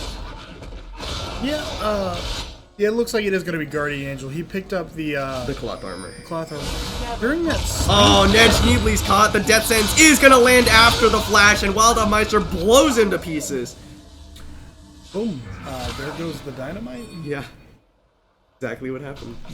And now Wild Up Meister out of line with the rest of his team has 1 too many kills. He has to be kicked from the team. Exactly.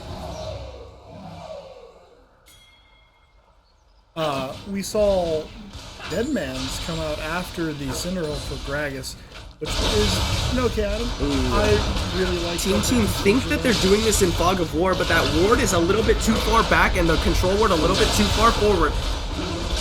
Long is going to try and blast cone his way in. He's going to look for it. Oh, it's secured by Padova, actually. Interesting. And she went Infinity Edge Hurricane. It looks like she's going to be picking up that The second Phantom seal Dancer item. like we saw the last Yeah. game, I would assume. I think that's the Phantom Dancer I like as an item. I think that the Rapid Fire. Ooh, what is the other one? Static Shift. Rapid Fire, Static Shift. Rapid Fire Static Shift would be okay, but I think this is the better And item a completely uncontested mid lane tower as well. 7 towers to 0 in favor of Team 2. And now Tall Guy just continuing his split push antics. And I don't think Parallelogram can deal with Tall Guy right now. And here comes McPancake. Long is actually getting jumped on by DATV. Tall guy in trouble here. Good riposte onto the anti-stun. Well, here's the redemption after Love Guns use the spray and pray. So that's a big team fight ultimate not available. Explosive cast used by DATV. Blast or body slam blocked up by Long. Tom moving for it. Death sentence lands onto McPancake. He flays him in and he's dead. But Padova has to use the summoner heal to survive. Summon Tibbers. There's a lot that went wrong there. Yeah, Tall guy gonna get caught by tower aggro. It's gonna be a inhib tower for Team. They get the tower in the mid, and they're gonna focus down the inhib. Parallelogram forced away as Tall guy and DATV focus down the inhib in the bottom. Oh, flash play misses from Tom. There's a Justice Punch in. There's a body slam, and Parallelogram will be finally melted down. Long jumps onto Padova. He's kiting back. Oh, wow, Padova crits him to death. Love Gun will be the next focus. Double kill over to Padova, and it's gonna be the game for Team.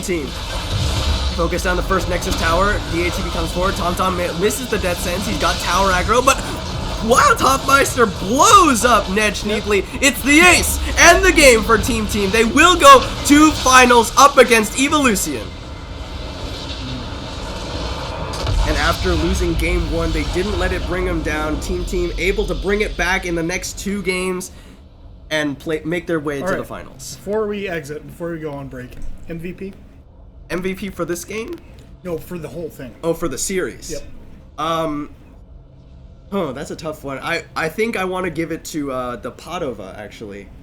Because the last 2 games, he just really did an excellent job on Caitlyn. Not to say that Tom didn't make it easy for him, but I think he did an excellent job. How about for you? Who do you give MVP to for Team? I would say Hoffmeister. Oh, really? Okay. The reason I say that is Hoffmeister didn't do a lot. He was a constant. He wasn't up or down. His gameplay didn't, fluctuate. He was always mid lane. He always won CS lead. He always did well. Yeah, he didn't die very much at all. He's a rock. He was a rock. He's like an anchor for his team, which Yeah. I think is useful. That would definitely coincide with the way that Team has performed throughout the regular season. But yes, we will be taking a short break before we get into the 3rd place match, which will be between Pizza Lord Birth, who just lost here, and Treehouse Kids, who lost earlier today. So thanks guys so much for watching, and we'll see you in a little bit more than a few minutes, but we will see you nonetheless. What is the estimate on that? Who knows?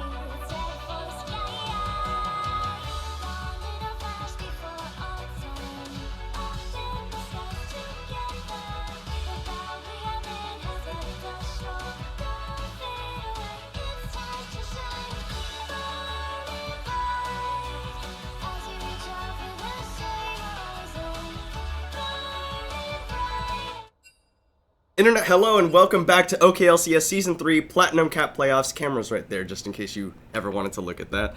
I'm joined here by Sean General Vici, and I don't want to mess this up, dude. Tell me your last name again. Walter Meyer. Walter Meyer. I was about to say like Wilter Meyer, but I had the vowels wrong.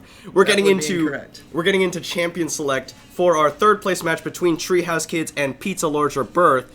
And it looks like they're in there, so let's go ahead and just transition over there. Treehouse Kids on the blue side, coming in as the number 2 seed, up against Pizza Lords Rebirth on the red side, your number 4 seed. And first ban comes out, it's the Ivern. Long has not gotten to play Ivern at all. He's not even had the opportunity to play Ivern this entire playoffs. Understandable. I mean, I don't think anyone likes going up against Ivern. And I think even playing it, You're just like, oh man. There's not a lot of Yeah. In case you don't recognize the name, General Vici is an 80 carry in Platinum Cap. He played for Pigs Might Fly. Right. So he has a little bit of first-hand experience against both of these two teams. Yeah. Except we weren't good enough to make it to playoffs. Unlucky. Alright, Kled is also going to be taken away from Parallelogram. We've seen a lot of teams focus Parallelogram's champion pool at playoffs. What do you think about Pizza Lords Rebirth and how their team dynamic stacks up? I mean, usually with PLR, Parallelogram is one of their main carries. He does a good job in top lane of drawing and applying pressure. Bot lane usually just stays passive. I have McPancake took John Zoid's place, so that's a bit different from how we played against them during the regular season, just with a dynamic. So I'm not as sure what to expect there. But That's interesting. Yeah, I can see that. They take the Alawi away because Daddy's Milk has actually had Alawi bans leveled at him by who did they play? They played against Evolution. Yeah. Evolution threw 2 bans at Daddy's Milk. It was only 2 games. And then Parallelogram had a really dominant performance on it. Yeah, against, he plays a lot of Alawi. Yeah, and so this is a really nice focus towards the top lane. They first pick away a top laner they know Parallelogram plays, ban away 2 more. And Twitch locked in for Love Gun. That's, I think, one of the better 80 carries right now, especially for carrying a game. Once it hits late, you can destroy entire teams with just a few autos. Play it right. Yeah, they lock in their bottom lane first rotation. Ooh! That's a Zyra Khan. Yeah, Treehouse Kids pick up the Rebel and the Charmer for the bottom lane. I think that's his title. What is it? I don't remember. I don't play support. But they do pick up the duo in response to Twitch Braum locked in by Pizza Lords Rebirth. Followed by Olaf. Yeah, Long has shown a tendency towards this Olaf so far in the one series he's played today. See, the next 2 bans come out from Pizza Lords Rebirth. Yeah. If I had to guess, that'll probably be mid lane focused. Just to try and put Seymour off of his comfort. Well, that's actually going to be the Nautilus, which is interesting. That is interesting. Because Daddy's Milk is already locked in the Alawi. Yeah, unless they're worried about Nautilus jungle, which I haven't seen since the days of our former jungler, Mormon V Slayer. So I'm not. Yeah, I don't really like the Nautilus ban there. Yeah, I'm not entirely certain why that was. Galio on the other side is a good ban, I think, though. I think Galio is definitely one of the top tier top laners at the moment. Yeah, and Parallelogram did just play it. It was a loss, but he has shown that he is comfortable playing the champion. Yeah. Orianna taken away from Seymour. And that's the sort of ban that I more expected to come in the second round. Yeah, a mid lane focus you would expect. Mm-hmm. And they ban away the Syndra in response because Team put down Orianna and Syndra away from McPancake in 2 of their 3 games, and with Pizza Lords banning away 1, they're free to ban the other one. And just put McPancake onto his 3rd or possibly 4th pick. I think the Syndra is a fine ban. Yeah. Irelia? Aurelia. I haven't actually seen Parallelogram play Aurelia, so this will be interesting to watch. Yeah. I think it has really good follow-up with the Olaf, because the Olaf can kind of clear a path for the Aurelia to dash through towards. With the Undertow, just like let her Blade Surge multiple times. Yeah. That is really interesting. I did not expect this pick, but it works the way you were talking about. Yeah. Ooh. Although I suppose that there aren't a lot of options because most of the ones that I have seen Parallelogram play have already been banned. Yeah, So a it's lot probably of top getting lane focus towards yeah, it's Pizza getting Lords. pretty deep into his champ pool. Nocturne locked in for the jungle. That's gonna be really important to get on top of the Twitch, who's otherwise going to carry a lot of team fights, and it also lets him kind of ignore the front line of PLR. Yeah, speak of ignoring frontline, Seymour's just gonna try and snipe him away from long range. Although, of course, as an immobile Xerath, you just gotta get jumped on by Olaf Irelia. Yeah, because Olaf is going to be able to absorb any stuns or abilities you try and throw that'll hit the Aurelia. So the Xerath is going to be a lot of pressure, and Corky mid being hovered. Is this and something McCann Cake says? No, it's the Aurelian Soul. I haven't seen him play that either. That's interesting. yeah, that's going to be another decent frontliner, which that's going to be stopping a lot of the dive, because the only real engage that is on the side of THK is the Nocturne ulting someone, and Aurelian Soul is just going to be ult him away from the Twitch along with the Braum, so there aren't a lot of options to reach the backline other than hopefully getting Xerath Q's off, Yeah, but that's not even enough damage to force him out. A lot of disengage. You got Voice of Light, you've got Glacial Fissure, and then that gives you a lot of room for your Twitch to maneuver, reposition, and just unload. Sans mispositioning allow he's never going to be able to reach him, and then Braum can pretty much solo peel for him. You could you could always engage with the quickness from Silver Spade's Recon. That's true as well. Although I'm not entirely sure if that's the ideal way to use that ability. Yeah, I think I know that in CLG versus Cloud9 Game 2, Aframu showed some really, really good recon engages and whatnot. So I think it can be used as an engage. I think it's just going to be really hard to make it through the front line of PLR. Because they have 3 tanks essentially in Braum, Olaf, and Aurelia. And one, I kind of think of Aurelian Soul as a pseudo tank because of how tanky he naturally gets just because of item buys. Yeah. But also, like, he provides so much zoning control for PLR that Treehouse Kids kind of have to maneuver around. There's a lot that Treehouse Kids are going to have to move around. They got to deal with the orbs. They got to deal with Glacial Fissure. You're going to have axes thrown towards you. It's going to be really hard for anyone to really get in, let alone the Recon working on a support budget. Yeah, the good thing for THK is, though, they have the much better poke advantage with the Xerath, and there is absolutely no poke on the side of PLR. And the wave clear on PLR also isn't amazing. Aurelian Soul can only really clear the front line, and he has to step up to do that. Yeah, Aurelian which puts Soul him in range of the poke. He's really good at pushing the wave. He's not really good at clearing the wave. Yeah, when same under thing with pressure. Twitch. Yeah. So the siege advantages is definitely on The side of THK. Treehouse Kids, yeah. And then another interesting thing is that the front line running at THK, once the Olaf ult runs off, they actually have to run through a lot of stuff to get there. Because that's going to make it easier for Xerath to lander stuff. Xayah gets amazing setup when she has people running at him. Just set up a bunch of feathers behind them. And then get a massive root off. And then also running through the Alawi. So PLR's frontline has the potential to just get melted if they try and run in.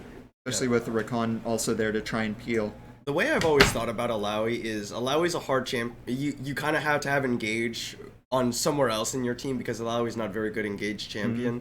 But if they engage onto you, Alawi's really good at the counter engage because they've just run into a zone where you might have had tentacles set up and you can just ult and especially because they're going to have to group up on one of the targets, because splitting focus with Aurelia and Olaf isn't going to have enough damage to truly burst them out. So if they group up on the same one, that makes it really easy for Alawi to get off a really nice ultimate.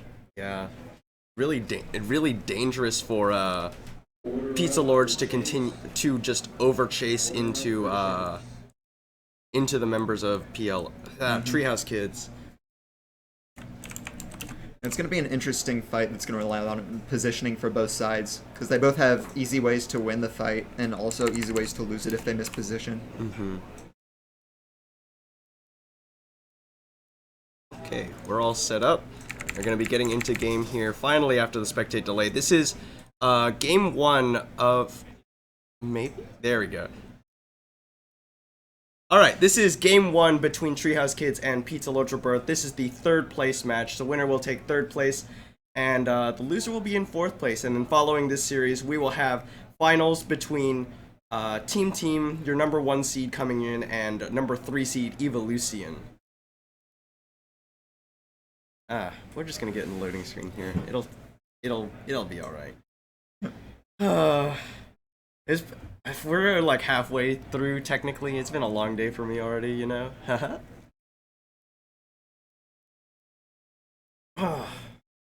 And then where did you come here from? Aren't you like super far away? Stillwater. Yeah, it's not too far. Stillwater's a decent ways away. I'm not even gonna bother with this because it's just gonna reset them once everyone gets in. Mm-hmm. I'm just not entirely sure what I see the strengths of each of these team compositions, but I'm not entirely sure what either of them wants to do. Neither of them really has like a super effective or super reliable form of engage. The best you've got is the quickness. Yeah, or Olaf running in, but that's going to expose him to a lot of damage. Because both Xerath and Xayah do really well when people just run at them. And Olaf kind of mitigates that with his ult, but it's still going to be hard. Yeah, Xerath and Xayah are both more kite back oriented champions. They do well when other people are running at them. They're not as good at chasing people down. Aramar, he actually reveals himself on a ward, so they know that he's probably going to be starting on the bottom side of the map. Seconds until minions spawn. Nocturne as a champion, I think, is actually really quite good. He offers a lot of disruption, even in coordinated teams environment. The paranoia really makes it really hard to know what's exactly going on, even if you're communicating as effectively as possible. Yeah, Nocturne kind of reminds me of Rengar in certain ways, where you see the ult pop up and it's just an immediate panic situation for the team. Although Nocturne does a better job of creating said panic than Rengar, because you can actually see the map when Rengar ults and see who he's close to. Yeah, plus new Rengar, you know immediately who he's closest to because of the way his ultimate was changed. I think both of these junglers really should be starting Raptors. Both of them are really quite adept at taking those. Yeah, that's true. Not very familiar with jungle pathing and whatnot, so I'm not the best to say so, but I do think that the Raptor start is probably better for both of them. Yeah, if your jungler, if your champion can take Raptors at level 1, then I think that's the way to go. Parallelogram spots him out, or puts down a ward in the Raptor pit. So they're gonna know that those are still available. Aramar actually pads away from them, up towards his wolf camp.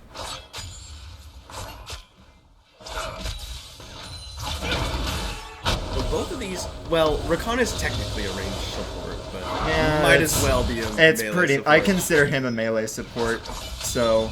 And I think that Braum will have the advantage in this lane over Rakan, and then that's kind of offset, though, by the fact that Xayah is a stronger laner than Twitch is. Yeah. Especially with the setup. So it's probably going to depend a lot on who gets their abilities down first, whether it's Xayah who's able to set up enough feathers to get rid of Rudolph, or if she gets stunned beforehand by Braum and Twitch on who's going to win the trades. And once Xayah gets a couple of levels, she should be able to shove in the wave a lot better as well, and try and keep them under tower. But that also opens up a lot of risk to Olaf, who is one of the better early gankers, I think. I mean, I'm inclined to believe that both of these players are avid Alawi players. Seymour taking a lot of punishment from... Wait, hold on a second. Oh, McPancake is actually on Aurelia this game. Oh, he is? Parallelogram is the Aurelian Soul. Didn't even notice that. Yeah, I didn't notice that until just now either. That's interesting. And I remember back last season when we were first starting, Parallelogram actually played Aurelian Soul quite a bit top lane, so that makes a lot more sense on the champion allocation, especially since both of their pools were hit pretty hard, I think, by the Treehouse Kids. Yeah, there was a team in Gold Cap that did this quite often, where if their champion... Oh, here comes an Olaf gank. He's looking for it. Xayah's already really far forward. Twitch is getting low. He has does he have the Rootfire set up? No, he's going to have to flash. And there's the Rakan dashing to him. There's the heal. stun hits on the minion, but Olaf, he gets rooted before he can get the slow with the action. Now they're taking a bunch of damage, and that's going to force him away. Pretty even summoner trade. Actually, exactly even, although Olaf blew the ghost and a lot of time in the jungle, but that also gives some lane pressure back to the bot lane of PLR. However, I think that the Treehouse kids do a good job stopping that, and especially coming out even in summoners off of that gank is really nice play by them. Yeah. Naked Beekeeper a little bit too off. What you gotta do in the bottom lane is you gotta do some, like, toe the line. Your support and your AD carry kind of have to be in the same position, kind of. Naked Beekeeper was a little bit off of that one, so he did have to burn his flash as a result. But once you get past where you're running to and you're running away from your enemy, then Naked Beekeeper's kiting power on the Xayah really... Oh, there's going to be a good recaller. And there's the Rakan going in. That's going to land him, and he's going to get it. And there's the first blood easily for the bot lane. But here comes the roam from Aurelion Sol and Olaf. That's going to be a 3-man bot. Would be 4, except Twitch already died. And that's definitely going to be the Xayah going down, so Rakan should just cut his losses and run. And that is a 4-man roam, but it still turns out a 1-for-1 and first blood for Treehouse kids because of misposition on the part of Love Gun. Now, unfortunately, that did go over to Silver Spade. Not the ideal of who you want that on. Oh, they thought they were sneaky, but they were caught on a ward. Yeah, that's going to be the flash away from Nocturne and the disengage of the fight, but that's still a lot of time wasted on the side of PLR. Top lane just easy trades, although she's fighting where the tentacle can hit both her and her clone, which is going to be a ton of damage on the Aurelia, but now that Alawi's out of mana, and with wave pushing is going to help, but Alawi's definitely going to have to back here in order to try and get some mana back. Yeah, always really dangerous to try and fight an Aurelia when she's at low health. Stop the recall. Don't think that's going to be a kill. If he goes too far forward, he's going to be on the tower. But that does mean that Rakan's going to have a really hard time backing at a good time because that would leave his AD carry alone. But if he stays, he's also going to be low for a bit while he waits for his potions to tick up, and he's not going to have items for any fights that happen. About 10 CS is the lead for Love Gun as a result of Naked Beekeeper going down to that 4-man in the bottom lane, missed a decent wave to the tower. Yeah, gonna be able to keep punishing. Xerath kind of tried to roam.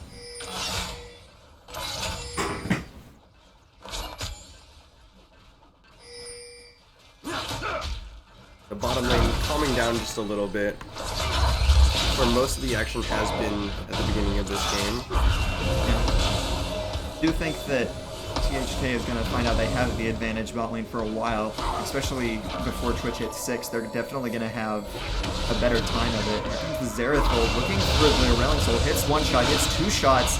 Nocturne's going to land him with a fear, and there's the last shot, and that's going to be a kill. Really just good gank from Aramar. I'm surprised Parallelogram didn't burn his flash. Yeah, I definitely think he could have gotten out of there if he would have flashed, especially if he would have flashed one of the Xerath ults, but... Probably should have flashed the fear from Aramar. Mm-hmm. Yeah, I think that if he would have... I think that flashing a Dust Caller would have been the best way to get out of that gank, because that would have removed the speed boost, and it would have also gotten him out of range of the Nocturne. But he didn't, and that's another kill for Treehouse kids. They now find themselves with a 1,000 gold lead. Seymour is going to be pretty important. We've seen a lot of Xerath in both Platinum and Oh, top lane, there's going to be an ult, and that's a lot of tentacles, and Daddy's Milk is just going to destroy McPancake. And that's the danger of fighting in Alawi once she gets your clone on right on top of you where all the tentacles can just smash you in the ground. Yeah. And the tentacles automatically do 1 lash and when they spawn near a spirit, so that's already some damage you're taking, especially if you get hit by it as well.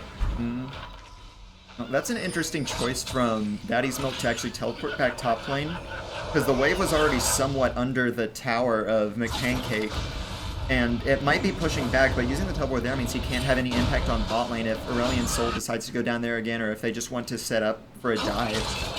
And so he's going to be able to deny at least some CS to McPancake, who doesn't have TP yet, but that's going to leave a TP advantage for PLR if they want to try and do a multi-man play bot lane. Yeah, go for that Mountain Drake, which is still alive. No one's taken any dragons yet this game. Yeah, hasn't been a lot of focus around it either. Nocturne's mainly been farming the jungle. Olaf did have that 1 attempt, and he did get a kill from it, but since the Twitch went down beforehand anyways. It didn't get the Twitch a massive advantage in lane. Curious to see what Aramar will build on his Nocturne, actually. There's a few philosophies with Nocturne builds. You can go for the Warrior enchant and go for like lethality or possibly crit in order to just try and 100 out somebody. Or you can go Bloodrazor and something like Blade of the Wind or maybe Trinity Force, and try and be a more sustained damage bruiser. Yeah, and I think this game, I would almost like to see the more bursty variant, just to get the Twitch down as fast as possible. Yeah, or at the very least zone him from the fight. Yeah, because Nocturne isn't going to be able to do a good job tanking anyways, and the Twitch is going to shred him if he goes sustained damage. So I think going the Assassin route would be the best to try and get him, Aurelion, and Soul down as quickly as possible to try and zone them off from the rest of the team. Because I feel like the backline of Trios Kids can deal well enough with the front line of PLR, especially now that PLR is behind in that department, that having the burst on the backline in order to prevent them from damaging the backline / front line of Trios Kids is going to leave him at a more advantageous spot. And Aramar does go for the Warrior enchant that you were telling him to go. One of the things I've seen a lot of, the research has shown that a lot of high elo Korean solo queue Nocturne are going for Warrior into Static Shiv, just because Static Shiv is so gold efficient, it gives you a lot of extra magic damage first, and then you build Infinity Edge, and then from there you can kind of do whatever. Yeah. One thing I find interesting, though, I'm looking at Xayah's leveled up abilities, and she has 2 points in Q, and I think 2 points in her W. Yeah. I know that typically I like to go for the Emax on Xayah because of the wave clear and then just the sheer damage you get once you set up enough feathers. And I don't like splitting levels either, so I'm not sure if that's just a misclick on the points or if he's just doing something interesting with it. Not super... I know she was sort of recently released, so I don't know if there's been a real consensus on skill order. Yeah, I but, know that it makes a lot of sense what you were talking about with the Blade Caller max. I personally like to max E, max W, just because the E gets you a lot of damage and then the W is extremely strong for just fights in general with the attack speed boost and extra damage, whereas Q doesn't do as much, and from what I've been able to see, that's kind of how the pros do it as well. And as we say it, Naked Beekeeper's actually put a second point into his Blade Caller now, so he's got 2 points in all of his basic abilities. I think that's one of your interesting stats, Alex, as you like to call them. I'm not entirely sure what he's going for with that split max order. Yeah. I think it might just be a misclick. Yeah, that's a really good stun, and that's going to get Aurelion pretty low. Meanwhile, fight's happening in bot lane. There's the engage with the Rakan right onto the Twitch, and top lane again, fights going on everywhere. Cake is getting dove by the Alawi, who's just going to smash him down. Bot lane, another fight's going on. That's a lot of feathers set up, but no Blade Caller route. There's the stun from the Braum. That's going to force a heal. He gets rooted up as well. Desert at the Twitch, and that's going to be a fight bot lane that only blows exhaust for the Braum and heal on the Xayah. Meanwhile, Nocturne is fighting Olaf, but he has the backup of the Xerath, who's going to fire a Q, get a lot of damage down. One more auto, gets him down. That's a kill for the Xerath. Goes forward, doesn't get the knock up, and Braum's going to be able to walk away. That's still a big advantage for the Treehouse Kids, and Alawi topside actually got into a fight with Aurelion, who's now really low. There's the stun, exhaust, and he's going to be able to get him down with the last star. He stopped in order to get down the Test of Spirit, which just wasn't enough damage, and after the stun, he couldn't finish him off. So that's a crazy amount of fights going on at once, which ultimately leaves Treehouse Kids with the advantage.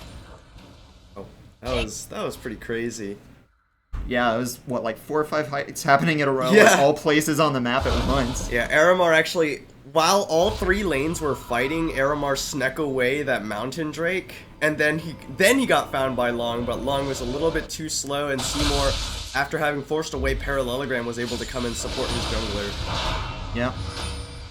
And just looking at it, the lanes are going pretty well for Trios Kids at the moment. Top lane, of course, has a massive advantage with the Alawi Snowball, who is going to be able to beat up Aurelia for quite some time now, because Alawi is definitely the bane of most melee top laners, just with the sheer amount of damage she puts out. Mid lane has been pretty even with a slight CS lead for the Xerath, but I also think what he's done a really good job with is just shutting down all the Aurelion Soul Roams. And no time to talk about lanes here, because here comes the gank from the Olaf. But ganking an Alawi with melees is very hard, but when you have 3 people, you just might be able to do it. There's a lot of damage though, and he just destroys the Olaf, and that's why it's so dangerous. He might get Aurelia as well, the last Tangle Flame, and that's a 2-for-1 in a 3-on-1. Meanwhile, bot lane's fighting as well. That's a lot of feathers going down. It's going to get a lot of damage down. There's the root onto the Braum. He's going to get really low. Probably going to be able to get him off. There's the heal, and that's going to keep him alive. Good fight for the Treehouse Kids bot lane, and that is why you really, really don't want to gank Alawi if you can help it, because she will just destroy your entire team if she gets enough tentacle slams down. Yeah, there are some top laners that you don't want to gank because they'll just 2v1 you. Renekton, traditionally. Darius Alawi, is one of those. Darius. Yeah, and because of the Aurelion Soul Roam to try and shut down the Alawi, they managed to get the mid lane tower, and that's going to be a forced flash out of the Twitch because of the Blade Caller route. Xerath misses the Q and stops to auto the Scryer's Bloom, and that's going to force a flash. Another flash from Aurelion, but he actually flashes. Yeah, flashed to where he's in between the stars that just ulted. But here comes the Nocturne, and Aurelion's out of mana, and yeah, there's the fear. Here comes the Olaf to try and get him down. That's a slow. There's the Duskcaller Flesh Ward. It's going to get the kill, but Olaf is still chasing, and Nocturne is going to have to run. Axe hits, that's a slow, lanes the fear, and that might be able to keep him alive. Use the spell shield, but there's the Olaf ult to try and knock him down. Keeps throwing those axes, keeping us low, and there's the slam down with the Olafy in order to get the kill. Wow. That was kind of interesting. Seymour, I'm not entirely sure because we didn't see it until then, but how did Seymour even get into that situation with Parallelogram? Yeah, He was like I don't know. right up next to him.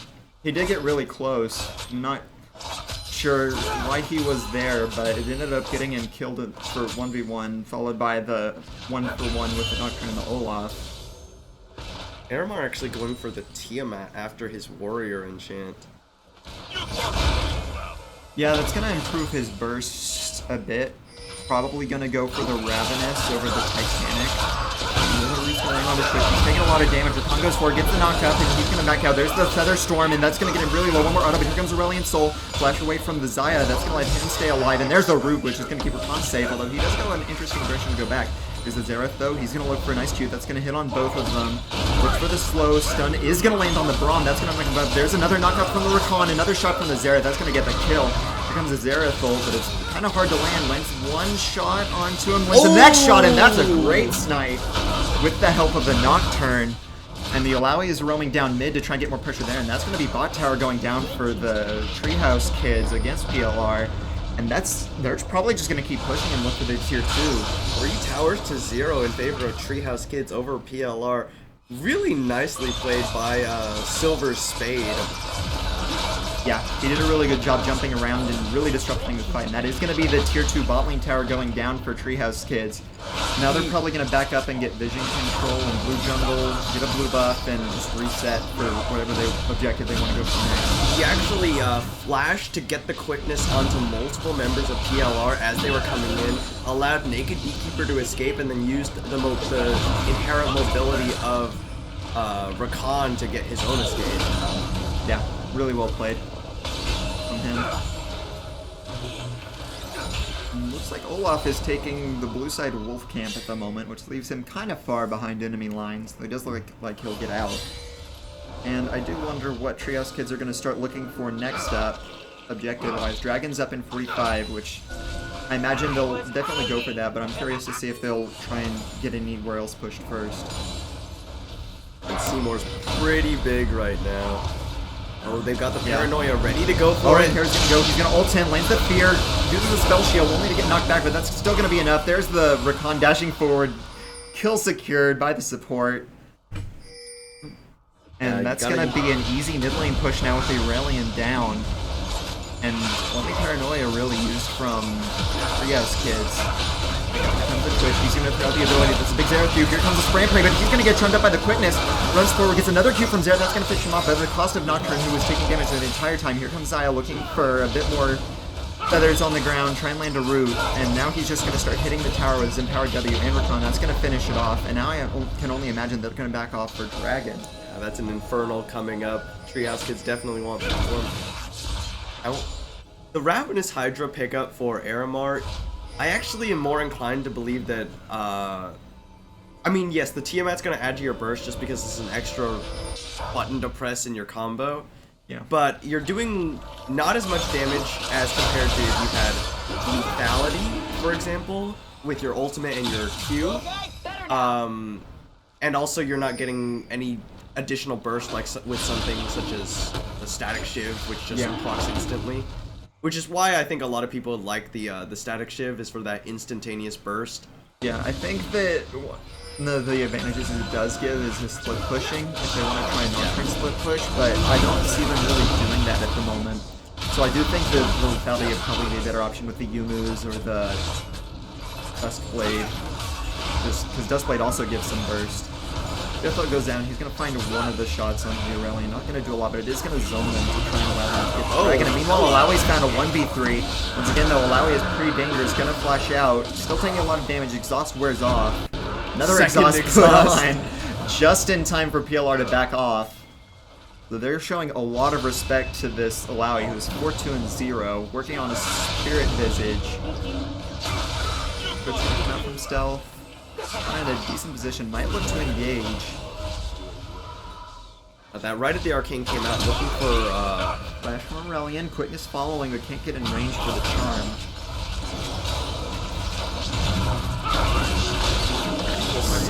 Forward. Paranoia. He's gonna go in onto the Twitch, and oh my word, that's half his HP. I feel your pain there, because run into that before, and when Nocturne ults on you, it's pretty painful when you score ahead. But meanwhile, stun lanes, that's probably going to mean the death of Alawi, who goes in, still not down, finally gets picked off by the stars. Hunt's trying to run, but he's going to go down as well with the dashing onto him. The Featherstone comes out, and the Blink Light, that's going to be able to pick up the kill with the Rue, but he's going to get stunned up by the Braum and finally finished off. Xerath is running, he's going to get tagged with the Braum as well. Another shot at him, Twitch really low. Snipe doesn't quite land, and the Aurelion is just going to finish him off with his stars. Yeah, but look at Aramar. Yep, while that's going on, Nocturne is pushing mid lane, and he might be able to get the in-hit for this. Gonna back off as the rest of PLR recalls, and he's out of mana. Can't stand fight, but that's still 1 for 4 for PLR, which is good, but they also lost their mid lane inhib turret, which is gonna make really easy pushes for Trias kids in the future. Yeah. Aramar just doing that Nocturne split push like you were talking about. The Tiamat does definitely benefit your wave pushing and your jungle clear for sure. Yeah. I mean, against a against a champion like Twitch as well, he's definitely got the burst. If he had executed that Paranoia a little bit better, he probably would have just 100-0'd Love Gun before the flash could come up. Yeah, I mean, even with the flash, though, he still lost half his HP after maybe a quarter-second contact. Braum is going to land a Q on Rakan, and here comes Aurelion, so he's going to quickness out, but he's still going to get stunned up, and there is no help for him. Here comes the Xerath ult, and I lied that there was help, because there's the Xayah, who's going to get on towards the Aurelia, who's going to go down. Here comes the Paranoia. That's going to get right onto Braum, and that's really easy follow-up with the Duskblade leading an easy trail in order to get in the move speed. There's the Test Spirit onto Braum. He's going to go down to the Xayah autos, and the Olaf is also trying to run, but he's taking a lot of damage. Flash forward, that's a triple kill for the Xayah. Now Aurelion's the only one left, and he's going to have to get out quickly, as that's most likely going to be the mid-inhib, and they might even look for Nexus Towers here. These Lords of Birth, they thought they had a pick, but Silver Spade, making really good use of the Rakan mobility, gets himself to safety, gives his team time to collapse, and they just pick off 3 members and get the inhib as their prize.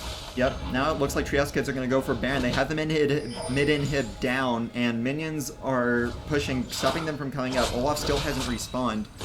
So I think that if they just rush this, they'll probably be able to force Baron down. They just have to be careful because of Baron's a bit more risky, but they have so much damage with the Mountain Drake and the Infernal. Baron's just not getting here. Teleport's being channeled, but he's going to go down before he gets in, and it's secured by Rakan of all things. And the Aurelia's just going to go down immediately off the teleport. I don't think he should have completed that at all. Probably not. Interesting how the Rakan got the Baron,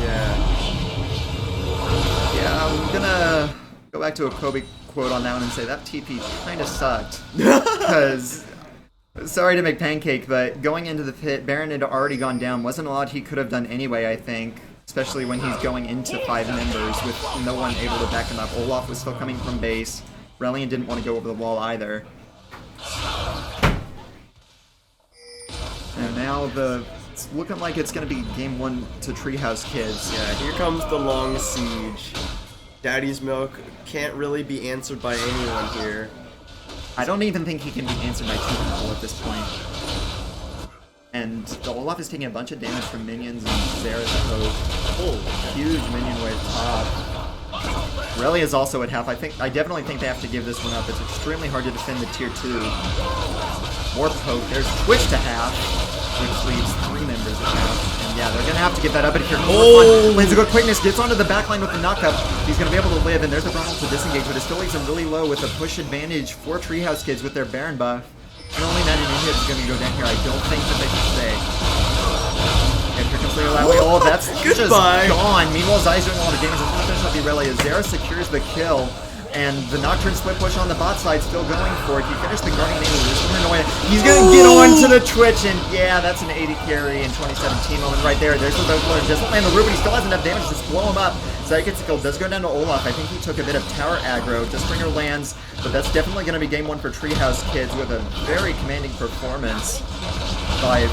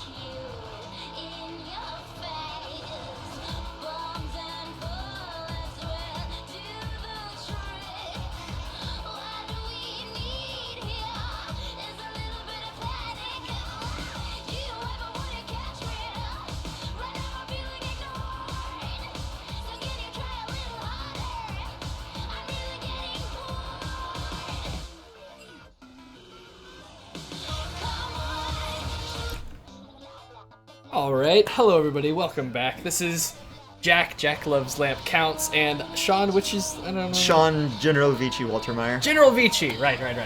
Played for Pigs. Yes. If I'm not mistaken. Yes. Yeah, Pigs Might Fly. All right, well, hopping into Champion Select. First off, we're going to see a ban for Zach. Yeah, No surprise. Zach's pretty strong right now. He did get some hotfix nerfs and further small nerfs this patch. Also, Scion, not a surprise. That's one of Parallelogram's signature picks. Has been banned against him against most of the games today, I think, actually, yeah. As far as I know, all of them. Yeah, pretty much all of them. Yeah, it was a big pick for him during the regular season of OKLCS. And the music came back on.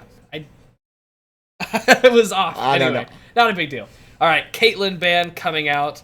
Naked Beekeeper has done well on that today. Yeah, Caitlyn's and a it's strong just pick. obnoxious to play against. Yeah, it's hard to lose lane. Yeah. Hard to lose lane. More target banning on Parallelogram with the Kled. Yeah, his three main top lane picks are, from my understanding, Scion, Kled, and Alawi. Alawi. Yep, Alawi. He's played.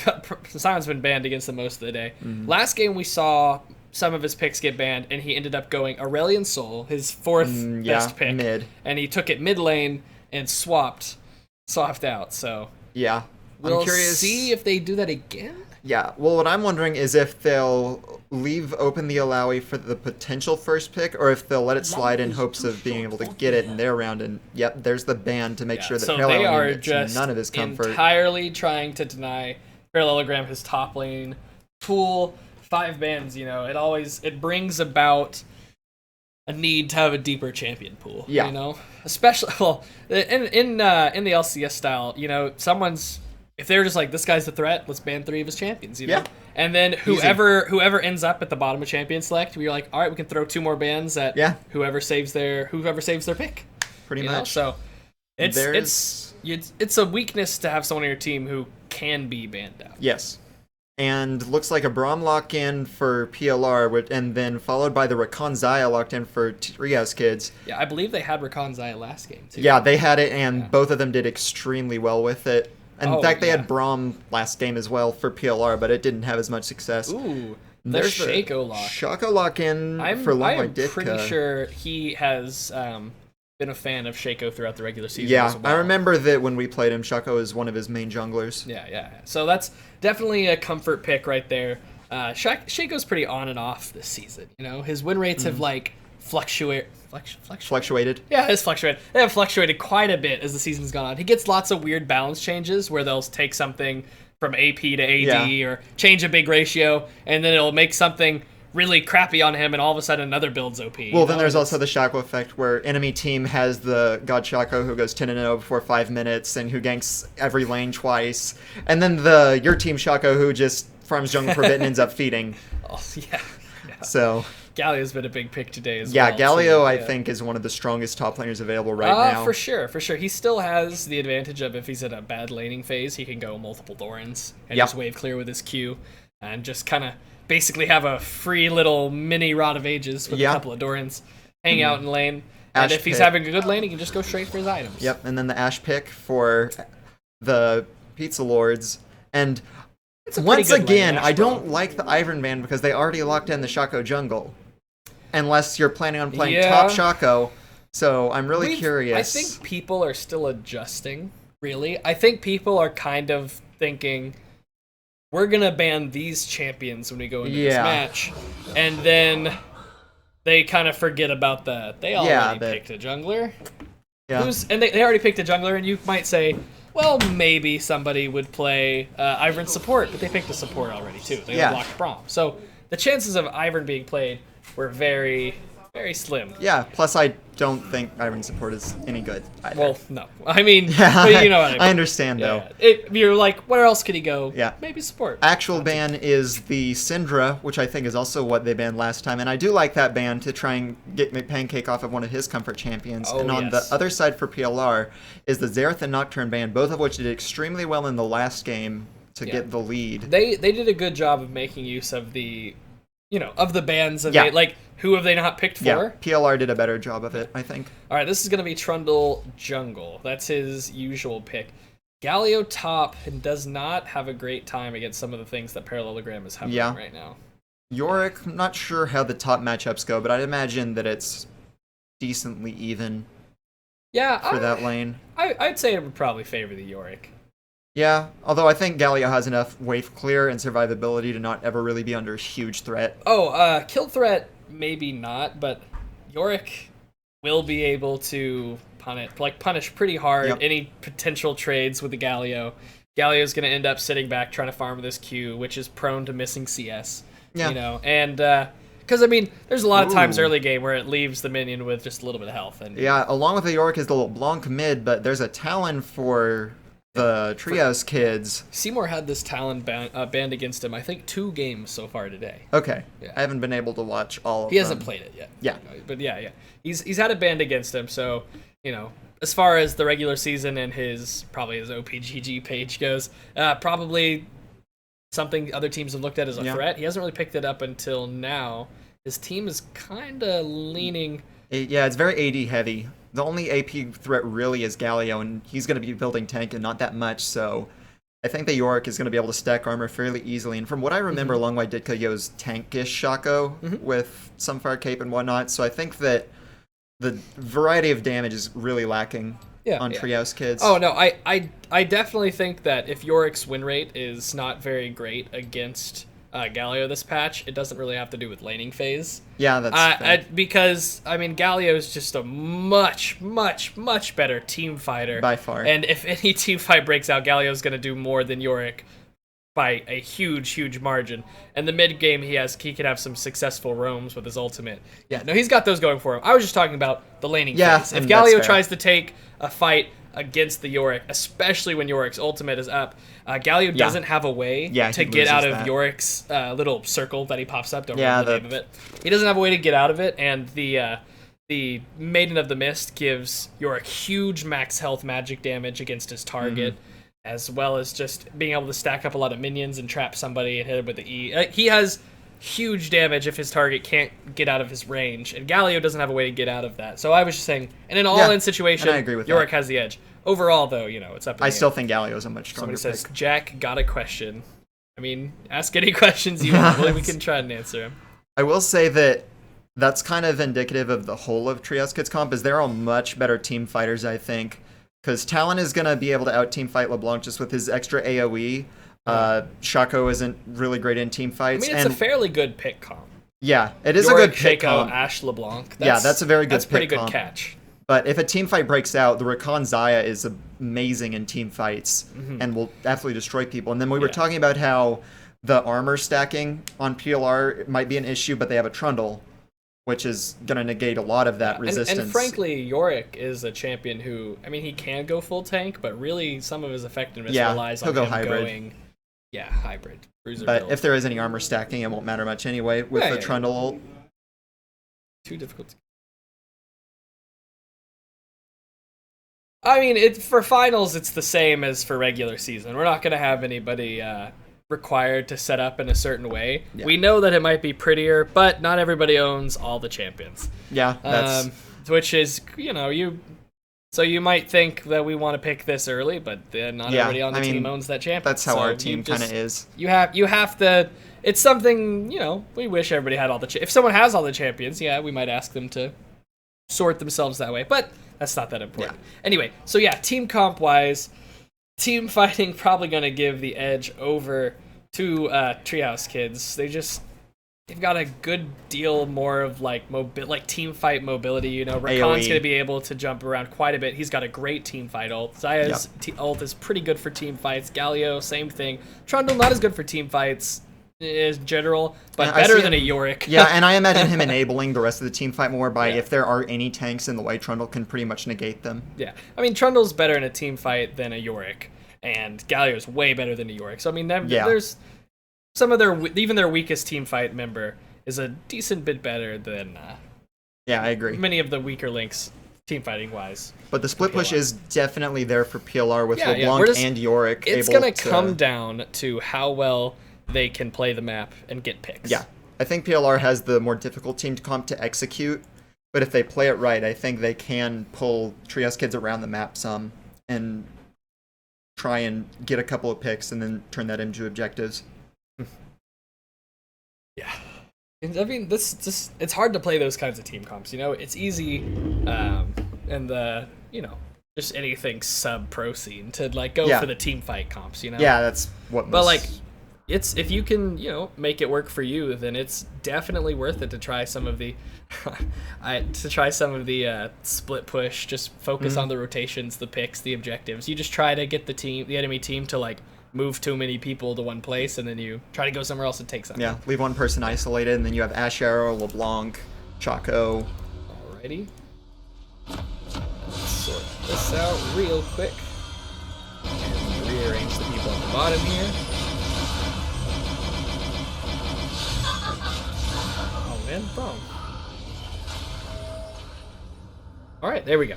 Yep. Yeah, so I was talking to some of the people out in the lobby about Xayah and Rakan, because they were on, they're on the TV out in the lobby. We're all watching. So people are kind of, in general, saying that Xayah is probably a little on the strong side, and Rakan is a little bit on the weak side. But when together, Rakan gets way more out of that relationship than Xayah does. Yes. So it takes him, it moves him from being maybe like a slightly lesser support to being a very good support, as well as pushing the already excellent Xayah pick even a little bit farther. Because his dashes get the bonus range, which let him be a little bit more, liberal in his engages. And also, her W extends to him, as well as once the W extends to him, it gives him the attack speed and some of the damage on hit. Right. It's based off his own AD, but it still gives him some damage on hit and some attack speed. When he attacks with that W, I believe it procs like an extra attack off of her. Yeah. So basically, when she Ws and Rakan's near, she's getting, maybe, I don't know the exact numbers, but maybe around like 50% more damage from her W. And Rakan is getting, all these effects as well for himself. So Rakan benefits like in a huge, like by a huge amount, just being with Xayah from those Ws. So it makes it a pretty deadly bot lane. Yeah, well, and that also means that their tower pushing is absolutely insane, because the W will proc on towers for the Xayah, and then obviously with Rakan when he gets the effect from it. And that just means that if you leave them alone, their tower pushing becomes the equal of like Jinx and Tristana, and might even and Xayah even better than those. She's known for her wave. Yeah, Xayah has extremely strong wave clear. And Aramar's already invading Long White Ditka. Long White Ditka smites down that blue buff and is able to get it and stealth away. He's getting collapsed on, but here come Galio and Talon as well. Now Yorick's on the run, even though he thought he was the one doing the collapsing. He'll be safe, though. He's back under tower, and Aramar's going to leave. Parallelogram's still level 1 and gets a little bit of poke damage on there from Aramar. Yeah. Aramar's leaving, Talon's heading back to the... Talon had a good shove on LeBlanc there. He shoved really hard with his rake. That was a good shove. Up to the tower, and then he immediately roamed to help Aramar in the jungle. So that was something they probably had coordinated. Yeah, they definitely Aramar was saying, I'm going to invade, you shove, come help me. Both of his laners shoved, both of his laners came to help. They were both level 2 when their opponents were level 1. It was a really well thought out invade. Unfortunately, it's a Shaco. Yeah, and he was able to stealth away. He still got his blue buff. And he still got the blue buff. But it was a really coordinated effort. And good. It was a good try. I do think that it turns out advantageous for PLR though, because now that's a major delay on the Trundle's jungle clear, while the Shaco still got his buffs. Because of Talon's Road McPancake hit level 3 before him. It was risky. Yeah. I do like the thought of it though. Yeah. Well, bot lane is getting pushed in, which I kind of understand because Ashe is a decently strong laner with more poke, and then Braum as well, I think, outduels Rakan, especially during early levels. Yeah, I mean, it really, it's what Braum wants, Rakan to be truly effective has to get on top of him, and that's where Braum wants to be. And if he gets on top of Ashe, then Braum can block all the feathers from Xayah from ever impacting the Ashe. Braum seems like it would be a pretty good pick against the Rakan Xayah. Top lane, pretty big CS advantage for the Yorick, and there's a lot of power. He took a really bad trade, almost getting it done. There's going to be the flash auto, but he mistimes it. He could have saved his flash another half second and probably gotten the kill, but he got left enough time to react for the Galio flash out. That's still a huge lane advantage for Yorick, who just has way more CS at the moment and way more pressure. Well, what we saw there was, in my experience, I saw Galio not able to jump through Yorick's terrain like that, but the jump back. You just saw that, right? Yeah, that was weird. So he just jumped back when Yorick dropped that, and when he started moving forward, it intercepted the train and he stopped moving. Yeah. But when he escaped from Yorick, Yeah, it was basically on because accident, he backed off and then his face backup planted. is able to go through the wall, but his forward motion is not. That's a really So that cool interaction. Is interesting. I have never seen. It helped him escape because he tried to he tried to Justice Punch onto Yorick earlier. It pulled him out of the ring, and then he stopped at the edge of it because he couldn't go through it. So it helped him escape and survive that. Yeah. But it's just interesting. Yeah, that is interesting. And that interesting. actually kind of counters the point you made where you said that Galio doesn't really have a way out of the cage. I thought he and didn't. I thought he didn't either. But it turns out apparently that Spaghetti Code is weird, and Spaghetti Code is weird. Galio can get out just by using his Justice Punch whenever he needs to. We don't use Stream Cam because the focus is on the game. You know, that's what LCS does. It's not about us. You don't want to see us just staring at a screen. Now, The voices is what's important. yeah, bot lane is getting pushed in a lot more heavily on the Xayah than is normal, I think, with the amount of wave clear Xayah has. I don't necessarily think it's bad, though. Oh, no, it's not. Just, I think he might be being conservative with his wave clear. Yeah, and that's fair.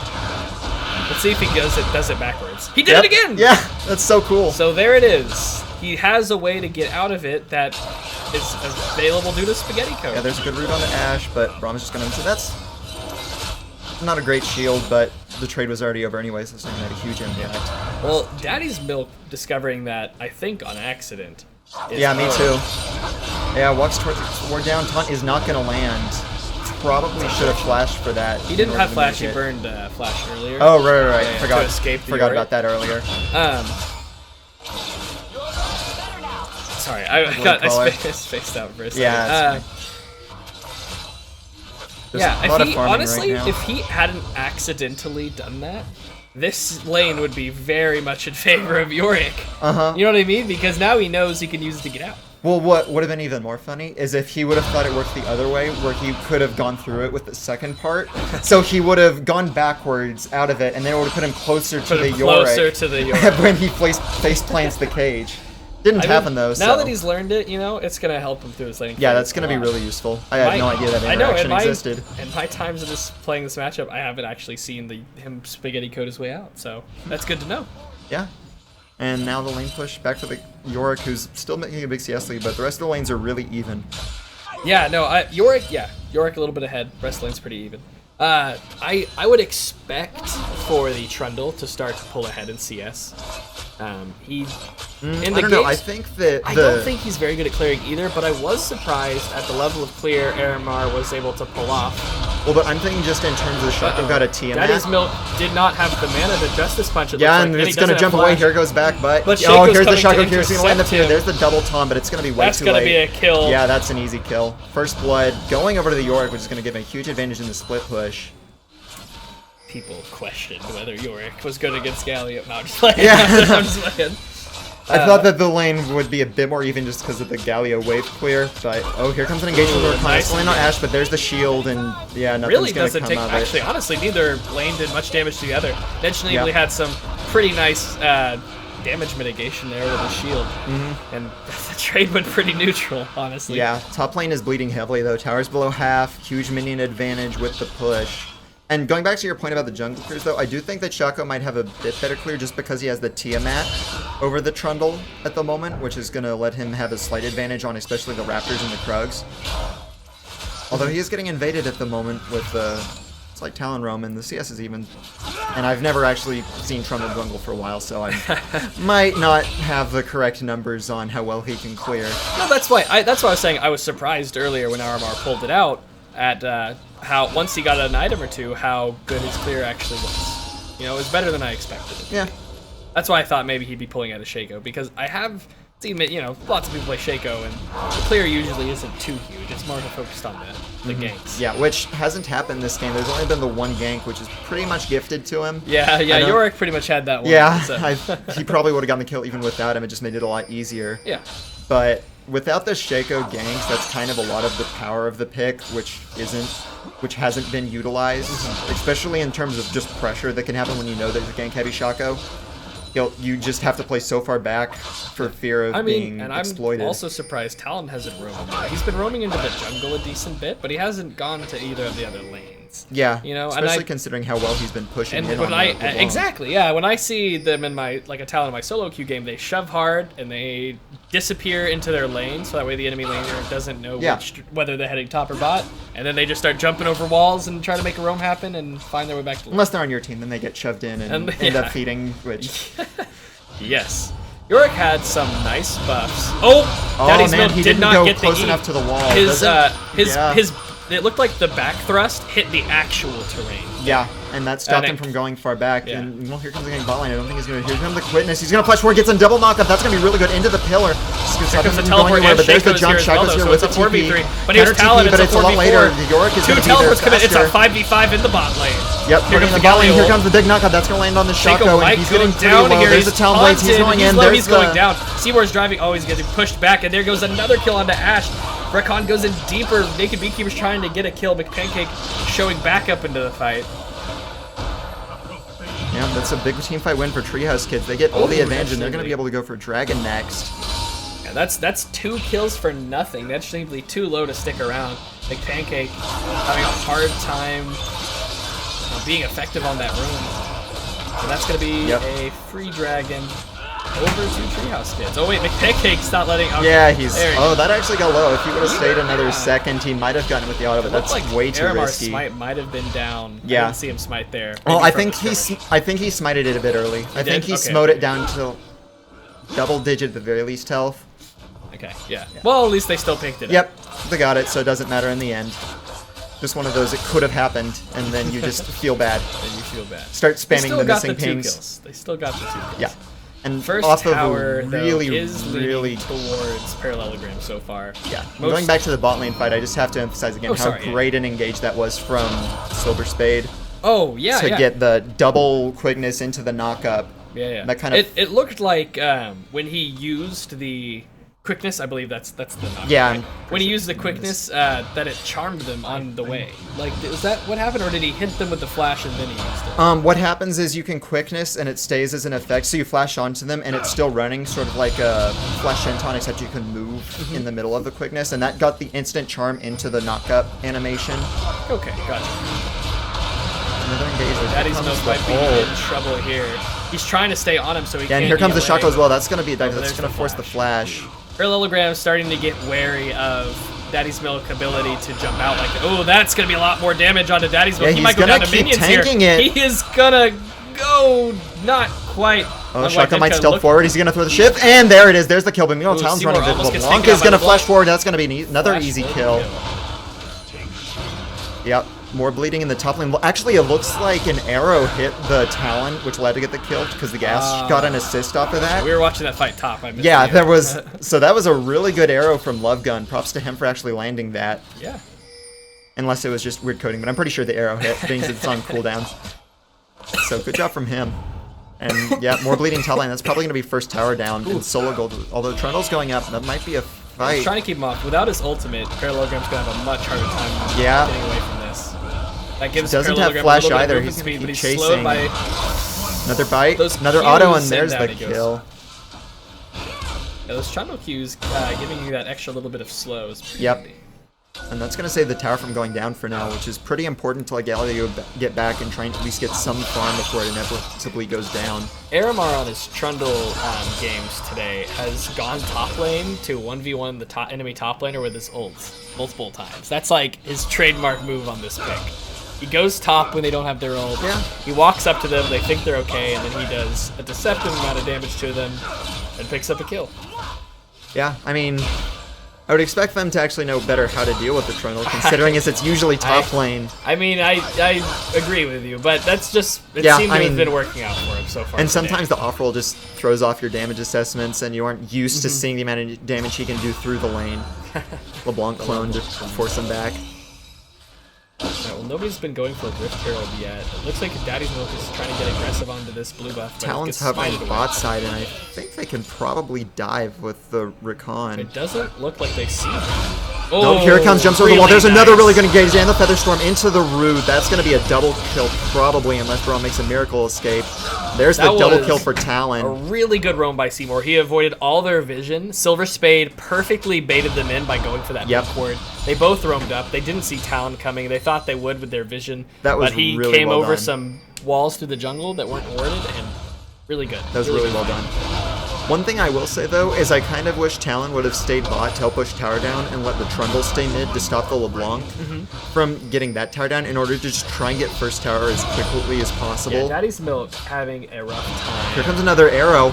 Barely misses, but he's still going to get slowed, and the York does so much damage. Here comes the Shako. That's more than likely going to be a kill with the Ignite. Parallelogram is another one. That's going to be first tower down.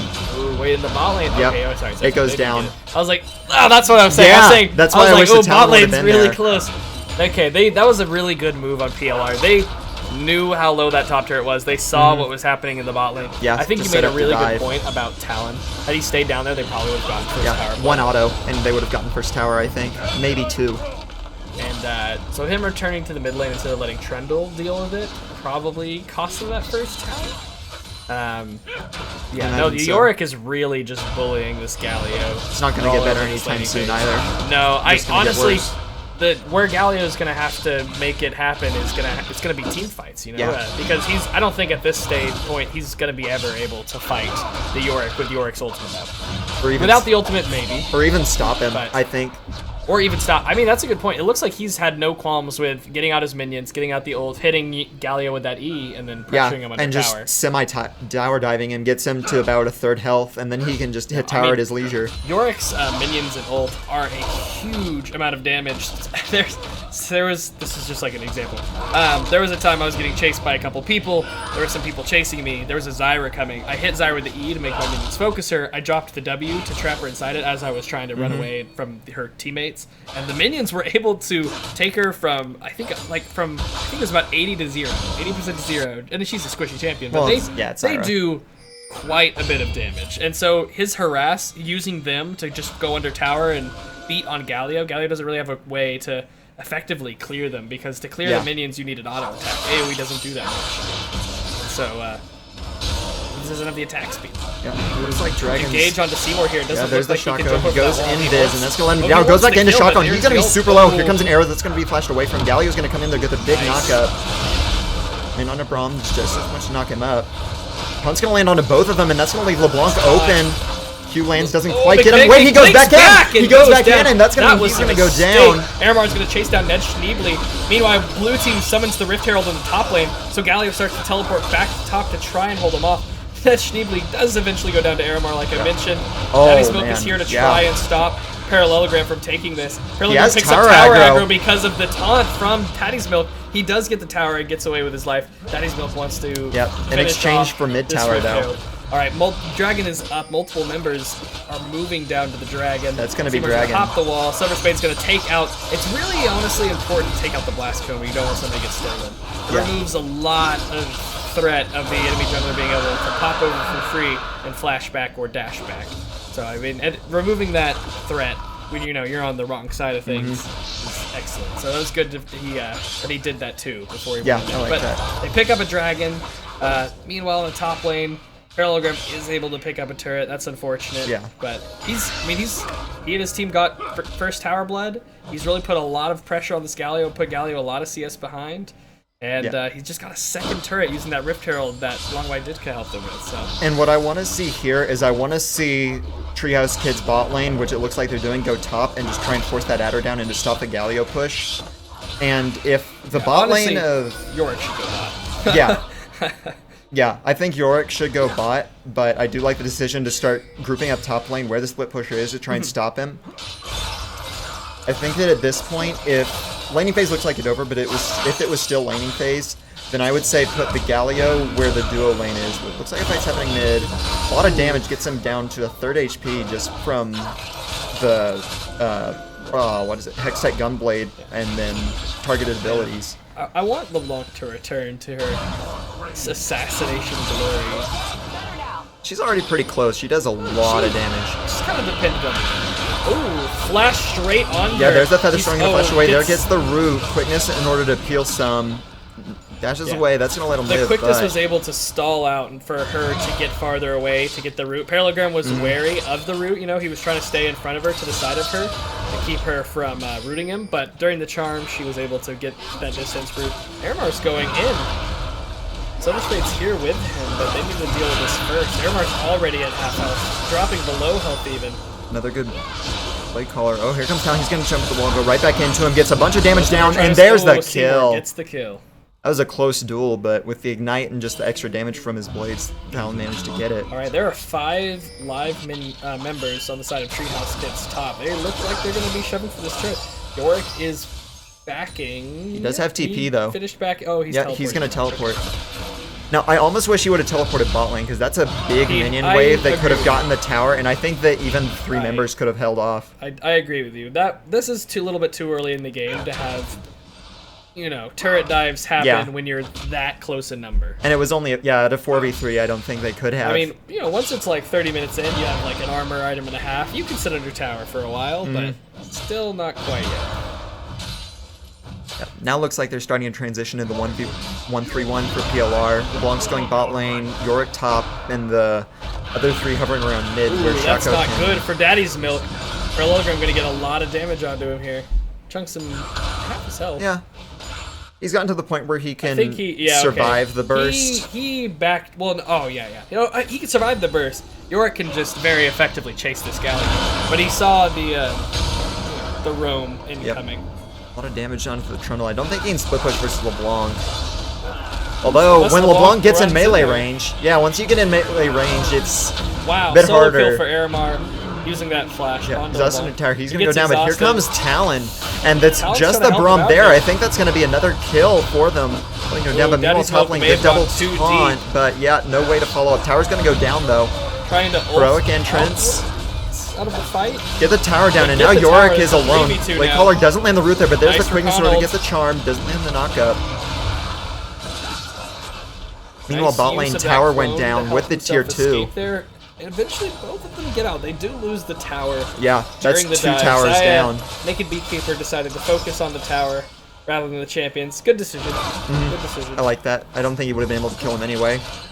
And then they got the tier 2 bot lane as well. Braum managed to get out alive, but they still managed to force the tower down with the 2 Yeah, no, that members. was a really good roam by the Talon there to the bot lane. Helped you pick up that tower. I think you need to see Yorick go towards the bot lane like we mentioned a little bit earlier.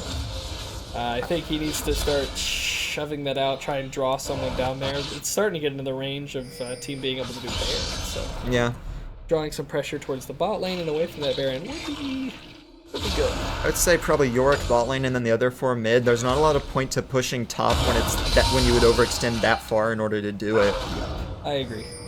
And then just try and get poke damage with LeBlanc chain. Maybe look for an Ash Arrow if On the someone one jumps too far downside, forward. if Galio is the one trying to stop Yorick's bot lane split push, Yeah, that's Galio dangerous. Galio can ult to mid lane. Yeah.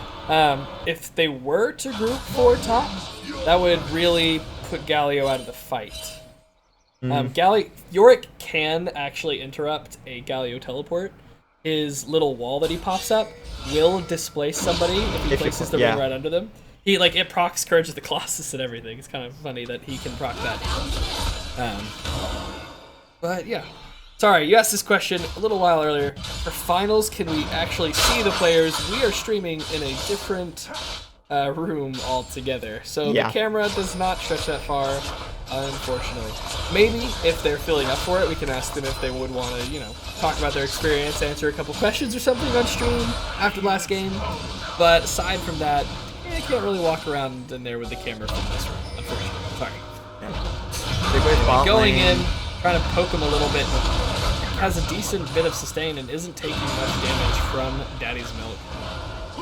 Yeah, Daddy's Milk's down at half. Daddy's Trundle's Milk- coming down, but Chaco's following, and then I think the 2v2 advantage definitely goes to PLR. Amar's going to go down and get Chunk super low, but there's the ult. He's going to get Yorick down pretty low, and he's just beating on him with his big club. Going to go forward, gets trapped in the wall, but he's still in range for the autos. Yeah, he is going to go down, though, eventually. Had he backed away and left Trundle inside that, his team probably could have cleaned up. Yep. Well, that's the all kill. going on, though. Talon's top lane getting down a lot of tower. Oh, He did get down the tier 2 top, and they didn't even get the outer bot lane. Despite having more members there initially when the Ashe and the and the Braum got there before the bot lane of Trios Kids. I mean, even though... long day. Yeah. Even though 2-team is against a Yorick, who's a pretty good split-pushing champion, they have more towers. They have done a better job with their rotations. And just the other lane. Oh, Shaco Blast comes in to try and steal and just hops back out. Here comes the teleport. Probably should... Oops. Yeah, misses the Braum stun. He's going to go down onto the Talon, who's going to invis, but he's still trapped in there. Flash out, jumps the wall. That's pretty clean. One goes forward, lands the chain, but another root, but he's going to have to flash out as well. Naked Beekeeper's almost dead. Long White Jim's going for the kill. Shaco's there. Ooh, they both that's a lot of return burst, though, but Rakan went over to try and peel a bit more, and he had to go down as well. There's the arrow. That's probably going to be Galio going down. Another auto. Yep. Ash finishes him off, and it's going to be a really good push for PLR. Trundle's topside for reasons, I guess. Yeah, I think he went up there to farm and push out that... Oh, no, there's no wave to push out. Yeah, I guess he just wave's went up already there to pushed. Attack speed's pretty big. And what we're seeing, though, is that I think Trundle will actually be able to stop the Yorick split push from now on. Just because of the Blade of the Ruin King and the Resistance Steel, he'll more than likely be able to 1v1 him and shove him out. Yeah, no, I think you're right. I mean, yeah, Yorick did go the Triforce Sterix thing. Ever since those Sterix changes to making it more of a damage item, and it gives you huge base AD bonuses, especially when the shield pops. And I mean, since Triforce is based off of your base AD, he can do quite a bit of damage. He's been winning trades against Daddy's Milk without the shield popping. Yep. Fight Sterix, going on though. so He managed to that steal the comes blue out. buff. And whoa, Ditka goes back in. Here comes an arrow. That's going to land on him and give him the stun. Yorick has a bunch of damage. There's the fear. He's going to go down. Just surrounded him with minions. And Oh, fancy footwork from McPancake. He's actually going to be able to get out of the 3-man with a really good distort backwards. There was the one questionable distort earlier, but I'd say that one was a redemption. That was a Misclick. redemption distortion. Well, I would say the other one was misclick. Oh, he's going to yeah. flash mastery. No. No, that's bad timing. He's going to go down. Eventually gets surrounded and collapsed on. Yeah. Goes down. So they are one member down, but they were able to pick up Aramar not too long ago, so... Yorick's still pushing top, but he's going to get collapsed on. I don't think he'll be able to do a lot with that. Yeah, he's going to leave the Maiden of the Mist to keep shoving, and he's going to roam out. They've got... Yeah. THK has good vision and control in their own jungle. There's a lot of wards in the bot lane jungle, as you can see, and they've got 2 controls in this top near the river. They're trying to keep control of their jungle. They have a lot of their bot lane and mid lane towers still, so it's not too hard for them to keep that control right now. So Yeah. they're sitting pretty. They have 3 dragons to PLR's 0.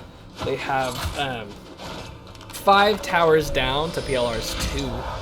And their gold lead is in favor of them by almost 5k. So PLR is going to need to play the rest of this, early late game, late mid game pretty well in order to start to get back in the game. Also, a really big CS advantage everywhere except top lane, where PLR is the one that has the big advantage. Yeah, Parallelogram has been doing quite a bit this game, but that's Yorick is a split push champ. Yeah. It's not going to be easy to translate that success into these team fights. So. Yeah. They're either going to need to try and capitalize on Parallelogram's, lead by split pushing with him and playing the map. But if they try to team fight, the only person with the lead on their team is not a good team fighter. Which is why I really question the fact that he's mid right now. He has a really easy and low bot lane tower. He could easily 1v1 the Talon as well.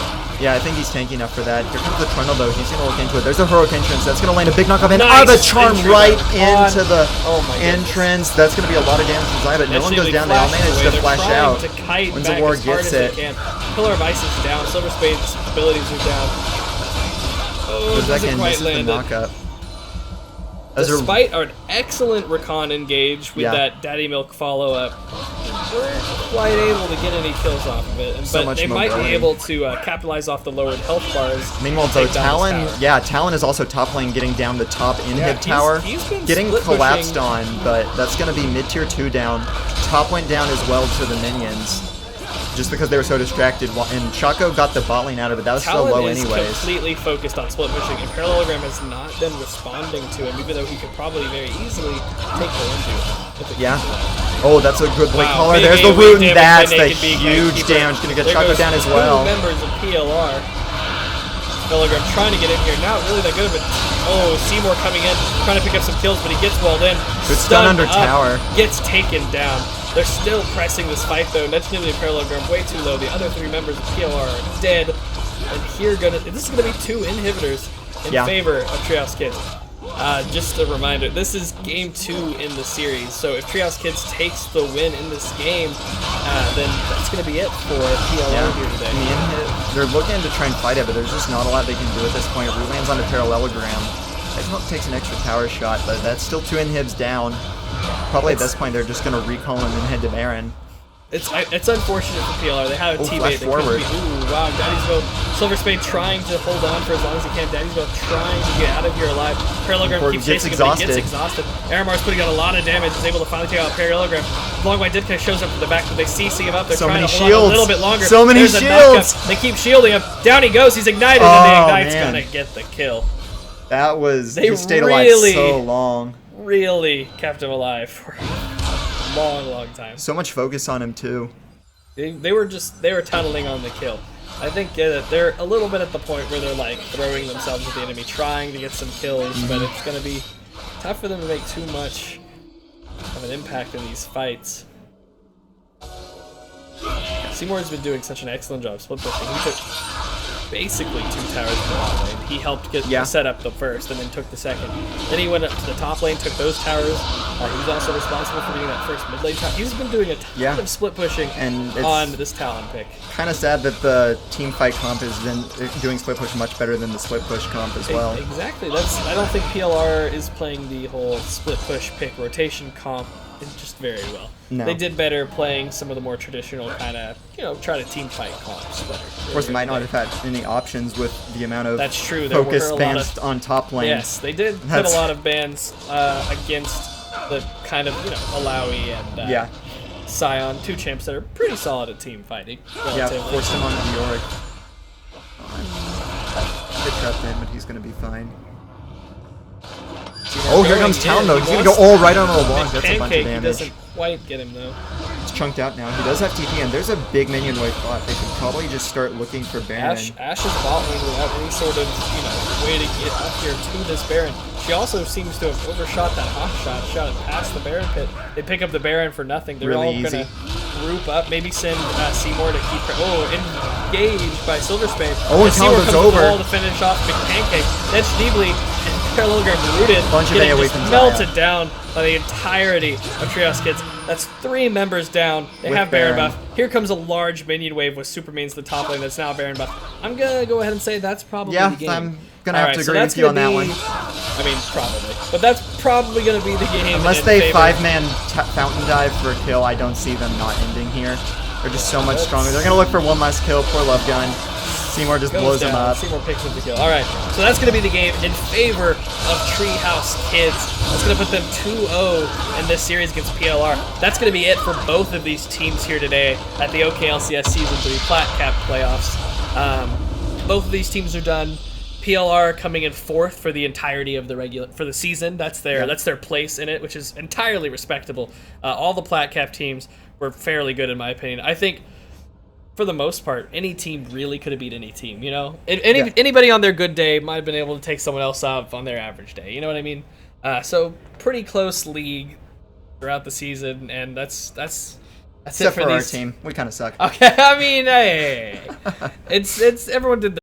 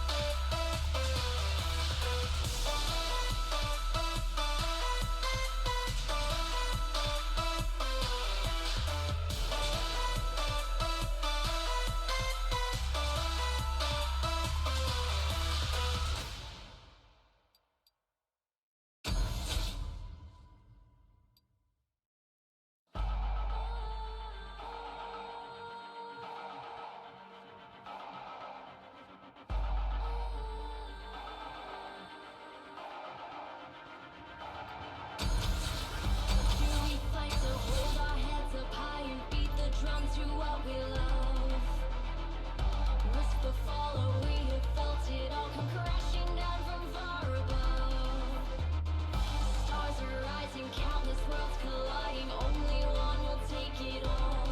Can we bring to fall the giants? Can we make the final call? We are the ones to ignite the darkest skies. The champions of the world that we defy. A soul array of the few who rise up high. And we all fight at the last die.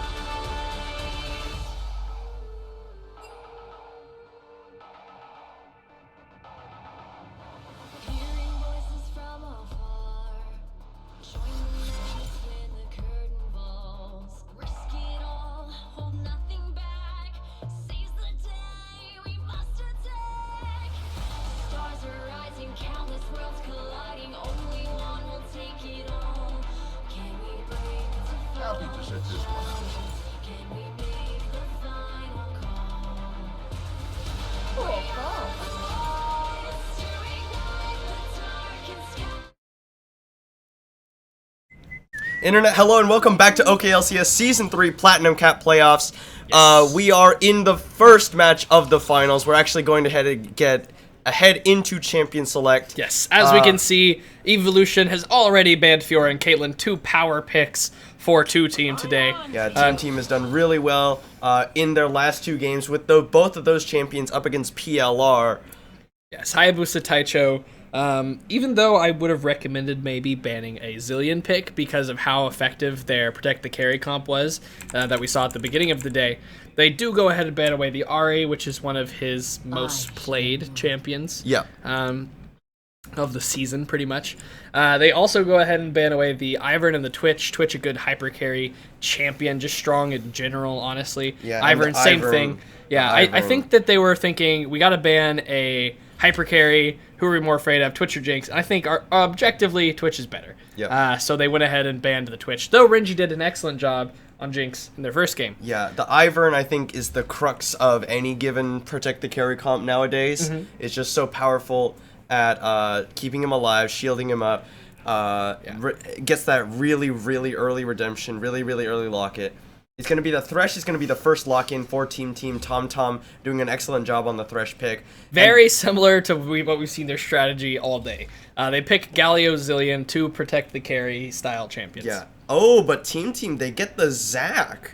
Falling all the way down through 2 rotations. That is something that we also saw do pretty well. It appeared in one game to great effect, was quickly banned for the rest. Yeah,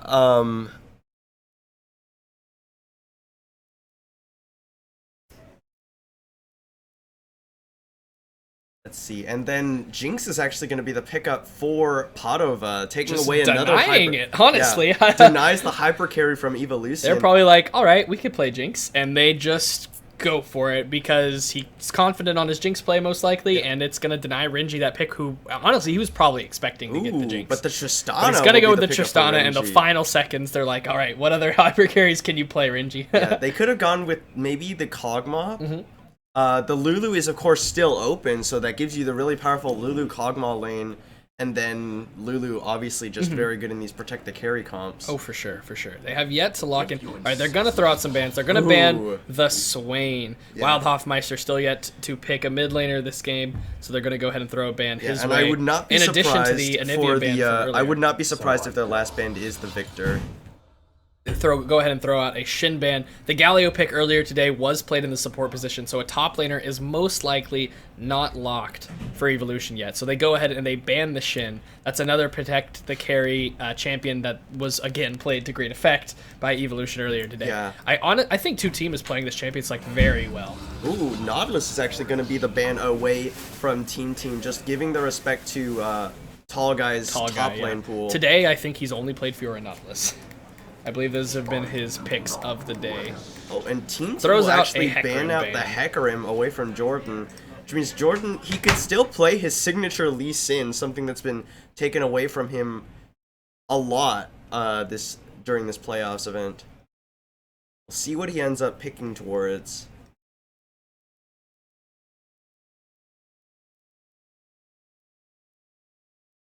Is it gonna be?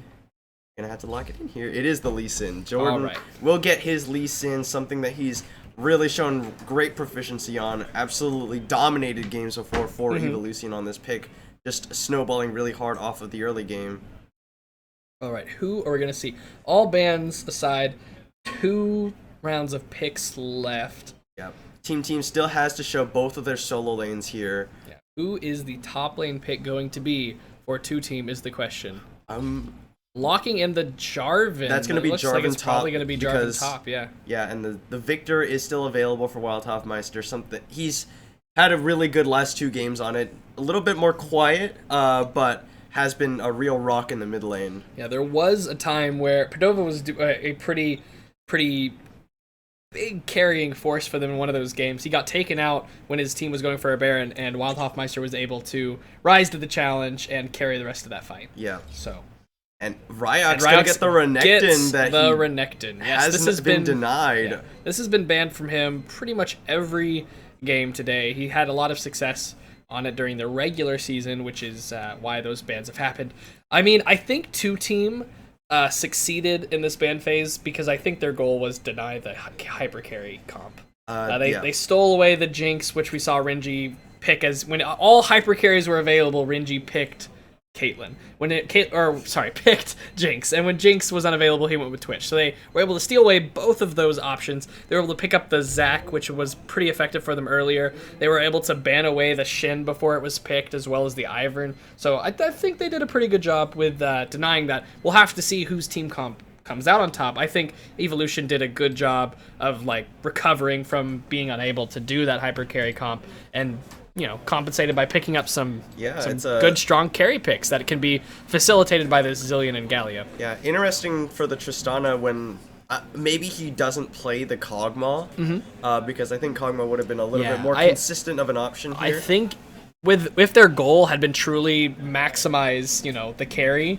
from the very beginning, Kog'Maw would have probably been a good option. So I think he doesn't play it, considering. I mean, all's fair though. Tristana really actually still quite good in the late game. Oh, yes. Her rapid fire and the draw bead passive are really strong. Gives you insane range.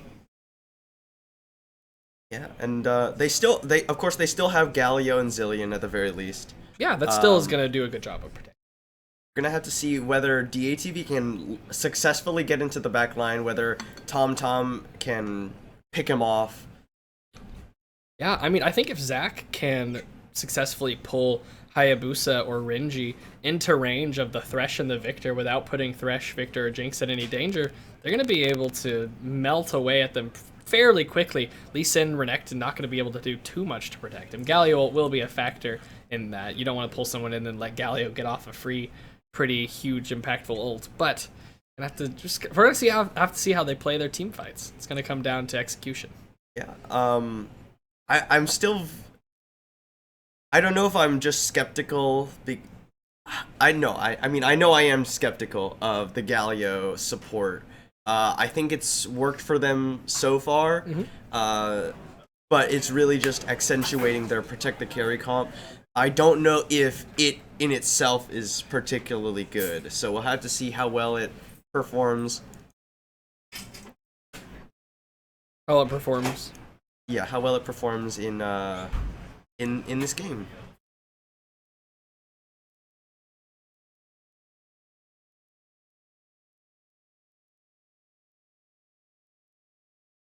And just keep it a little bit clean in the chat, por favor.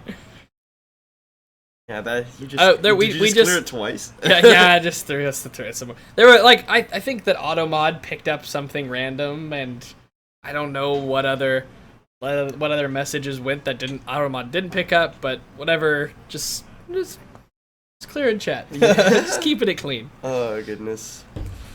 Anyway, 30 seconds until we get into the first game of the last match of the day. I'm excited to see how this is gonna go. Both of these teams have really demonstrated a lot of proficiency in this game, And so I'm really excited to see how they match up against one another. Yeah, Two Team had a rough first game today, but they had a good comeback. They played very well in their remaining matches. And Evolution, on the other side, Evolution, their protect the carry had an excellent comps. 2-0, yeah. Yeah, just really Pizza Lord, or rather, Treehouse Kids did not know how to deal with it.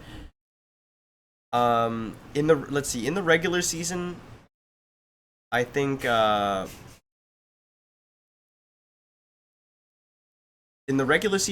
Team Team won out against Evolution. But Evolution looking really good in this playoffs event. Mm-hmm. So yeah, I mean, it's a little tough because like throughout the season, you know, it's a little hard to tell just how good some of the teams are. Some of them they can make it pretty clear. So I think maybe, you know, Evolution, we were wondering how they were going to perform when they came. They even had to pick up a sub, I believe. We were wondering how they were going to do when they came here today, and they showed up, you know. They won their 2 games pretty decisively with some solid protect the carry comps.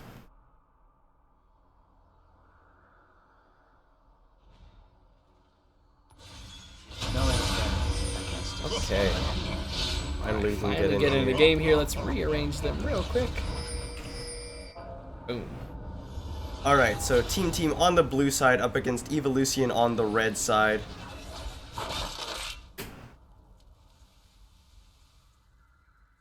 See what's happening here.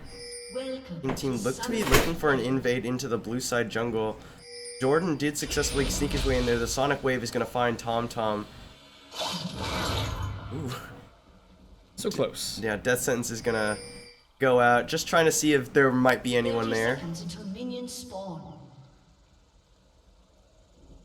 Just kind of watching everybody's just kind of watching for invades. Nobody's really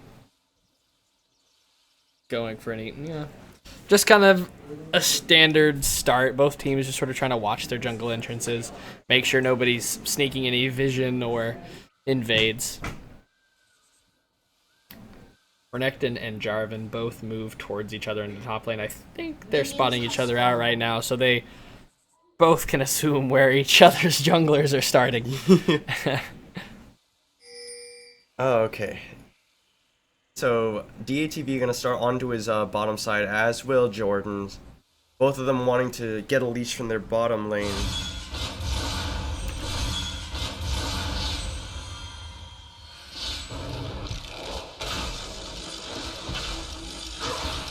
Alright, Wild Hawkmeister takes a time bomb. He's gonna block it up with the Siphon Power.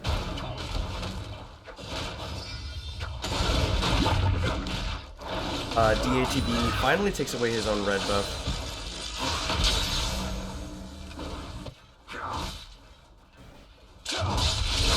Ball guy going in, gets a good trade onto Ryox, a Thunderlord's block as well as the passive after the Q. The Q shreds armor and the passive does a decent chunk of bonus physical damage. Ball guy actually starting to take the lesser into this trade though. Ryox with that Cull to Meat gets a lot of sustain.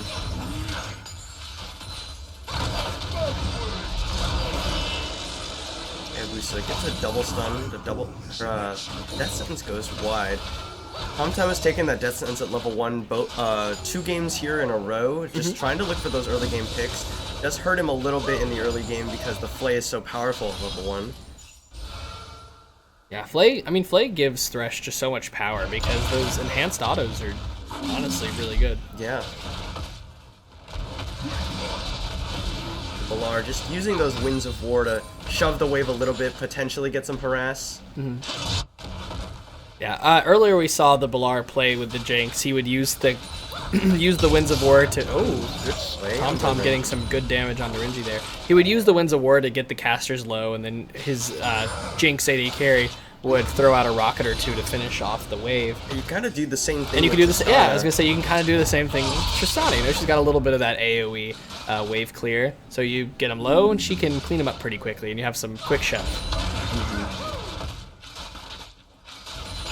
See what team is trying to do here. Jordan going for a full clear of his jungle. Doesn't see any lanes ready for him to gank. Looks like DATV invading onto his red side, gets down a deep ward, looking for the gank onto the mid lane into Hayabusa Taicho. Oh, Elastic Slingshot is gonna land. Hayabusa flashes away. And here comes Jordan into the top lane. Tall guy. Looks like he did not get hit by the Sonic Wave. TomTom, he's gonna land the death sentence. There's a flame chomp onto the Balar. He's gonna get the shield of Durand onto only TomTom. Renji takes the zap to the face. Padova autoing onto him. He rocket jumps away. The Balar now exhausted. Now he's in trouble. Padova unloading with the auto attacks. Has to flash away. Flash forward from Padova. Summoner heal burned from Renji. Well, they got 2 summoners for the price of 1, so that's gonna be. Well, actually, TomTom uses exhaust as well. Oh, right. He did exhaust. The Ballard did not use his exhaust, just flash and Renji healed. So Lee Sin's looking for a gank now. Onto the bottom There's a lane. ward spotting him out. Yeah, there's some pings going down on the minimap. They see him. Ooh, the flag and direct from Tall Guy. I don't think he got that Q damage off, and Ryox actually is going to take a better end of this trade. He slice and dices his way to safety. Tall Guy. He caught knocked up, but I think you're right. It looks like the Q damage didn't hit, which is a pretty big part of Jarvan's damage at this stage He's of going the to game. flag and drag Ryox so low, and it's first blood. Tall Guy flashes for the last auto. That's one downside of Renekton being banned all day. Yeah, and Ryox, his flash is down too, so no flashes in top lane. And first blood over to the Jarvan. Yeah, solo kills his lane opponent. Tall Guy kind of thrust into the top lane role this season, but he's shown massive improvement as the season has gone on. Started out basically just playing Nautilus, and he's worked to improve his top lane pool since then. Yeah, and now he's solo killing his lane opponent.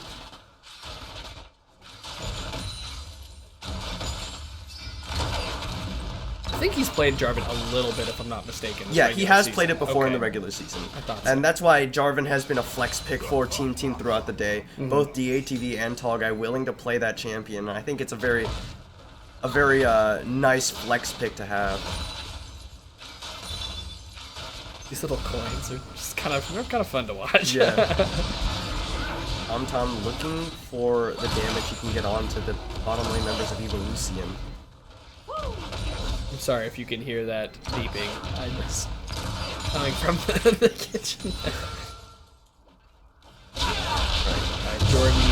Jordan still has yet to recall. Did he make a gank there in the middle? He came over from the mid lane. I couldn't tell. Wildhoffmeister still has both of his sums. Jordan's actually really low. He hasn't recalled yet, like we were talking about. The Tiamat finished off for Tall Guy. I can only assume he's probably going to go the Tiamat into Black Cleaver into Titanic, maybe? Yeah, okay. I was saying, I think that's kind of the build that I want right now. Unless you were going to go for the... I think sometimes they go Titanic AD. and don't go for Black Cleaver, but I don't know what. I don't know, honestly, what's the best on Jarvan Top. Not something you see too often. Unless it's Ray. Yeah. Alright, Ryax goes in for a trade onto Tall Guy. Tall Guy pops that Aegis shield, but a little bit too late to actually block anything. No damage mitigated. Here comes DATV, nice flag and drag into the Elastic Slingshot, double knockup, and that he is killed off with the Cataclysm before he can real even use the Dominus. Quick kill. Chained their CC together well, and before he had a chance to do anything to respond, that was he just went ahead and popped the ult. Trying Really to get that quite execute. a well-executed game. Good on them. Yeah, got the knockup, followed up with another knockup. Ivy's the Taicho gonna come over and pick up a blue buff. Yeah, he's picked up a pretty significant CS lead over Wild Hoffmeister. About 3 waves worth of CS in the mid lane. Wild Hoffmeister moving forward aggressively. Hayabusa able to just back himself away with that speed up.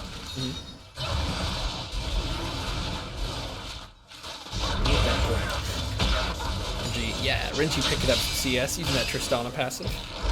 Ooh, Wild Hoffmeister, nice dodge away from the double time bombs. Gonna take 1 damage in return. Hayabusa catches a death ray on the backside. Oof. Jordan V69 looking for a gank into the bottom lane, but he has not been able to find anything yet. Two Team has done a pretty good job of avoiding the Q. I don't forget its name, but they've been doing a good job of avoiding it. Yeah, they're tracking Jordan's jungle pathing pretty well. not letting him get any of his ganks off that he would like. I think when they let him have it, they intended to play passively. Ooh, Sonic he's gonna lands get on the some invade onto DATV. Doesn't look like he's gonna follow that cue though. A little bit too close to tower. DATV could elastic slingshot. Let's bounce him into the tower potentially. Yeah, let's bouncing into a tower is very effective. DATV finds Hayabusa. He's gonna flash. Oh, he flashed, but not quite close That enough. was a little bit of a Stretch. Get it? But no, yeah, that was a little bit of a stretch. That's a little optimistic. Is what it Yeah, was. that flash didn't have quite enough range to let him get the pull back there. I've seen a few mechanical misplays from DATV on this Zac today. He used the stretching strike and then autoed the same person that he hit. I mean, following the same person that you hit actually isn't. Well, unless there's something else for you to hit. Yeah, there was. Ryox goes in with the Dominus. Tall guy gonna use the Cataclysm flag and drag his way to safety. But here's Jordan looking for the Sonic Wave. Just gonna kick him into the wall. Easy kill for Jordan. Noble effort trying on that escape, but Jordan was there to pick up the kill.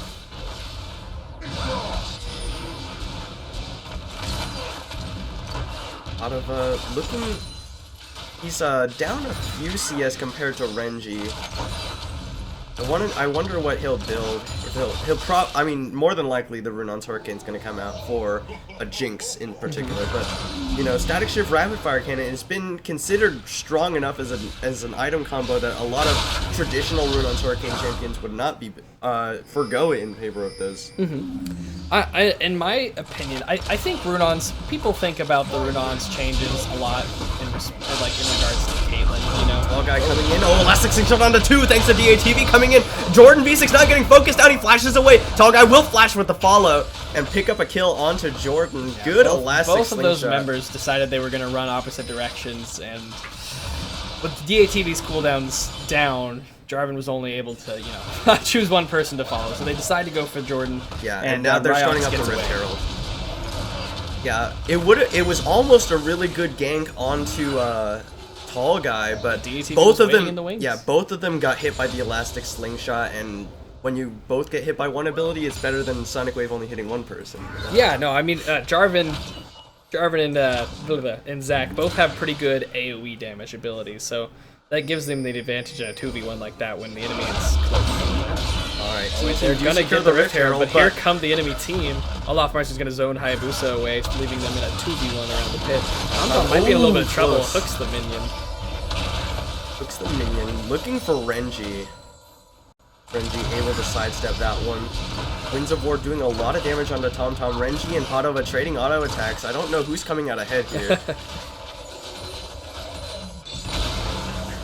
Meister able to just clear the wave with that spray. DATV looking for the elastic slingshot. Yeah, he looked for the gank, but Ryox was quick to see that one coming this time.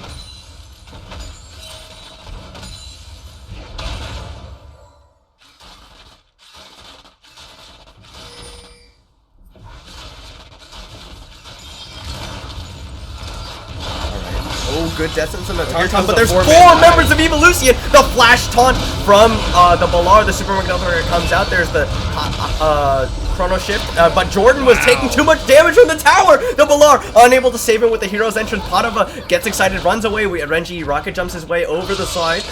They've already killed off Tamtam. Now Padova still running for his life. Tristana flash there, I believe. Yeah, DATV comes out to save his AD carry, but now he might be in trouble. They get the tower first blood in the mid lane, thanks to that Rift Herald, and now Team need to back away. DATV a little bit isolated. Renji focusing him down. Let's Bounce is going to get him out to not safety because he loses his passive and probably his life here. Padova and Wild Hoffmeister, I don't think they're out of mana, they're out of health. They run out of there. They throw down the Rift Herald mid lane, helps them get that first tower blood, and they put a little bit of damage on the second one. Padova, that was an excellent. He played that dive perfectly. They all came under the tower, so he naturally was like, you know what, F this tower, and he ran. He was able to knock Renji out, but Renji got ulted by Zillion. And he hit the zap on the Lee Sin, who went down to the tower right after. Yeah, the Chrono Shift already used onto Renji, and the hero's entrance not enough to keep him alive. So that was really well played by Padova. His team and rather than focusing on coming down to help him, focused on trying to pick up the turret. Yeah, and the thing is, this is what Evolution did in their first game against Treehouse Kids. They sent a lot of people bottom lane very early, got the dive off successfully, and then focused on tower first blood. But this time, they lose one. It takes them a long time to get the second one. Ooh, hold on a second. Tall guy caught by the Sonic Wave. Jordan is going to be able to pick him up here, surely. Titanic Hydra is completed. They have to back away. Here comes Loudmouth Meister. There's the Death Ray and the Chaos Storm. Ryox not able to get the kill, but Jordan will pick it up. The Gravity Field will slow Jordan a little bit. He's going to ward hop his way out. Loudmouth Meister looking for the Death Ray. It doesn't matter. Double kill over to the mid lane. They're up And to meanwhile, in the bot lane, they see the fight going on in the top lane, and they decide to go for Dragon without their jungler. Evolution doesn't seem to be responding. In the top lane, good on Jordan picking up that kill, but nice roam by Wild Hoffmeister. Oh, Hayabusa is way too far forward. Caught by Team. He's going to use the Chrono Shift to stall out his death. Looks like he might be able to get out there. Team not surrounding around. Tom flashes for it. There's the flame. Death Sentence is going to land. There's a good double time bomb, but Hayabusa is still able to get out. No, the flash forward from DATV gets the blue smite and the Q. And now the Balar might be in trouble. He's going to let's bounce it back towards the team. Death Sentence goes by. The Balar will use the hero's entrance to run away. Waited for all the CC to be down and cleared out. Team outmaneuvering Evolution really hard in this early game. They've only got the one tower to show for it, but they've gotten a Rift Herald, they've gotten the Infernal Drake, and Evolution have dedicated a lot towards this bottom lane and not gotten a whole lot for it. Despite that, though, they are at slight CS disadvantages in every single position. Yeah. Their jungler, their top laner, their mid laner, their AD carry. So the gold difference isn't favoring two-team all that hard right now because of just that, because Evolution is CSing so well. And Hayabusa just used his teleport into the top lane to stop that tower from going down. When Jordan was already up there and Tower First Blood has already gone down, it's less impactful to lose another tower there, so I'm not sure, to be honest with you. Oh, Ryok's gonna get jumped on by the Elastic Slingshot. Gonna slice him go back to hitting that controller. Right. Oh, there's a rocket jump from Renji. He's gonna get the Death Sentence in, and no! Team's bottom lane, they lose the tower, but now they're gonna get a kill. Wild Meister says, thank you, the Balar, this is mine now. Double kill. Three members in the bot lane, and that double kill. They did lose the tower, but they might try to go for something in response. Jordan's coming down to help Zillion shove this mid lane tower. Yeah, but DATV's here to try and slow it down. It's a good stretching strikes onto him. Double time bomb, not gonna stun him up. Alright, well, DATV's able to hold that tower a little bit longer. So we're gonna go 1 for 1 in towers in the bot lane, but 2 kills over the 2 teams. So they're gonna come out on top of that trade. Yeah, and it's Padova's Jinx that you've just empowered with 2 kills. And if the regular season means anything, Padova is going to be absolutely a force to be reckoned with. Okay, Tall Guy and Ryox getting but really Ryox still has aggressive. the dominance. Ryox. Tall Guy gonna need to use the EQR. I don't even know if that's gonna be enough damage. He's gonna EQ out to safety. Ryox still Ryox chasing. does not have his flash. Here's some minions, but I don't think he's going to go under the tower for it. Renji wants to get this dive off, but DATV hanging around in the wings. Yeah, Renji and DATV kind of ran into each other awkwardly there, just both backed away. I think DATV is going to come up here to try and help hold the tower. Yeah, Tall guy might be baiting, or maybe he's just... Gonna go wide. He's gonna get the stretching strikes. Auto attack? No. Ryox will stun him up with the Ruthless Predator. Tall Guy catches the explosive shot from Renji. Tom moving forward. Death Sentence is ready. Ryox is gonna get flayed back. The Death Sentence is gonna go wide. Juke. Good juke. But Elastic Slingshot onto Renji. Ryox is gonna stun him up. Then let's bounce back towards the team in Padova. Get focused on Renji! We got the Chrono Shift onto Ryox already. Tauntaun with a good play. Padova's on a rampage. Ryox now looking for Tall Guy. Padova looking for it. Tall Guy misses the flag and drag. There's the Grant Hero's entrance, but Ryox will go down first. Double kill over to Padova, and there's no Chrono Shift available. Pulled in by the Gravity Field. DATV comes in with the Elastic Slingshot. The Balar runs for his life, and Team pick up 3 for 1 and a tower in the top lane. As soon as Zillion used his ultimate on Ryox and DATV moved Tristana back towards his team, that ultimate was unavailable. You just knew that fight was not going in favor of Evolution. Yeah, and I gotta give a lot of credit to Tom. I mean, Oh, he's been doing excellent. I on think the he's been Thresh. doing an absolutely amazing job on this Thresh.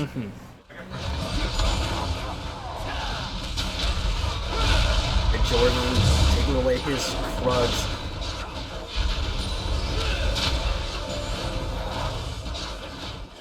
Alright, both teams resetting a bit here. Wow. Because of the CS, two team really didn't have too much of an advantage, like, really. They had the first tower and the first dragon, but they didn't have too much of a gold advantage by any means. But now they are up a pretty decent amount, as well as being up in towers and that infernal dragon. Team up 3 towers to 1, have an Infernal Drake sitting in their back pocket. And I guess, I don't know who I say has the better scaling team comp. Oh, Flay onto Hayabusa, Elastic Slingshot's gonna find him! He's gonna have the Let's Bounce ready. No, he doesn't have it, it's not on cooldown. Good kick away onto DATV. The Ballard knocks him into the air. TomTom now in trouble. The Chrono Shift onto the Ballard for whatever reason. But DATV will fall, but the Ballard gets hooked under tower. The Chrono Shift already expired. Padova goes dominating. And Tall Guy has found Renji. He's gonna rocket jump over the side. Flash! No, he just cataclysms over the side. And Renji buster shots him out, but the zap from Padova gets the double kill. American Sniper. It's a 2-for-1 in favor of Team, and now they have 4 members stacked in the mid lane. Hayabusa and Jordan in no position to stop this. So this is gonna be a turret down for two team. Alright, Team will secure the 4th tower of the game for themselves, or the 4th tower for themselves overall. 1 tower in favor of Evolution. Alright, this is another Infernal Dragon for two team. Yeah, double Infernal available for Team, and they are going to be able to get it. Jordan nowhere near ready to contest this one. Alright, so that's 2 Infernals in favor of two team. That's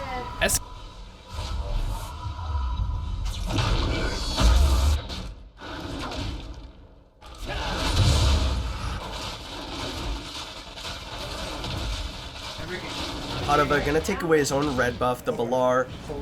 Just trying to clear out some vision for his team. A little bit late to get control of the dragon area.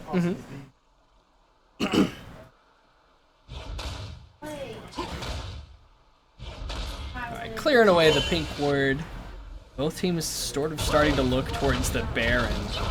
TomTom hanging up there. Right, Evolution, the map has been opened up for Team. They've got 2 Infernals stacking on them. If that didn't give them scaling advantage, or if their comp wasn't scaling advantage, then the double Infernals definitely do. Yeah. Out of a 7-0-2 on this Jinx right now.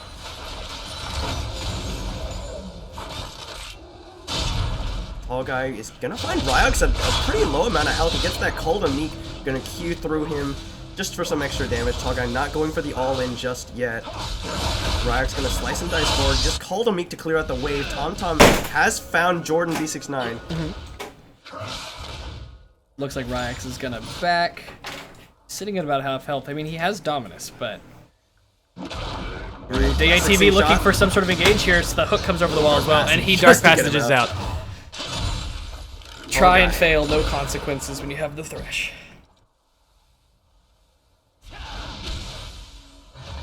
Alright, 4 members of Team here in the mid lane stacked up. Tall Guy split pushing in the top lane, as has been his custom. DATV wants to jump on somebody and ult them out. He wants to try and help his team get a pick out of nothing. Just using the Elastic Slingshot to zone away the members of Evolution. They all have to back away when that's being torched up. Tall Guy happy to deal with Ryox in the top lane now. He's 3-2, building towards the Black Cleaver, and Team rotate their bottom lane up here. Not quite in time to catch the wave. DATV waiting in the wings. He's ready. He goes in with the Elastic Signal, doesn't find anybody. Misses the Stretching Strike as well. Let's Bounce is not going to find anybody. He just found himself in tower, and Jordan kicks in Wild Hog Meister. The barrier used, but it's not going to matter. He goes down. Now Tall Guy has to get back in, but Padova goes legendary. His focus down. Jordan B69.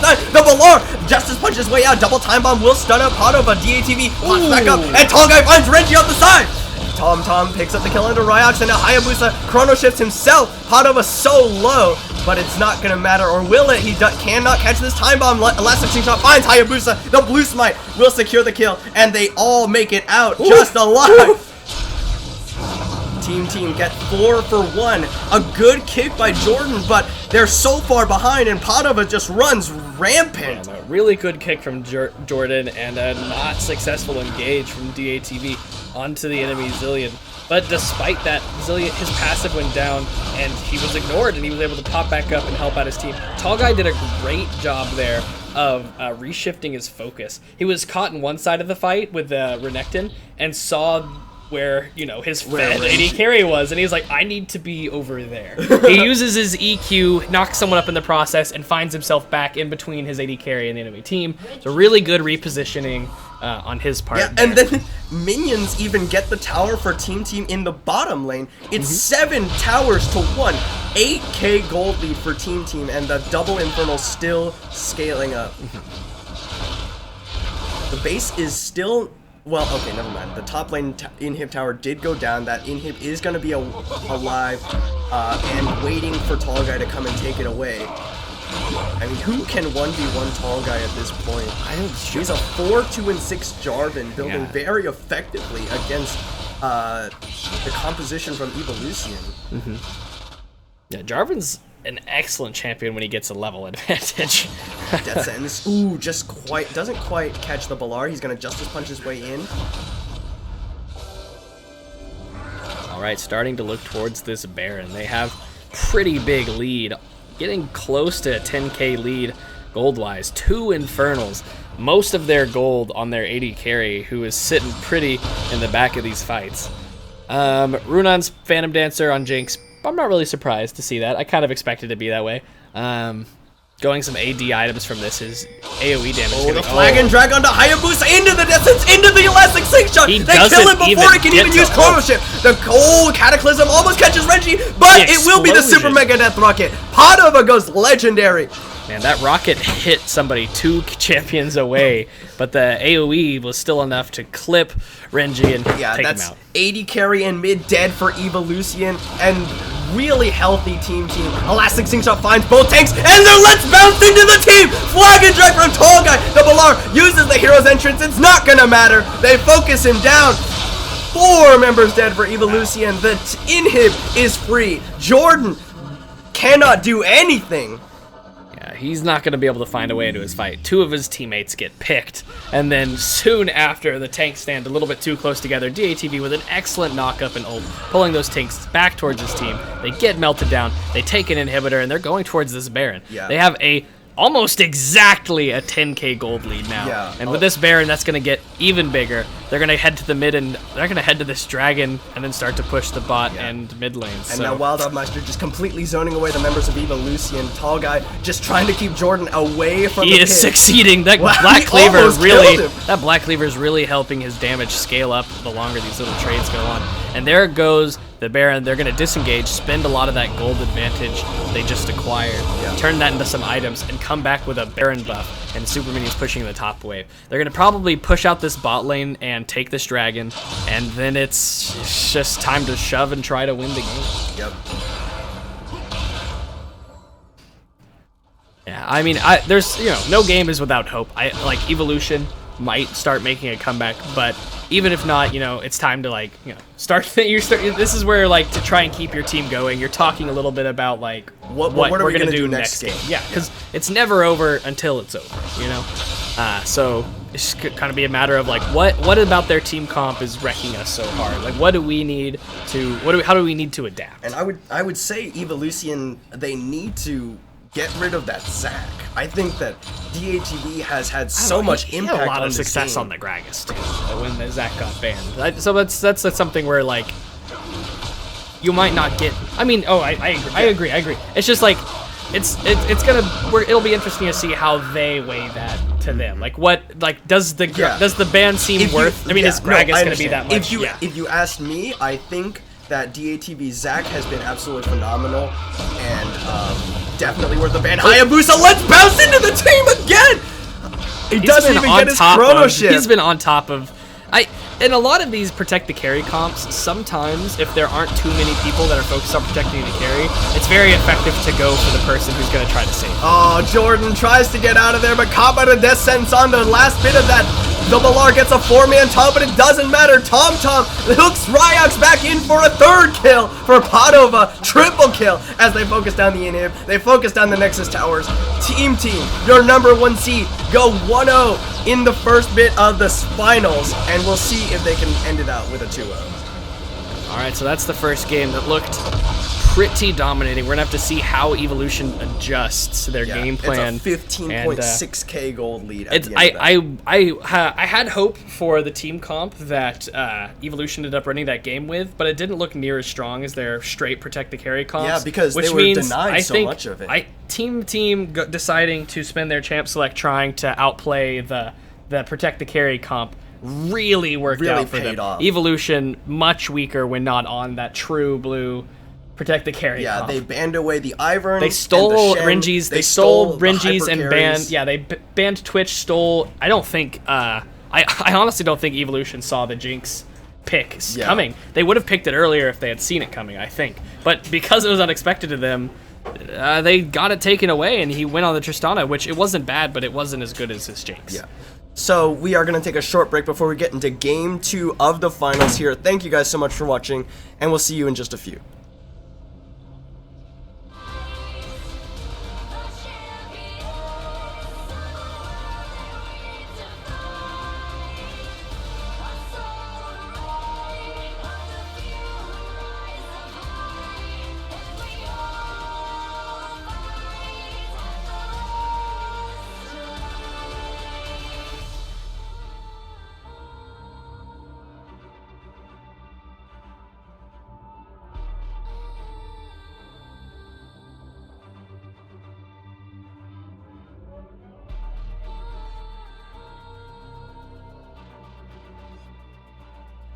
Can we bring to fall the giants? Can we bring to fall the giants? Can we bring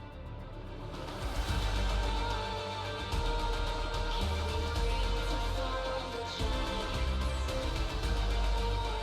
Can we bring to fall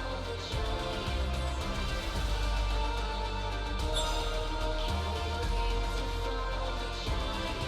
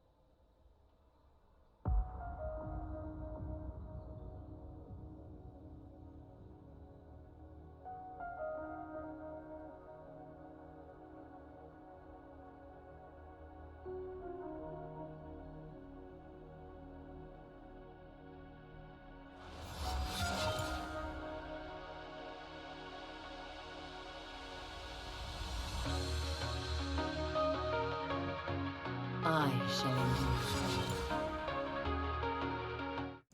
Internet, hello and welcome back to OKLCS Season 3 Plat Cap Playoffs. We just saw Team take the first victory over Evolution in the finals here, your number 1 seed versus the number 3 seed. And we are already in Champion Select for game number 2. We'll go ahead and jump right into that one. Alright, Team bans away... Ooh, sorry. Evolution bans away the Fiora, the Anivia, and the Zac. Like we were thinking, the Zac is going to be a pretty big part of Team's victory. But on the other side, Team, they stick with their plan. They ban away the Ahri, the Ivern, and the Twitch. Yeah, there it is. I knew that was coming. As soon as Jinx was abandoned, they knew that they had to pick it up. Renji's best champion is what I'm gathering from what's been going on. Though they don't... It's something he's he's very comfortable on. They ban the Zac. They don't ban the Caitlyn. Looks like they're going to return... or counter that, not counter, but they're going to go for the Caitlyn pick, something that got banned away from them last game. Yeah, they're going to take the Caitlyn away.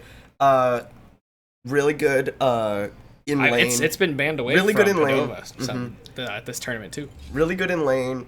It scales pretty well. It's not the hyper carry, but it's still almost, one of the better. Like almost a hyper carry. It's still one of the better late game AD carries for sure. And they get the Thresh once again. All right, Hecarim does get locked in this time. That was banned in the second ban phase last round, so it looks like they're going to want to pick it up this time. I think last time they seemed happy to go with the Lee Sin, but the Lee Sin had a hard time having successful ganks through a lot of their... Oh, they get the Shen. Yeah, they get the Shen as well. So during the second ban phase, we're probably going to see a Zillion ban. I would imagine that's what to prevent that, and maybe even just throw out an Orianna ban, because Ahri's already banned. Honestly, I don't think I've ever seen Hayabusa play much mid lane outside of those three. A big pick for him previously has been Lissandra. Okay, that might be something he goes. A good utility mid laner that can really set up your team for success. They ban away the Lulu, actually, from the Balar, but his Galio is still open if you wanted to pick that up. Something he's played it every game today. Every game he's played today. Galio support. Let's see, what will be the ban be? It's Jarvan is going to be taken away from Team. Now they're starting to put focus onto Tall Guy. They've already banned his Fiora. They banned away the Nautilus, or the Jarvan. The Nautilus is still available if that's what they wanted to go for. the Zillion will also be banned away by Team, like you were saying you might think that they would do.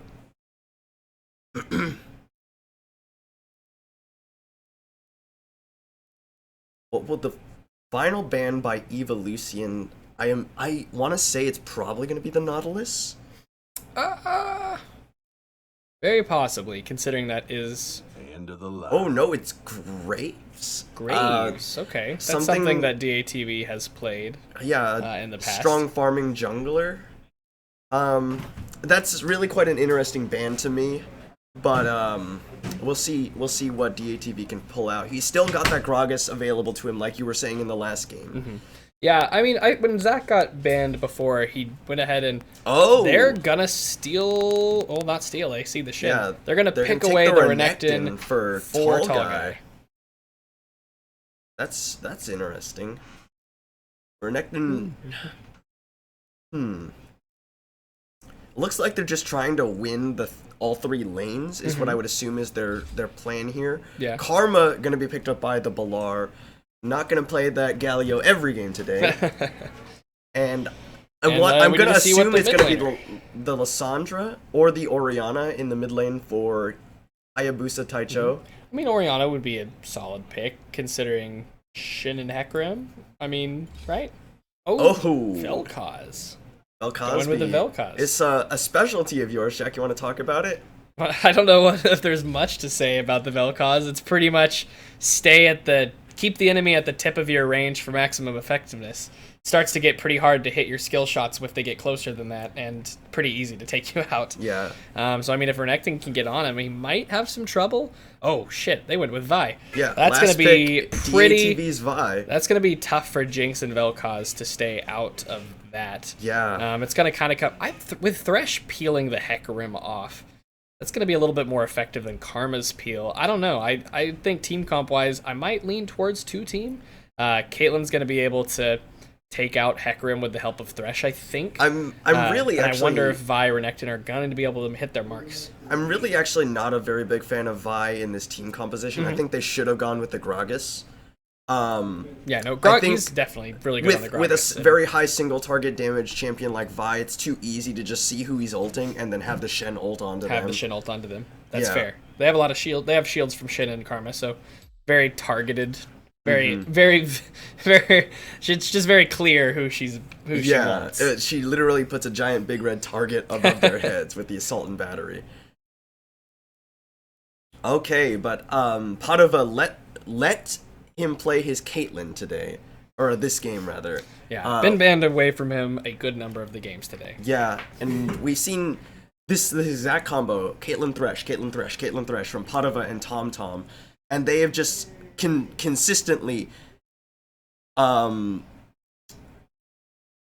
the bottom lane super easily. I mean, Caitlyn and Thresh, if you have good synergy with your bot laner. Yeah. But I think compositionally, I think that Evolution definitely have the tools to win this game. You got a hyper carry like we were talking about, the one that was not denied to you. Not denied this time. You got Shen Karma to empower him, and in the off chance that he goes down, Hayabusa is still going to be outputting a lot of damage, and you've always got to deal with Jordan on this Hecarim. Yeah, so we saw them do pretty well on the Protect the Carry comps. That was denied to them last game and somewhat this game.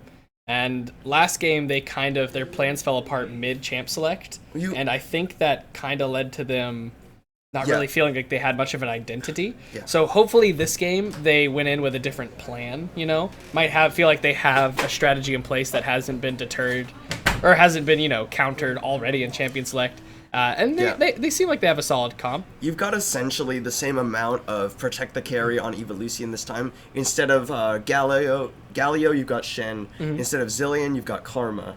But you still got sort of other champions that sort of just do damage. Hayabusa's Vel'Koz and Jordan V69's Hecarim. But at the very least, there's a little bit more consistent engage from Evolution this time with the Hecarim pick. Yeah, last game they were lacking. They're kind of lacking in the engage department.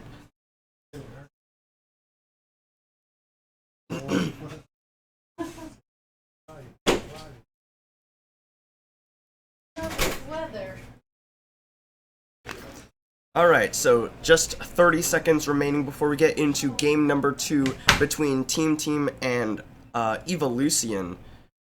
Team 1 game up so far in the best of 3. If they win this game, they win it all. If they lose this game, Evolution will have tied up the series and will go to a game number 3. And I'm losing it. A lot on the line for both teams, really. Closing out here would be great for two team, Right now they have the momentum, And if they were to... Yeah, they've just come off of a 3-game win streak after winning 2 games against Pizza Loge after their initial loss. Yeah, so they've got the momentum. They had a pretty decisive win over Evo. Always a little bit taxing on morale, It's a good characteristic of a team when they're able to come back from a loss. Yeah, we'll have to see if Evolution can demonstrate that team play, that morale. Yeah. Sorry for checking my phone. I was making a little post on Facebook, just mentioning that we were putting on the last of this. Well, I just mean winning would be great for them here, as in if they were to lose this game, that would really hurt the momentum going into the deciding match. Yeah. I mean, it's not over for them if they lose, but that's interesting. They have a better chance now than they will next game. All right, so you're a Shen player. I'm not a Shen player, and I just caught it off the corner of my eye as we were going into loading screen. But Ryox has Fervor of Battle. I mean, it's not bad. It's not bad? No, it's not bad. I mean, he's autoing quite a bit. He can make use of it. Might miss out on having some of that free tenacity and some of the lower in the defensive tree, and some of that sustain. Part of Shin's lane sustain does depend on the grasp. Yeah. Which I think maybe he's just confident going into this laning this lane. I mean, think he's you going to got try to Doran get in. Shield I to think he's work just with. going to try. Yeah, he's got Doran Shield for sustain. I think he's just going to try and take a long 1v1 and have the best odds of winning it. Welcome to Summoner's All right, Rift. Evolution gonna mirror the start from Team in the last game. Routing up around this bottom side here. Ooh, are they gonna catch somebody out here? Two Ooh, members. This is dangerous. If they go for a ward, they could risk it all. This is This is high tense. tension. This is tense. Are they just gonna walk away? Vi's still there. DATV might look for a greedy ward. I know if he looks for the greedy ward, it's not gonna be good for him. Evolution, they all crowd out. All right. Whew. Tense moment over. Both members, or both junglers rather, going to be getting a leash onto their bottom side buff, it looks like.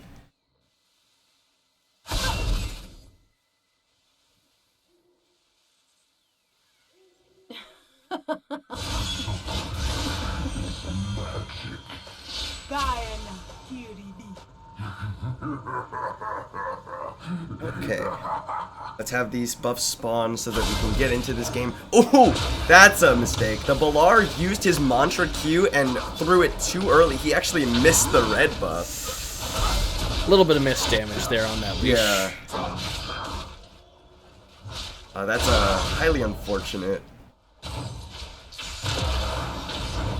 Alright, Wildhoffmeister fighting up with Hayabusa. He did dodge away from the, what is it called? Is it plasma fission? The Q? Oh, this sounds right. It's either, I think it's plasma. No, I think that sounds right. With the Piltover Peacemaker. Barely clips it.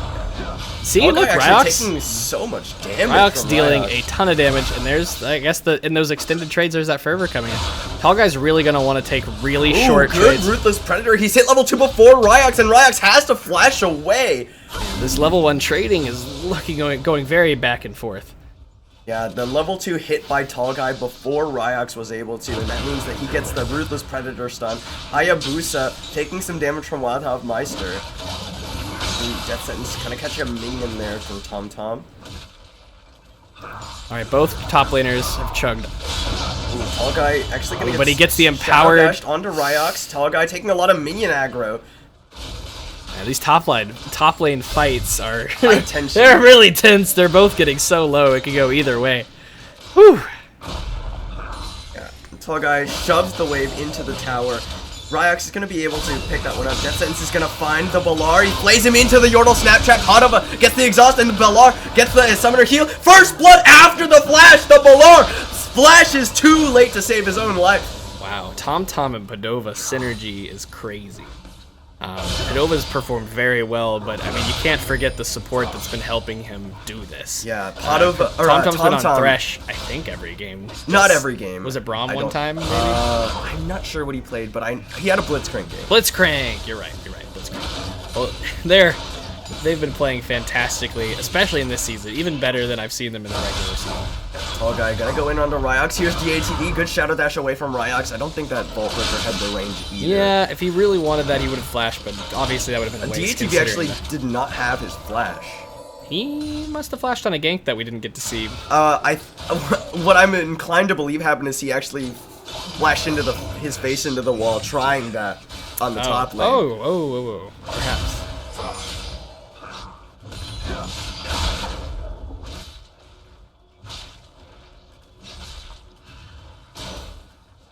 Alright, so Tall Guy just continuing to pressure onto Ryox in the top lane. Jordan V69 is in the bottom lane, getting ready for a gank onto Padova and Tom Tom. Hayabusa is successfully shoved in onto Wildhoffmeister. I think the Vel'Koz will have the push advantage over a Victor until that Ryox Shadow pretty low, not inside his but turret shots on the. Ooh, Jordan comes Nice in onto gank out Tom of Jordan. Tom. Tom Flashes gonna get after rooted the in burn. place here. And he's gonna get focused down. Summoning heal comes out from Padova to keep him alive. Exhaust. Oh, the Curse of the Colossus Shield. He played Jordan into the tower. Jordan is gonna go down. Padova picks up a kill. Reggie's now the focus. Double kill over to Padova. The Balar now the focus. Tall Guy flashes for the stun. It's a huge turnaround for Team. Dang, Jordan that looks V69 goes so too hard. promising. That looks so promising. But Tom saving that Courage of the Colossus shield all the way up until the final moments under the tower. Pops exhaust, gets the shield, gets the CC off. Padova starts putting out all the damage he can, trying to save him. Tom gets out. Nice teleport from Tall Guy in there to help clean up those final kills. They shove in the wave and they back to capitalize on that gold they just earned. 2k gold lead in the first 6 minutes over to 2-team. Yeah. Tom is a monster on Thresh. Yeah, that was really well played. Jordan's gank was like, it was a really good gank, but he really knew even the limits of his keystone, everything. Saved his summoner and his keystone until the final moments. Yeah. Popped them, somehow makes it. Yeah, Thresh is my most played champion in ranked, and I have to just aspire to be as good as Tom right now. Well, really good play by him. Unfortunate for Evolution that gank didn't go well, even though it looked promising from the beginning.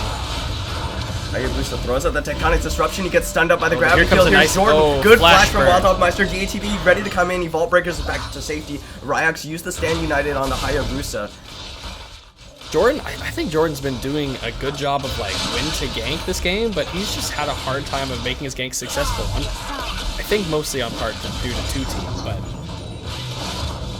Yeah, we can't really fault Jordan for doing anything wrong. It's just that Team is doing everything right.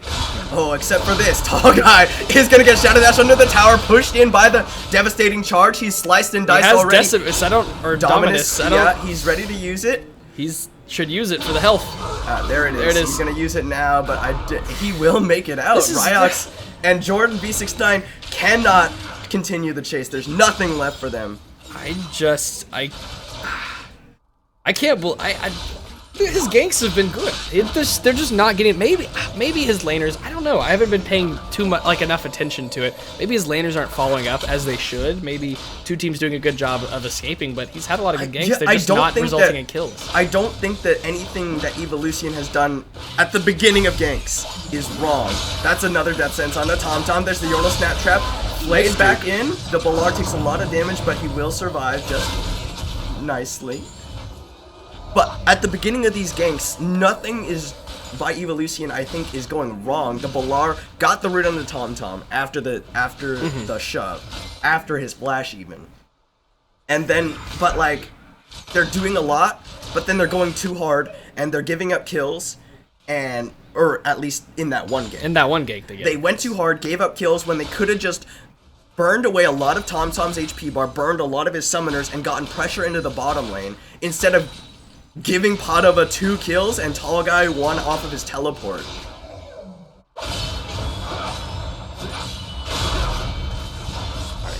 Tall Guy doing a lot of damage onto Ryox.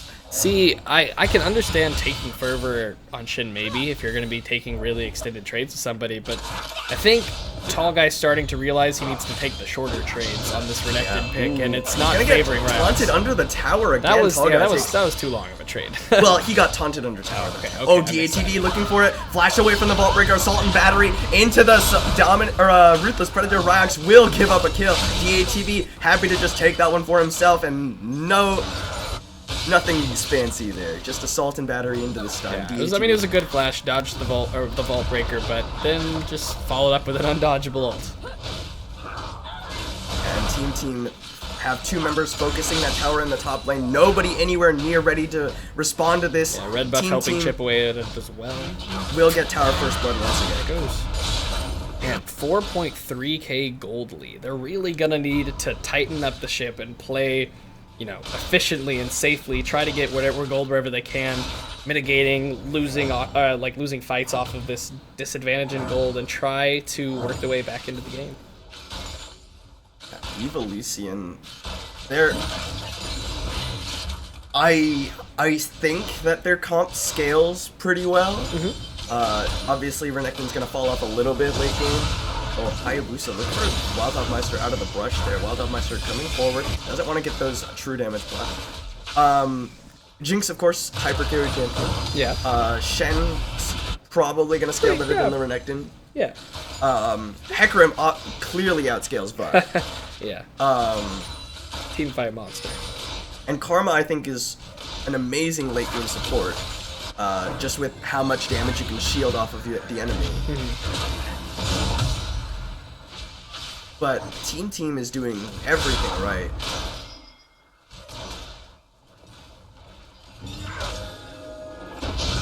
Alright, Ryok's gonna go in for another Here shadow comes dash on the Hecarim. tall guy. It's Here going to become comes another Jordan. 2v1. Tall guy does have the dominance. He pops it now. He's gonna get feared up by the onslaught of shadows. He's gonna use the Ruthless Predator, slice and dice his way out. Tom has Death Sense onto Renji. The Yordle Snapshot comes out. Exhaust goes down. Summoner heal and flash away by Renji. The Balar taking some damage now, runs away from the box. Tall guy actually turns it around because here's Wild Meister. There's the gravity field. Stand United onto Jordan V69. Tall guy needs to not take too much damage. The Chaos Storm comes out to interrupt the Stand United. It's a double kill for Tall guy. Dang. The fact he was able to run for so long, they chased him a little bit too far. Wild Meister roams up, flanks them off the side. Tall guy's able to turn around, turn the fight around in favor for his team. DATV comes up there basically just for moral support. Assist. He got a assist. He got an assist. Not for doing anything other than getting one auto on, but Team get another tower in the bottom lane because of the 2v2 outplay onto the Balar and onto Renji. And Hayabusa not even able to punish Wild Meister for his roam. He's got that upgraded Hex Core now. The laser just insta-clears the wave. And now Team focusing down the Rift Herald. Yeah, man, they are doing, like you said, everything right.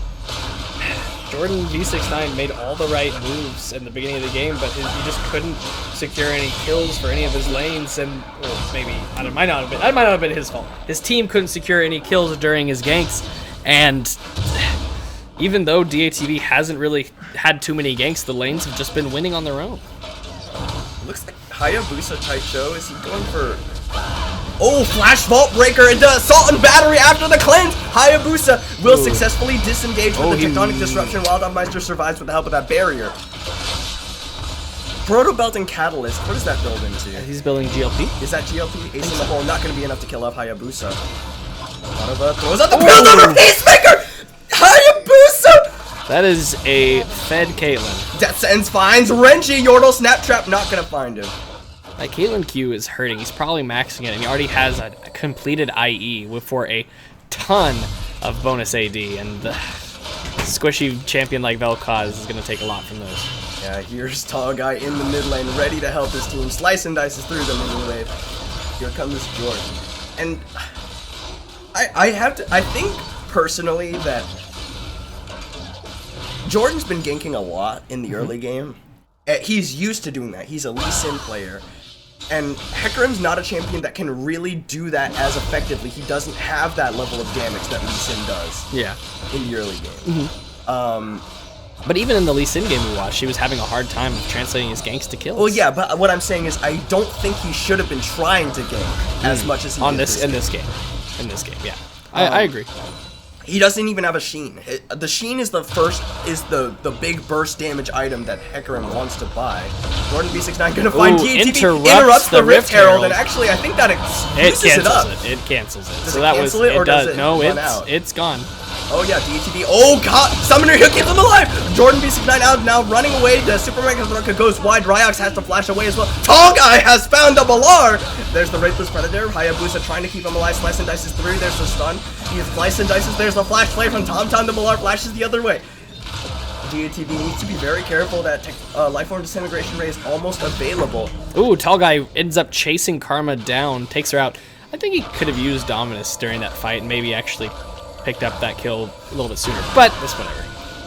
Alright, team starting up on this Earth Dragon. Wow, this is really fast-paced game, but yeah, I think first off, I think Jordan should have rushed a shield item, not a phage. I think that's fairly standard on Hecarim, if I'm not mistaken.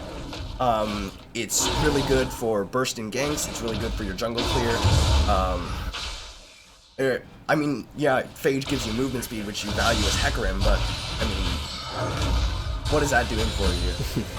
Alright, here he comes. here comes a onto nice Wild gank. Meister. He's going to try and push him in. He doesn't get it off. Siphon Power will keep him alive. Nice and healthy with the gravity kill. Here comes Tall Guy. He slices and dices in. Stuns up Hayabusa. He's doing a lot. The flash into the tectonic disruption. The Balar gets the Stand United shield. Renji throws out the Zap. Sidestep by Wild Meister. There's the hook. It goes wide. The Dominus to keep him alive after the Life Form Disintegration Ring. Good play from Tom to interrupt the Shadow Dash. Supreme gonna blocked by Padova, and DTV finds Jordan! Gets him out with the auto attack. He's still got Assault and Battery available. And there's 2 low members, so Assault and Battery with the Caitlyn's range is going to take somebody out if they hang out under this tower for too long.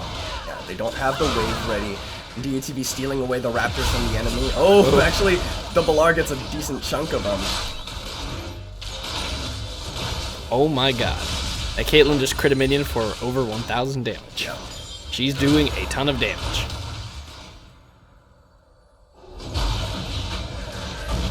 Evolution trying to ready up for this siege. Ryox gonna get the Shadow nice Dash taunt. Wild Meister Summoner Barrier. There's the Yordle Snap Trap. Death Sends pulls Ryox back in. Hayabusa took a crit from that Yordle Snap Trap. Ace in the hole. Gonna be blocked up by the Balar with the shield. Team. And you have to say Team's siege composition is absolutely insane. Wild Meister to clear. Padova to just zone with the traps and put damage onto the tower. Jordan starts the devastating charge, but there's no way he can get in.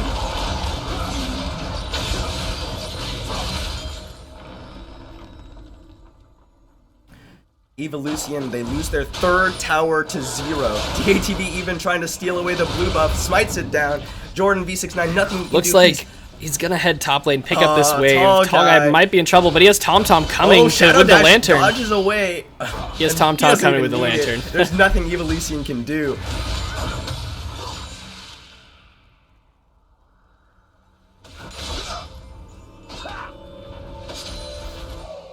X-Tech GLP finally finished for Hayabusa. Tall guy hanging out in the bot lane against 3 people, but he seems pretty confident about it until his teammates complete backing. He's just here to shove the waves. Yeah, Black Cleaver and Tiamat for Tall Guy. He's so big right now. The Trinity Force not even done for Jordan V69. Alright, Tall Guy needs to be a little bit careful here. He's in a 1v2 situation. DATV. Oh, he's found Hayabusa. Assault and Battery's gonna find him. And the Gravity Field, it doesn't matter. The cleanse comes out, and Hayabusa will be the next to fall. Tall Guy is still pushing in 1v2. Renji gonna auto him a few times. Still gotta be a little bit careful here. Tall Looks Guy like they in might be trouble. able to pick There's him the root, up. The zap, it comes out. The Dominus popped up. Tall Guy goes in. He's gonna stun up Renji. There's a big damage from that. Exhaust goes down. Renji trying to kite back. Tall Guy gets the Summoner heal out. The Balar gonna root him in place, and Renji will focus him down. Or will he? No! Tall Guy turns it around again! The Ruthless Predator comes out. The Dominus expires, and Jordan will also the shadows in. The Balar will not go down, but Team gets the mid tower in response. I know. I said just because good job picking that kill up. That was impressive by Tall Guy. I kind of wanted to see him keep going. Ryox but just good gonna job get shutting him focused down. He's not very tanky now, and Jordan will get pulled back in by the Death Sentence. Hayabusa doing what he can, but there's not a whole lot he can do. All right, looks like they're gonna start just moving towards other lanes. Yeah, and at gonna 18 shove this. minutes, Tom, there's no minions there here. yet. At 18 minutes, Team get the first inhib of the game. They're hitting onto the 2nd tier bottom lane tower. They are sitting Taking at the 2nd tier bottom lane tower. They've had a 10k gold lead for quite a while. It's now 12k. Oh, yep, I see that. Yep. Still growing it. 6 towers to 0 on the side of Evolution. For Evolution to like get in this game, I mean, it's as long as you can turtle, there's always the possibility of the enemy team misplaying, you winning a fight and just running it down mid. But they need to. They haven't been keeping the ship. You know, they haven't been keeping the. You know, it's just been a little bit loose. They've been getting picked, and they're not doing themselves any favors.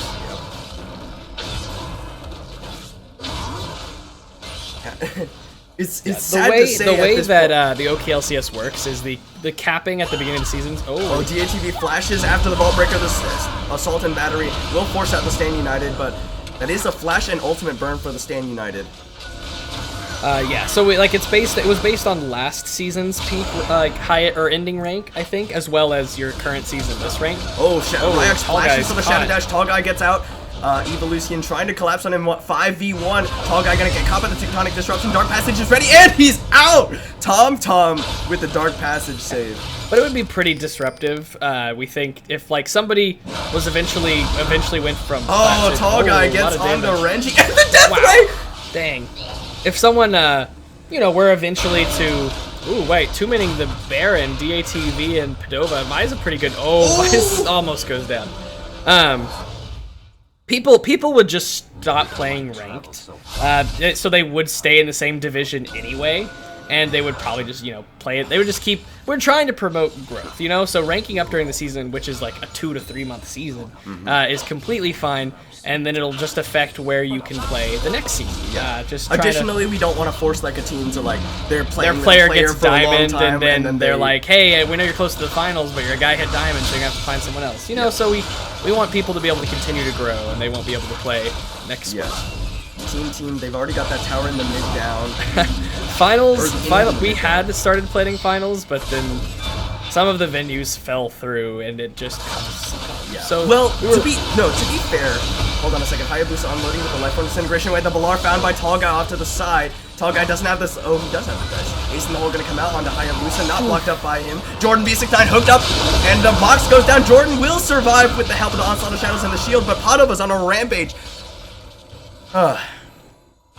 Finals were actually, we planned on them the week after the split ended, but that would have been finals week, which is why Platinum Cap players voted on having it this much later. So it's really unfortunate that you couldn't be here. I know that you would have really liked to be here, John Zoid, but I'm sorry about that. But there's really nothing we could do about that one. Anyway, team, get the inhib in the top lane and the bottom lane. I guess that's what DATV and Tall Guy were doing down there. Alright, so that's all inhibs down. Yeah, Baron buffs Super Minion Wave. Crushing Team. down. Oh, the flash stun from Tall Guy, and Renji gets the Summoner heal. It's a tower going down. Renji trying to focus down Tall Guy, but he's so tanky. He gets the redemption heal. He's stunned up by the Flame Chompers, but it will not matter. Team, focus down the Nexus. And that's going to be the finals for Team. They win it all. First place seed ends in first place, and Team will be your winners of Season 3 Platinum Capped. Whew, it's been a long season. Several weeks of regular season. Several months of just preparing for today. Today finally rolled around. All the teams played very well. Honestly, it seemed like Evolution could have won it all had they been able to get their protect the carry comps that they played so dominantly early in today's matches. But two team really focused on trying to deny as many picks as they could with their bans. The additional 5 bans helped them do that. They just tried to dismantle any possibility for that comp. And after they successfully did that, Evolution seemed to not have a good backup plan. If you watched that this entire playoffs, it looked like Team was just a train slowly ramping up. They lost their first game. In their third game, by the time they got to their third game, they literally did not lose a single tower to Pizza Lord's Rebirth. And then in the series just now against Evolution, they dismantled them in game number 2. Mm-hmm. It was an absolute joy to watch, I have to say. We are going to throw up an MVP poll for Team's victory. Who do you think was the MVP for Team in this playoffs? And I'll get that to you as soon as I finish this up. There we go. Alright, and it'll be popping up in the Twitch chat here. Vote for your MVP for Team in the Plat Cap playoffs. Alright, it's been fun. This was our first season to have, Plat Capped division, and I think it went pretty well. Yeah. I think having the multiple divisions works out for keeping people. When is that draft game you talked about, Alex? That is coming. Whenever. Whenever I can get coming. everyone on. Why can't I find the page requested? Oh, did we? I think we did it correctly. If I click it, it works. Yeah, when we clicked it, it worked. Really? Oh, he sent the link again. Link isn't working. I'm not. Somebody just voted on it. Yeah. So for some people, it's working. Interesting. We put MVP on the end. Well, yeah, it doesn't affect the link when I click on it. Someone posted the fixed it link. All good. All right. All good. Votes are coming in. Yeah. I think that's. We're gonna wait. The for votes just are a little bit. Split between Padova and Tom Tom. I mean, they can see it if they pull Yeah. up the thing. Votes are a little bit split between Padova and Tom Tom right now, which I think is fair. The Thresh and the AD carry, it was fantastic. Yeah. From both of them. It's hard to pick who, but Yeah, and I mean to Austin's point earlier today, I think that Wildhoffmeister was an absolute rock in the mid lane. Oh, He yes. went even or ahead in every single game, even the one that they lost to Pizza Lord Roberta at the beginning of the day. yeah. So I mean, Working those slow leads. Yeah, he had he's good been roams. doing a really good he job. had good roams too. He wasn't playing Yeah. too passively. He just was never really pushing too hard for kills. I think he did get a kill on Annie, and that gave him the confidence to go on another kill. But she did have that excellent outplay, if you remember that. Yeah. Earlier today, really good Annie play, but by McPancake, I think it was. McPancake on that Annie. You're right. Let's see. They want us to show damage chart. I don't want to So see Jack's we'll face. show damage chart. You're still gonna see Jack's face here in the bottom. So,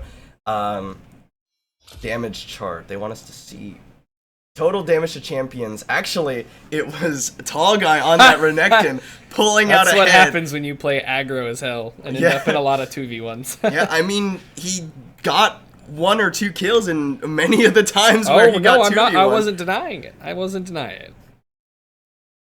Oh my goodness, that was just really Just bring it on. great. Just keep roasting. Really It's great whatever. play from Team across the board, but it looks like MVP Yeah, by will a be going large margin. to Padova. 6 votes out of 11, That's split fair. between him. All the players on the team did excellently the entire event, but I think it's definitely fair to say that it was Padova who came out on MVP. He had the flashiest plays. He had the best KDAs. He Yeah. had the most kills. I think I personally He actually played want to give it to excellently. Tom, but It's that's just support player the bot bias. lane. The Support bot. player bias. Anyway, it's been a long day for us here at DZ Comics and Gaming. It's a great place to hang out. But that is going to be it for us here at OKLCS Platinum Cap. We'll be back next weekend with your Gold Cap playoffs. So do remember to tune in for that one. Thanks, guys, so much for watching, and we'll see you next weekend.